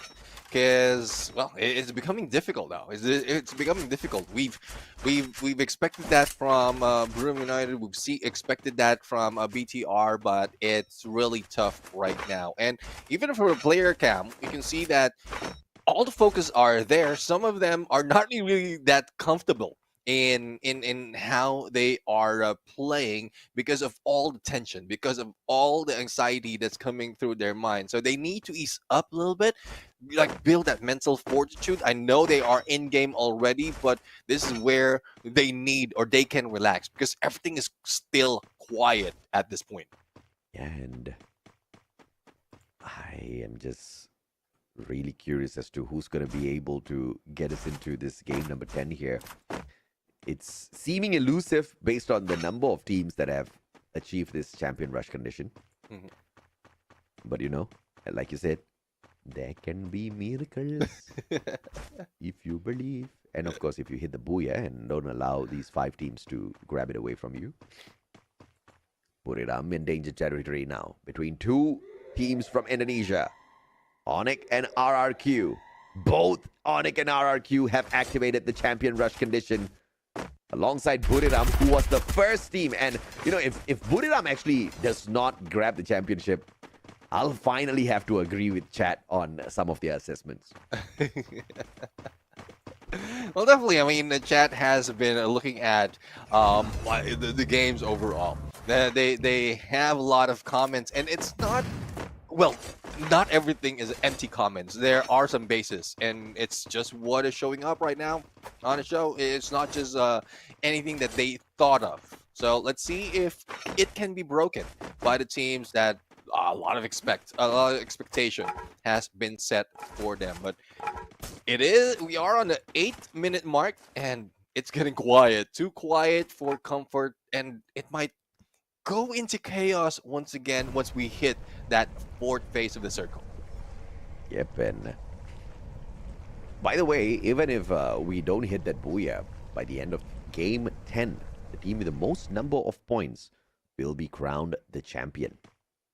And this is one of the first, this is the first competition, grand finals, that I'm seeing where after 8 games, the top team has only 105 points.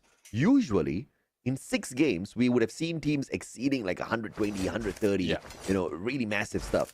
So you can see the latest meta as well as the rules have forced teams to play very passive, as well as the active skills rule that has been thrown in here, the unique active skills that forces you to remain vigilant. You can't, you know, rush around with your Rebel Rush out there with Tatsuya as much as you used to in the past. Yeah, definitely. And you can see it right now. And in spite of PE Sports trying to get away, Hanoi managed to sneak one in against Nero. And let's see if PE Sports can still bring back their teammates, because we still have 12 teams remaining. Lao has been spotted already, and Du is doing the work right now.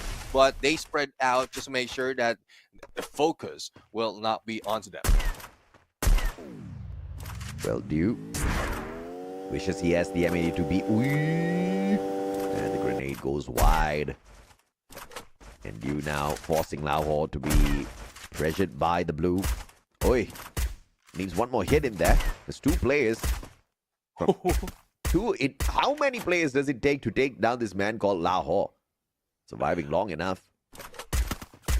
Needs one sneak push in there. It's high Lao, what? What? So many shots. Lao is like Rajinikanth out there. You know, 100 bullets towards the superhero. He doesn't go down. He shoots one time and it's a headshot. That's how it is. I mean, you just need time and a good cover to be able to spot out your opponent and plan it out. I guess proning in there and how Du was hitting them, that was the same hole. That was the same gap that he used to knock down their opponent, or the player from AG Global. But speaking of gap, this is a small gap that Koja is working with XM9, XM8, and still managed to go in for a knockdown. Team Falcons right now onto the other side, and this is what I'm talking about. Bigatron Esports, yes, they activated that champion rush condition, but the moment that they see an opponent, they're not letting go. They're not being passive. They are putting in the aggression because they know the condition is, yes, get the booyah, but they also are considering that it will stretch into game number 10 and we might go into the standings. This is danger zone for Bigatron.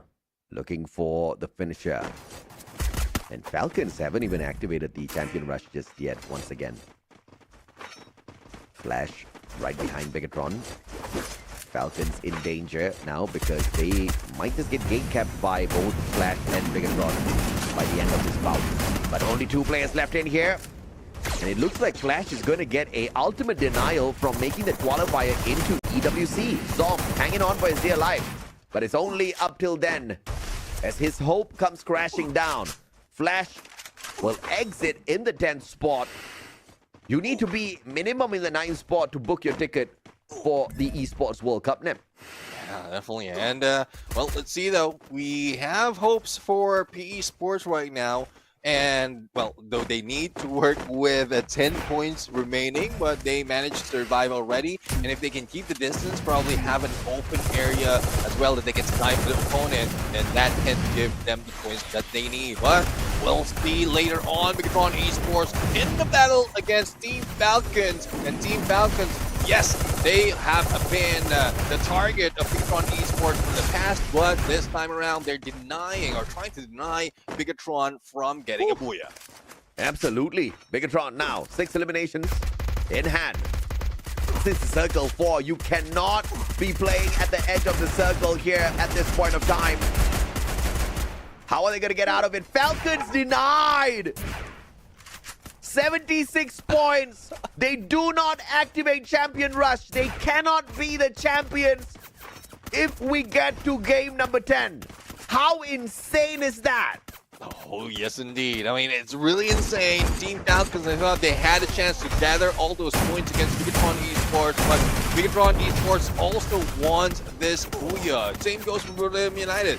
They have been sitting pretty silently onto the other side, and even with all those shots, they're not fighting back. So they want to survive 4-man strong, but who's putting in pressure? It is Team Todak on the other side, but good enough. The blue will push them out of the way.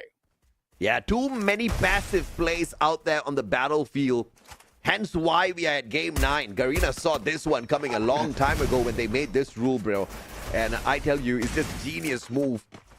I'm going to get my game number 10. Come on, baby. But Virtus Pro still alive and kicking.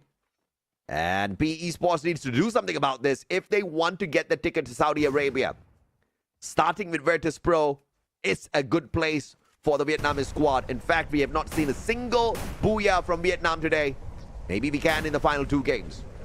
See, though, it's a lot to ask for right now. And Todak on the other side being eliminated by Evos Divine. But the battle continues between PE Sports and Virtus Pro. But the question is, how many glue walls does PE Sports still have to stay in that corner? I guess not so much because they are moving out. And it will be PE Sports gatekeeping Virtus Pro right now. But for Royale United, Jonah has been knocked down. A pickup is needed. They need to be quick just to make sure that they have the numbers advantage towards the final circle.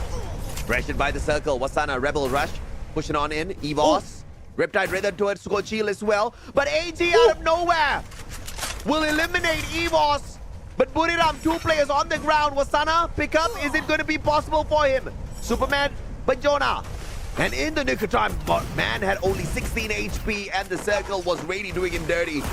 And to survive for the time being, Bigatron will be denied 2 games in a row. Unfortunate for them. As Fuwara now looking for one for Virtus Pro. Virtus Pro already activated this champion rush condition, but nameless, very low, down on the ground. Fuwara trying to survive, and Buriram denied as well. Fuwara and Virtus Pro denied. What a day! RRQ denied! Oh my goodness! Game 10! Here we come! Unless, of course, Onyx Olympus does the impossible. Can you believe it? If Onyx is crowned champion today, I will have my mind blown to smithereens. I mean, this is such a surprise. Overall, Onyx Olympus coming from, I would say, lower part, and now they have an advantage. Even AG Global doesn't have a position to take on them. They have to jump out, and they need to move away. And it seems like Onyx Olympus is going to bring it home. Only 1 remains, and Onyx is 4-man strong with the booyah and the champion. for the FFWS Southeast Asia Spring 2025. The champions, Onyx Olympus, the last ones, the literal last ones to activate the champion rush condition. 85 points, the 5th team eligible on the spot, and being the last one through the gate, the first ones to complete the champion rush condition. Một đội tuyển, một đỉnh vinh quang Đông Nam Á. Chúng ta có một huyền thoại sinh tồn, một nhà vô địch mang tên Onyx. 12 teams, only one victory slot, and it is belong to Onyx. Onyx, ngay bây giờ hãy tiến lên trên sân khấu để nâng cao chiếc cúp vô địch của các bạn. Các bạn đã làm được, chiến thắng này là của các bạn. This is your victory, and it's time for your team to join to the trophy and lift it up. Congratulations, you deserve it. Một khoảnh khắc vô cùng đầy cảm xúc. Ngay bây giờ xin mời đội tuyển vô địch chúng ta sẽ cùng nhau bước lên trên sân khấu để nâng cao chiếc cúp vô địch danh giá, biểu tượng của sự chinh phục, của niềm kiêu hãnh và nỗ lực không ngừng nghỉ. Let's welcome our champions to the stage. It's time to lift this prestigious trophy high. This is the symbol of the ultimate conquest, unshakable pride, and the relentless pursuit of greatness. Go, it's your time. Go lift the trophy. Hãy nhanh chân tiến lên trên sân khấu để nâng cao chiếc cúp vô địch của mình ạ.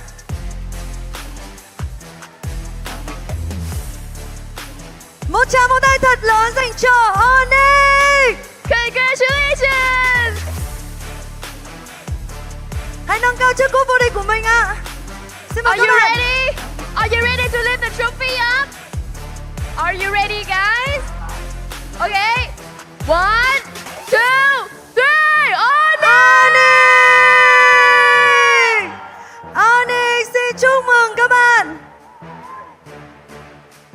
Họ không chỉ sinh tồn mà họ còn thống trị. Không chỉ chiến đấu mà còn viết lại lịch sử. Và khoảnh khắc này không thuộc về riêng đội tuyển mà là chiến thắng của đam mê, của mồ hôi nước mắt và hàng triệu trái tim yêu Free Fire khắp Đông Nam Á. Xin chúc mừng các bạn. This is not just only the survival, but this is dominating. And this is the first time Onyx become the champion in Indonesia eSport of Free Fire. Vinh danh nhà vô địch. History. Vinh danh nhà vô địch chế độ sinh tồn, những chiến binh kiêu hãnh của thời đại eSport Onyx. Và ngay sau đây xin mời các bạn chúng ta sẽ cùng nhận giải thưởng đến từ ban tổ chức. Ngay sau đây xin được mời ông Mai Bá Hùng, Chủ tịch Liên đoàn Thể thao Điện tử Thành phố Hồ Chí Minh sẽ cùng tiến lên trên sân khấu để trao giải thưởng trị giá là 100.000 USD dành cho nhà vô địch của chúng ta. And now, I would like to invite Mr. Mai Bahom, the president of the Ho Chi Minh City Esports Federation, to step onto the stage and present 100,000 USD prize pool to our champion. Một tràng vỗ tay thật lớn dành cho Onyx. 100.000 USD là phần thưởng dành cho nhà vô địch của chúng ta. Và xin mời ông Mai Bá Hùng sẽ nán lại trên sân khấu để đến với phần công bố cũng như là trao giải thưởng cho MVP của chúng ta. Và ngay lúc này, it's time to present our MVP of the team. Ngay lúc này thì Minh Anh cũng rất là hồi hộp để chờ đợi kết quả MVP trong ngày thi đấu hôm nay. Và trước khi đến với phần công bố MVP thì Minh Anh cũng như là Yusun cũng rất là muốn được lắng nghe chia sẻ đến từ nhà vô địch của chúng ta. Thì câu hỏi đầu tiên muốn dành cho nhà vô địch cũng rất là quen thuộc, cảm xúc của các bạn lúc này như thế nào ạ? Okay, Conchita.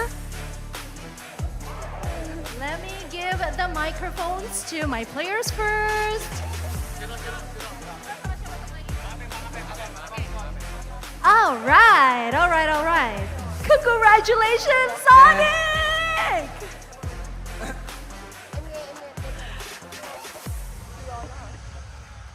Okay, so we have our MVP of the game. First, I would like to introduce the MVP of the game is Chiron, if I remember. Saro? It's Zero. Zero is the MVP. Because I cannot hear it clearly, you know. thuộc về một thành viên đến từ đội tuyển BK Strong. Đó là bạn Kion. Oh, Rồi ạ. the MVP is from Bigatron Esports. Rồi và ngay bây giờ thì Minh Anh cũng rất là vui mừng. Mời MVP của ngày thi đấu hôm nay đó là bạn Kion đến từ đội tuyển VRT sẽ lên trên sân khấu để nhận giải thưởng MVP của ngày thi đấu hôm nay ạ. But first of all, I want to interview them a little bit first. Okay, of course. Ok, chị Minh Anh ơi, chúng ta bây giờ thì hãy để sân khấu cho nhà vô địch trước và hãy cùng phỏng vấn họ một vài câu hỏi trước nhé ạ. Ok, được rồi. Vậy thì cảm xúc các bạn lúc này như thế nào ạ? Okay, as usual, how is their feeling right now after becoming the champions of FFWS SEA 2025 Spring? Gimana rasanya jadi juara dari Free Fire World Series 2025 Spring Onyx Esports? Bentar Kak, mau nanya. Apa tuh? What time is it? Oh, kenapa? Aku nggak pakai jam. Kenapa emangnya? It's Onyx time. He said, what time is it? It's Onyx time. Mấy giờ rồi ạ? Đó là đến giờ Onyx vô địch rồi. Congratulations. Okay, so on to my second question. Okay, I can see the happy tears from your eyes, and I really appreciate that. I really honor it because you know what? Onyx is like an underdog team in the season, and they did it. They proved to everyone that we are not that weak. We come back so strong. So I would like to ask them about the journey that they have been through. All of the struggle, happiness, memories. Can they say it out? Oke, jadi Yonsul bilang kita sama-sama tahu bahwa perjalanan Onyx menuju ke Grand Final ini sebenarnya tidak bisa dikatakan mudah. Ada naik turunnya juga, ada perjuangan, bahkan ada beberapa yang mengatakan Onyx ini sebenarnya adalah underdog dari beberapa tim-tim Indonesia yang pada akhirnya berhasil lolos ke final. Boleh diceritain gak sih perjalanan kalian sampai ke titik ini? Terus di belakang layar yang mungkin kita masih belum tahu ya, ada kata-kata semangat apa yang diberikan sama orang-orang terdekat, sama pelatih juga? Sebelumnya sih Onyx gak lolos final, jadi itu buat kita terpuruk. Tapi di season kali ini kita buktiin kalau kita pantas juara sih Kak. Soalnya banyak kan yang hujat, padahal liganya belum kelar kan. Kan kita bisa buktinya di grand final jadinya. Bener, ada yang mau ditambahin lagi sebelum aku translate?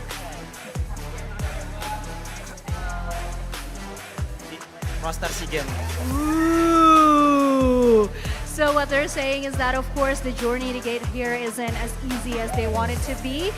They also take this opportunity to actually prove to all the viewers, to all their fans that they're not going to break easily, that they are aiming for the best always, and they know that some of the netizens or the people on the internet are still bullying them for their failure on the past seasons in which they failed to get to the final.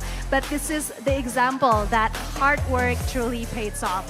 And this is also their example and their way of proving that Onyx is the right roster for SEA Games. Oh my god, that is so sweet. Đối với đội tuyển Onyx thì có lẽ như là họ đã phải trải qua rất là nhiều khó khăn, cũng như là những cái vấp ngã và cũng như là những lời nói không hay ở trên mạng xã hội. Bởi vì có rất là nhiều người nghĩ rằng là sau cái thất bại của họ ở mùa giải đợt trước thì Onyx không còn nhận được quá nhiều sự tin tưởng đến từ những người hâm mộ hoặc là những người xem nữa. Tuy nhiên, Onyx muốn nói với tất cả mọi người rằng chỉ cần các bạn cố gắng thật nhiều thì tất cả mọi thứ sẽ đều được đền bằng một cách rất là xứng đáng, điển hình như là trái ngọt mà họ vừa mới nhận lấy được ngày hôm nay.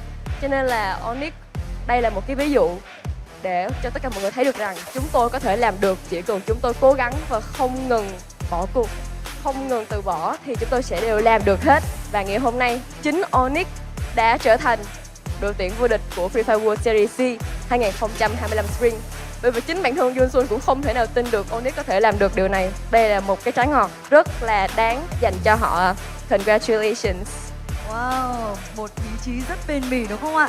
Xin cảm ơn những chia sẻ đến từ nhà vô địch của chúng ta. Một lần nữa thì xin chúc mừng các bạn vì đã giành được chức vô địch của chế độ sinh tồn tại giải đấu FFWS SEA 2025 Spring.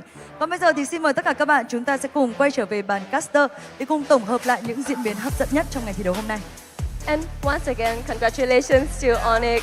I think that people around here, down here, there are so many people are proud of you. So keep it up and see you guys at EWC Riyadh. Congratulations. And now Let's head back to the caster and see the game start. This is clutch. This is a legacy. History has been made here. Ladies and gentlemen, boys and girls, the first time we bring in this all-new competition lineup, the rule set for the champion rush condition, a maximum of 10 games. And, you know, some of them say Onyx got lucky. Onyx, this is no luck, man. This is true hustle. For the first time, our competition rules have opened the gates, have opened the doors for the underdogs, or for the under-hedgehogs, I have to say. The golden hedgehogs, Onyx Olympus. 14th in phase 1 Neptune. In phase 2, they couldn't make the early cut in weeks 4 and 5. They had to wait until week 6. Week 6 was the final chance. They scraped through. They were never the best team in any one of the days in week 6. And then they get to the grand finals, and they have 4 teams in front of them who have activated the champion rush condition. And they had Bigatron, they had Buriram, the 2-time world champs, and almost 4-time world champs activating the champion rush condition first.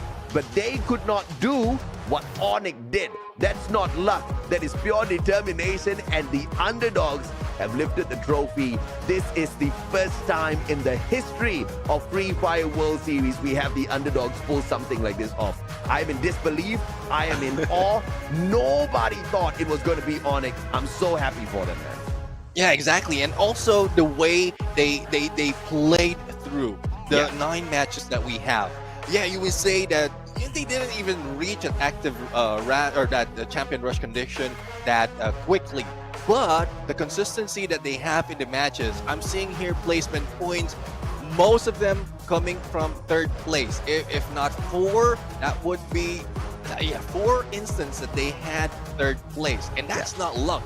They worked hard for it. And it doesn't even mean that they didn't have any elimination. They put in all those eliminations all throughout. And once they hit it, they know what they have to do. Just get that booyah, and booyah they did. And the MVP, the most well-deserved MVP. And you know this boy hustled. 2 eliminations, 3 knockdowns, 1,238 on the damage, rocking the Steffi.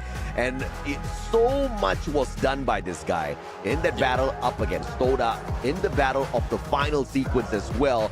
Onyx Olympus, there's one thing about these boys, they just never gave up. We need to look at the overall leaderboard as well, because don't forget, guys, we are looking for the top 9 teams that will book their tickets to the EWC, to the Esports World Cup at Saudi Arabia. And the Steffi Koda, Tatsuya Cassie, was that winning combination of active skills for Onyx Olympus in this final game.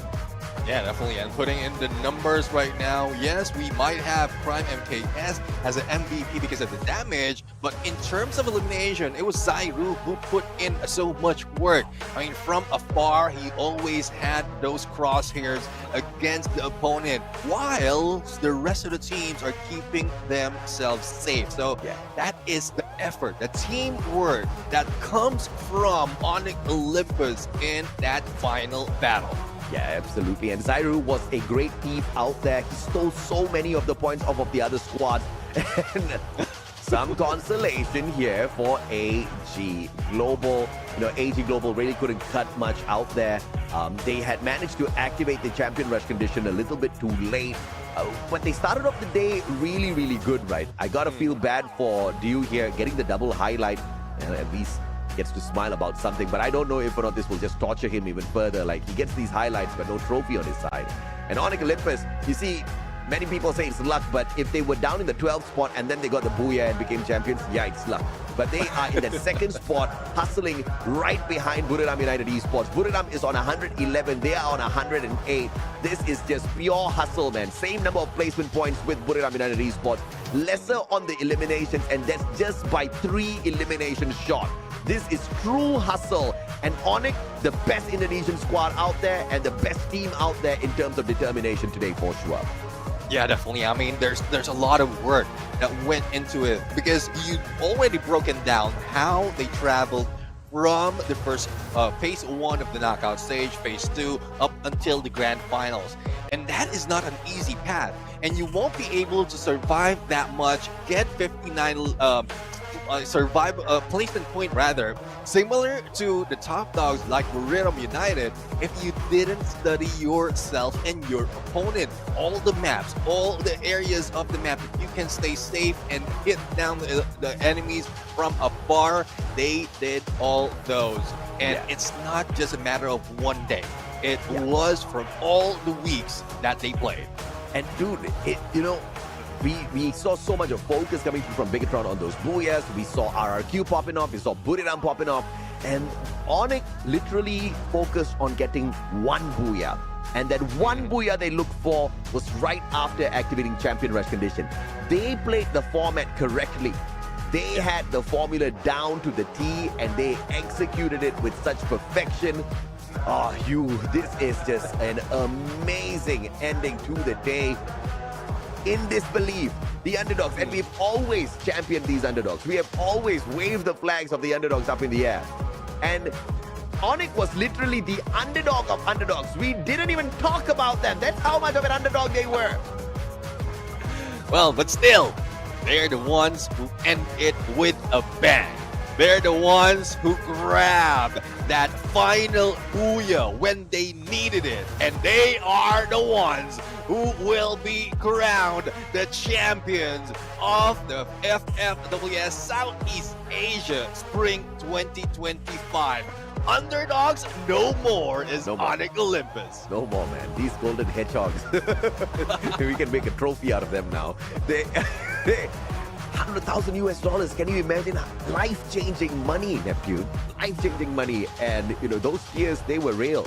And, if you've been hustling for so many years in the world of esports, really grinding on Free Fire to reach a stage like this and to walk away with the trophy, and not even on your own home ground. This was done in Vietnam, Hanoi, Vietnam. This is monumental for the team.